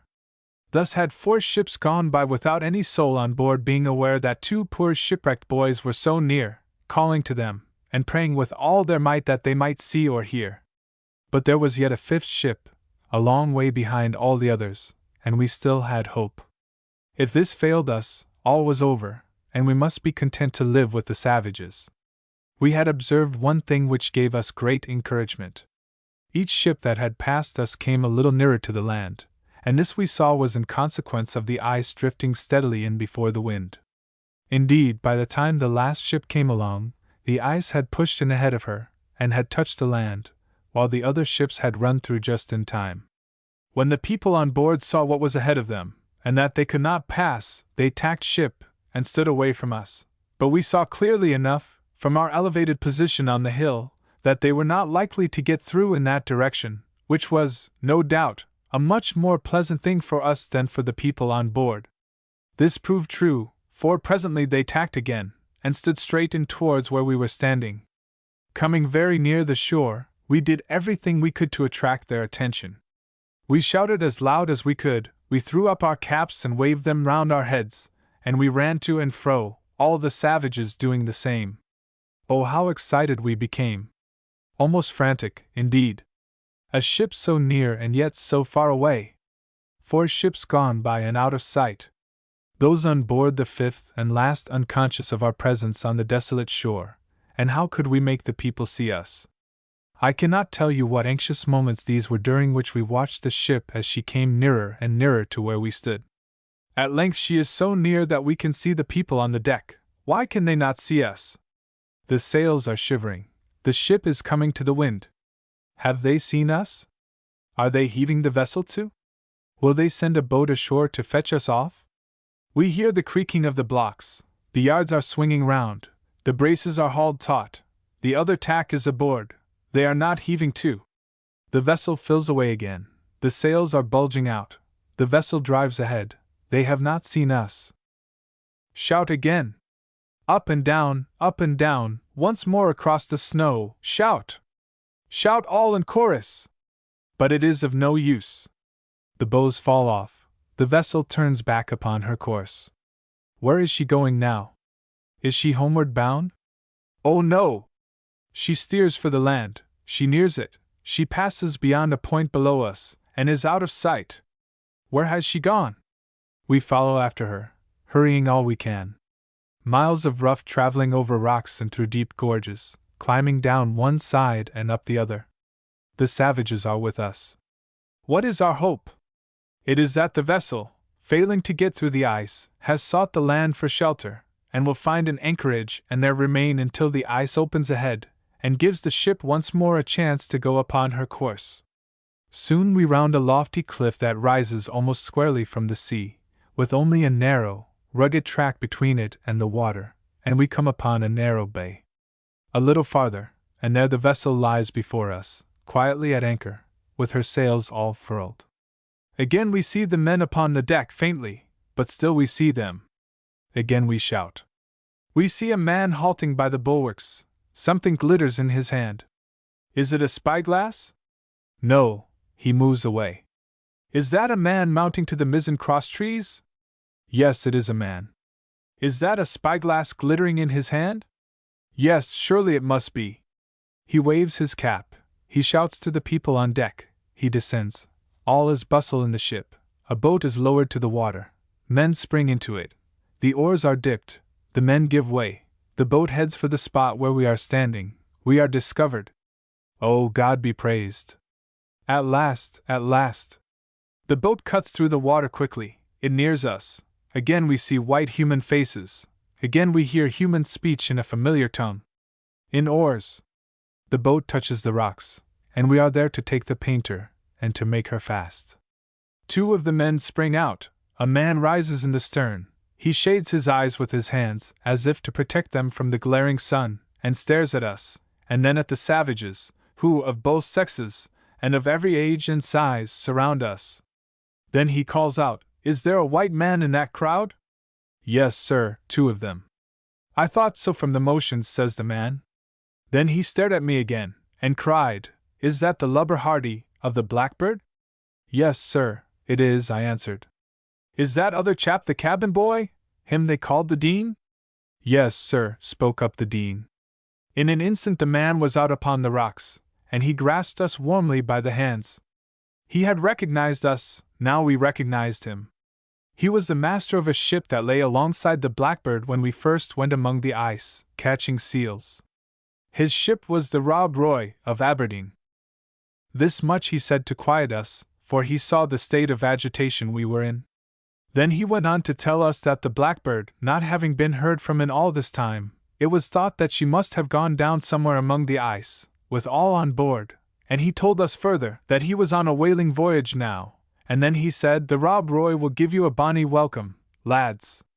Afterward he told us that the vessels were, as we had supposed, a part of the whaling fleet, and he said it was fortunate that he had discovered us, as this was our only chance, for all the other vessels that were following him would be very likely, on account of the state of the ice, to hold to the westward, and not come near the land. All this time the savages were ing round us, greatly to the amusement of the captain of the Rob Roy and his boat's crew. Then, when I told the captain how good they had been to us, he sent his boat back to the ship, and had fetched for them wood and knives and iron and needles, in such great abundance that they set up a yeah in consequence, which, for anything I know to the contrary, may be going on even to this present time. But what was the happiness of the savages compared to ours? Our feelings cannot be described. It seemed almost as if we had come from death to life.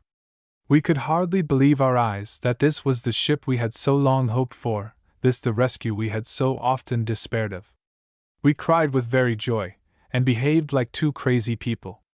The captain of the Rob Roy laughed good-naturedly at us, and proposed at once to hurry us off aboard his ship. We kept our promise to give Edom all our property, but the captain of the Rob Roy wanted old Crumply and the Dean's Delight, and our pot and lamp, and some other things, so he gave Edom other valuables in place of them. Then we took leave of our savage friends, which we of course did not do without some feelings of sorrow and regret at parting from them, remembering as we did how kind they had been to us, and how they had rescued us from our unhappy situation, and the savages seemed a little sorry too. First came Edom and Mrs. Edom, and then the 2 little Edoms, Mophead and Gimlet Eyes that I had so often played with, then Old Grim and Big Toes and Little Nose, and Awak, the Walrus, and Coast Suit, and the 2 young ladies who might have been our wives, and then all the rest of them, big and little, old and young. Then off we went to the Rob Roy, and a fair wind coming soon, the ice began to move away from the land, the Rob Roy's sails were unfurled to the fresh breeze, and now, with hearts turned thankfully to heaven for our deliverance, we were again afloat upon the blue water, whither bound we did not know, but homeward in the end. "Oh, how glad you must have been," said Fred. "How splendidly the rescue and all that comes round," said William. "Just like it does in all the printed books. Why, Captain Hardy, it couldn't have been better if you'd made this story up, it looks so real." While, as for little Alice, she never said a word, but only looked upon the old man wonderingly. Chapter 20 brings the holidays of the little people and the story of the old man to an end. Again the mariner's rest receives the little people, again the ancient mariner is there to welcome them. But a shade of sadness is upon the old man's face, and the children are not so gay as is their wont, for all things must have an end, and holidays are no exception to the rule. "Isn't it too bad?" said William, looking very sober. "Isn't it too bad that this is to be the last of it?" "Not so bad for you as for me," replied the ancient mariner, and the old man looked as gloomy and forsaken as if he had been cast away in the cold again. But he soon cheered up, and in a much livelier way he said, "Well now, my hearties, since this is to be the last of it, suppose we close the story in the crow's nest, where we first began it, for you see, if the Dean and I were rescued from the desolate island and the savages, we were not home yet." Now, what do you say to that, my dears? The crow's nest. Yes, yes, the crow's nest, cried the children all at once, and away they scampered to it, as light and merry as if they had never for an instant been sad at thought of the parting that was so soon to come. And now once more our little party are together in the dear old rustic vine-clad arbor, and, as on the first day of meeting there, the old man takes his long clay pipe out of his mouth, and sticks it in a rafter overhead. Then around little Alice he puts his great, big arm, and he draws the fair-haired, bright-eyed child close to his side, and thus, ballasted, as he says, he bears away for port. Now, to bring our story to an end, ran on the captain. I must say first that the Rob Roy was a good, stout ship, the master a bluff, good-hearted Scotchman, the mate a kindly man, and altogether different from the red-faced mate that was on the Blackbird, and the people were all just as good and kind to us as the savages had been. But they gave us right away so much coffee and ship's biscuit and other things to eat and drink, none of which had we tasted for 3 years and more, that we got a dreadful colic, and had like to have died. But the next day we were quite well again, and then we related to the captain and everybody on board the story of our adventures. The worst was, they would make us tell our story over and over again, as I have been telling it to you, until we almost wished we had never been rescued at all. It is, indeed, a fearful thing in anybody's life ever to have met with any adventure that is at all peculiar, for to the end of his days people will never get done asking him about it, and most likely their questions are of the most ridiculous kind, like, Hardy, wasn't it cold there? Just as if anybody could be cast away in the cold, and find it anything else. Or, how did you feel, Hardy? As if feeling has anything at all to do with you when you are trying to save your life. The captain of the Rob Roy took a great fancy to our odd-looking fur clothes, especially our underclothing, which was made of bird skins, and he gave us civilized garments out of the ship's stores. You may be sure that we were glad enough to get these nasty fur clothes off, and be rid of them forever. The captain offered to keep them for us, but we said no, no, for we had had quite enough of them. So we went after whales, and made a good catch, as the whale fishers call a good shipload of oil, and then we bore away for Aberdeen, only stopping on the way at 2 or 3 half-savage places. When we reached Aberdeen, which occurred on the 29th of October, there was a great talk made about us, and when we walked through the streets, people stuck out their fingers, and said, "There they go. Look," so we were great lions there, and had to tell our story so often that we found out what they liked most to hear, and this we repeated over and over again, and by this method we saved much time and talk. The very first thing the Dean did, after landing, was to write a letter to his mother, sending it off right away by post. It was just like the little fellow to do it, and what he wrote was like him too. It began thus: "Through the mercy of Providence I have been saved, and am coming back to you, mother dear." Then we were shipped on board an American vessel, by the American consul, for New York, where we arrived after a prosperous voyage, in good health, and without anything happening to us worth mentioning. This was on the 22nd day of December, which made just 3 years, 9 months, and 19 days since we sailed from New Bedford. As soon as we had landed, we set out for the hospital to find the Dean's mother. The Dean had directed his letter there, thinking that if she had got well and gone away, they would know where, and this they did, so we took down the address and hurried on.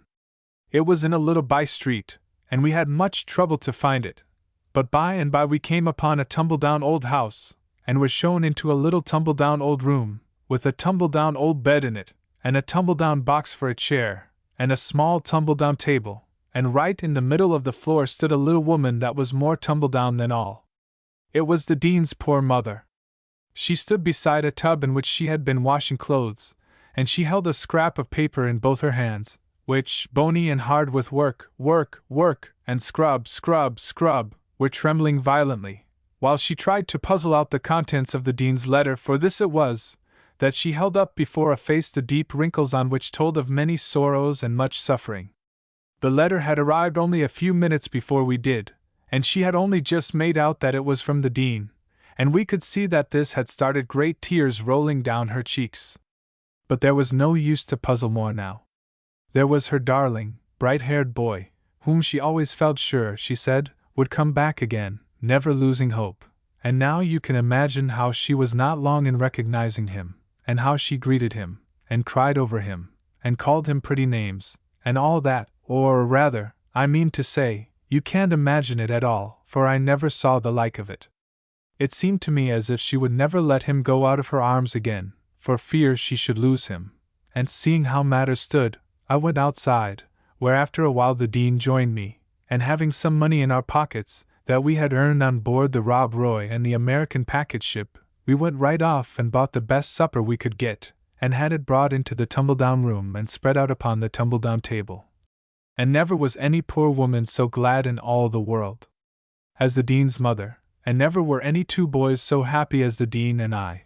The Dean's mother would sometimes laugh for joy, and sometimes cry for the same excellent reason, and when neither of these would do, nor both together even, she would fly at the Dean with open arms, and hug and kiss him until she was quite exhausted, and temporarily quieted down.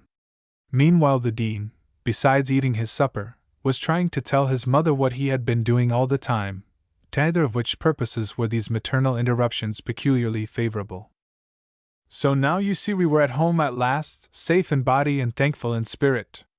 Transported with delight, we could hardly believe our senses.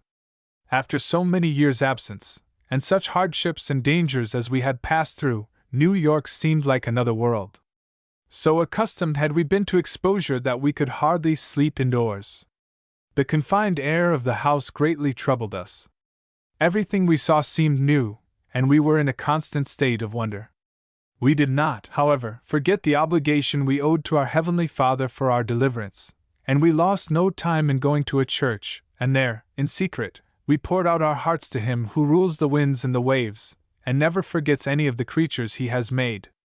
And now, said the Dean, I am going to further show my gratitude by making my mother comfortable for the rest of her days, which he did by getting her into a better house, where she did not have to work any more, the Dean declaring that he would hereafter make all the money that was necessary for her support, and he kept his word, too. As for the money the Dean had when we came home, that was soon all gone, and mine too, for that matter, since I helped the Dean, of course. Then we looked about us for a good ship to go to sea in, as we felt that we should make better sailors now than anything else. Indeed, either of us knew what else to do. The story of our remarkable adventures getting abroad, we found many friends, so you may be sure, when we shipped again, it was not in such a crazy old hulk as the Blackbird, nor did we go any more whale or seal fishing, having got enough of that to last us during the remainder of our lives. Still, I have been back to the Arctic regions once since then, but it was not with a red-faced mate to torment me. I did not feel like coming up to Rockdale yet, being very much ashamed, not having made anything, as I could see, by running away. Besides, I learned that my father had given me up for dead long ago, and had moved with all my brothers and sisters to Ohio, where I wrote to him, telling all about my voyage and shipwreck, the best I could, that is, for, having neglected my studies when at school, I could not write very well. So now I came to be a regular sailor, going away first with the Dean on a voyage to the Mediterranean in a fine bark, where we got moderately good wages, and being both rather ambitious, we grew in favor and saved our money. When we returned, I proposed to the Dean that we should make a common stock of our earnings, and get ourselves a nice little home, which we did, and remembering the Rock of Good Hope, we called it Good Hope Cottage, of which the Dean's mother took possession, of course, while off we went to sea again, this time to Rio de Janeiro, in the same bark. Then afterwards we went to the Mediterranean twice more, and on the last voyage I got to be mate. And afterward, when we stopped at Barcelona, the Dean was made second mate. Then, in course of time, the Dean got to be a captain, and prospered greatly, while his mother lived at Good Hope Cottage, and the Dean and I were always happy to come back and have a home like that to go to. After a while we were separated, for I was a captain as well as the Dean, and we could no longer be together in the same ship, but still we both had a home together, and a place always to hail from, you see. But I go too fast and too far. I must stop now, for I have given you the story that I promised, of how I was cast away in the cold, and it is high time too, for, as you have said, the holidays are at an end, and see there! The sun is sinking down behind the trees, and once more, as on the first day we met and parted in this pleasant little arbor, the shadows trailed their ghostly length across the fields. But to me the shadows have another meaning now. They will lie there heavy on the ground until you come to lift them, and I shall be very, very sad and lonely now without my little friends. The night is closing in, my dears, as if it were a curtain dropped purposely to hide what we would gladly see again, and the dew is falling heavy on the grass, my dears, and so goodbye is the word. The captain paused and bent his eyes upon the golden light that lay far off behind the trees, as if he would divine something of the future that was before himself and the little children by his side, and which he thought the golden sunlight held. But while he looked, it seemed as if some tender cord within his gentle heart had snapped asunder and had been badly tied again, for he said quite hurriedly, "Well, well, my hearties, we must pass the word, and get it over. Goodbye, there it is. God bless you, and goodbye." "Goodbye, dear Captain Hardy," said William, putting out his hand, a hand that promised to be a very manly one indeed some day. "Goodbye, and thank you for all your goodness to us." And the little fellow could not keep a tear from coming out upon his plump and rosy cheek. "Goodbye," said Fred, and as he said it, there were 2 tears at the very least on his. "Goodbye," dear little Alice would have said, though she didn't, but instead she threw her arms about the old man's neck and kissed his sunburnt cheek. "Goodbye," the captain was about to say again, but he was always good at getting out of scrapes.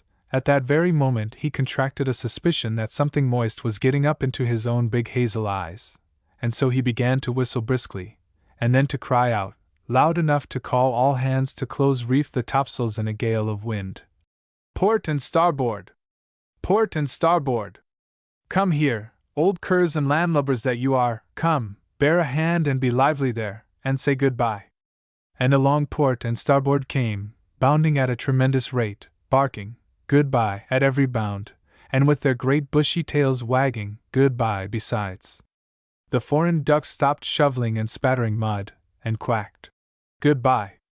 The chickens stopped stuffing themselves with grasshoppers, and while the hens cackled goodbye, the roosters crowed it.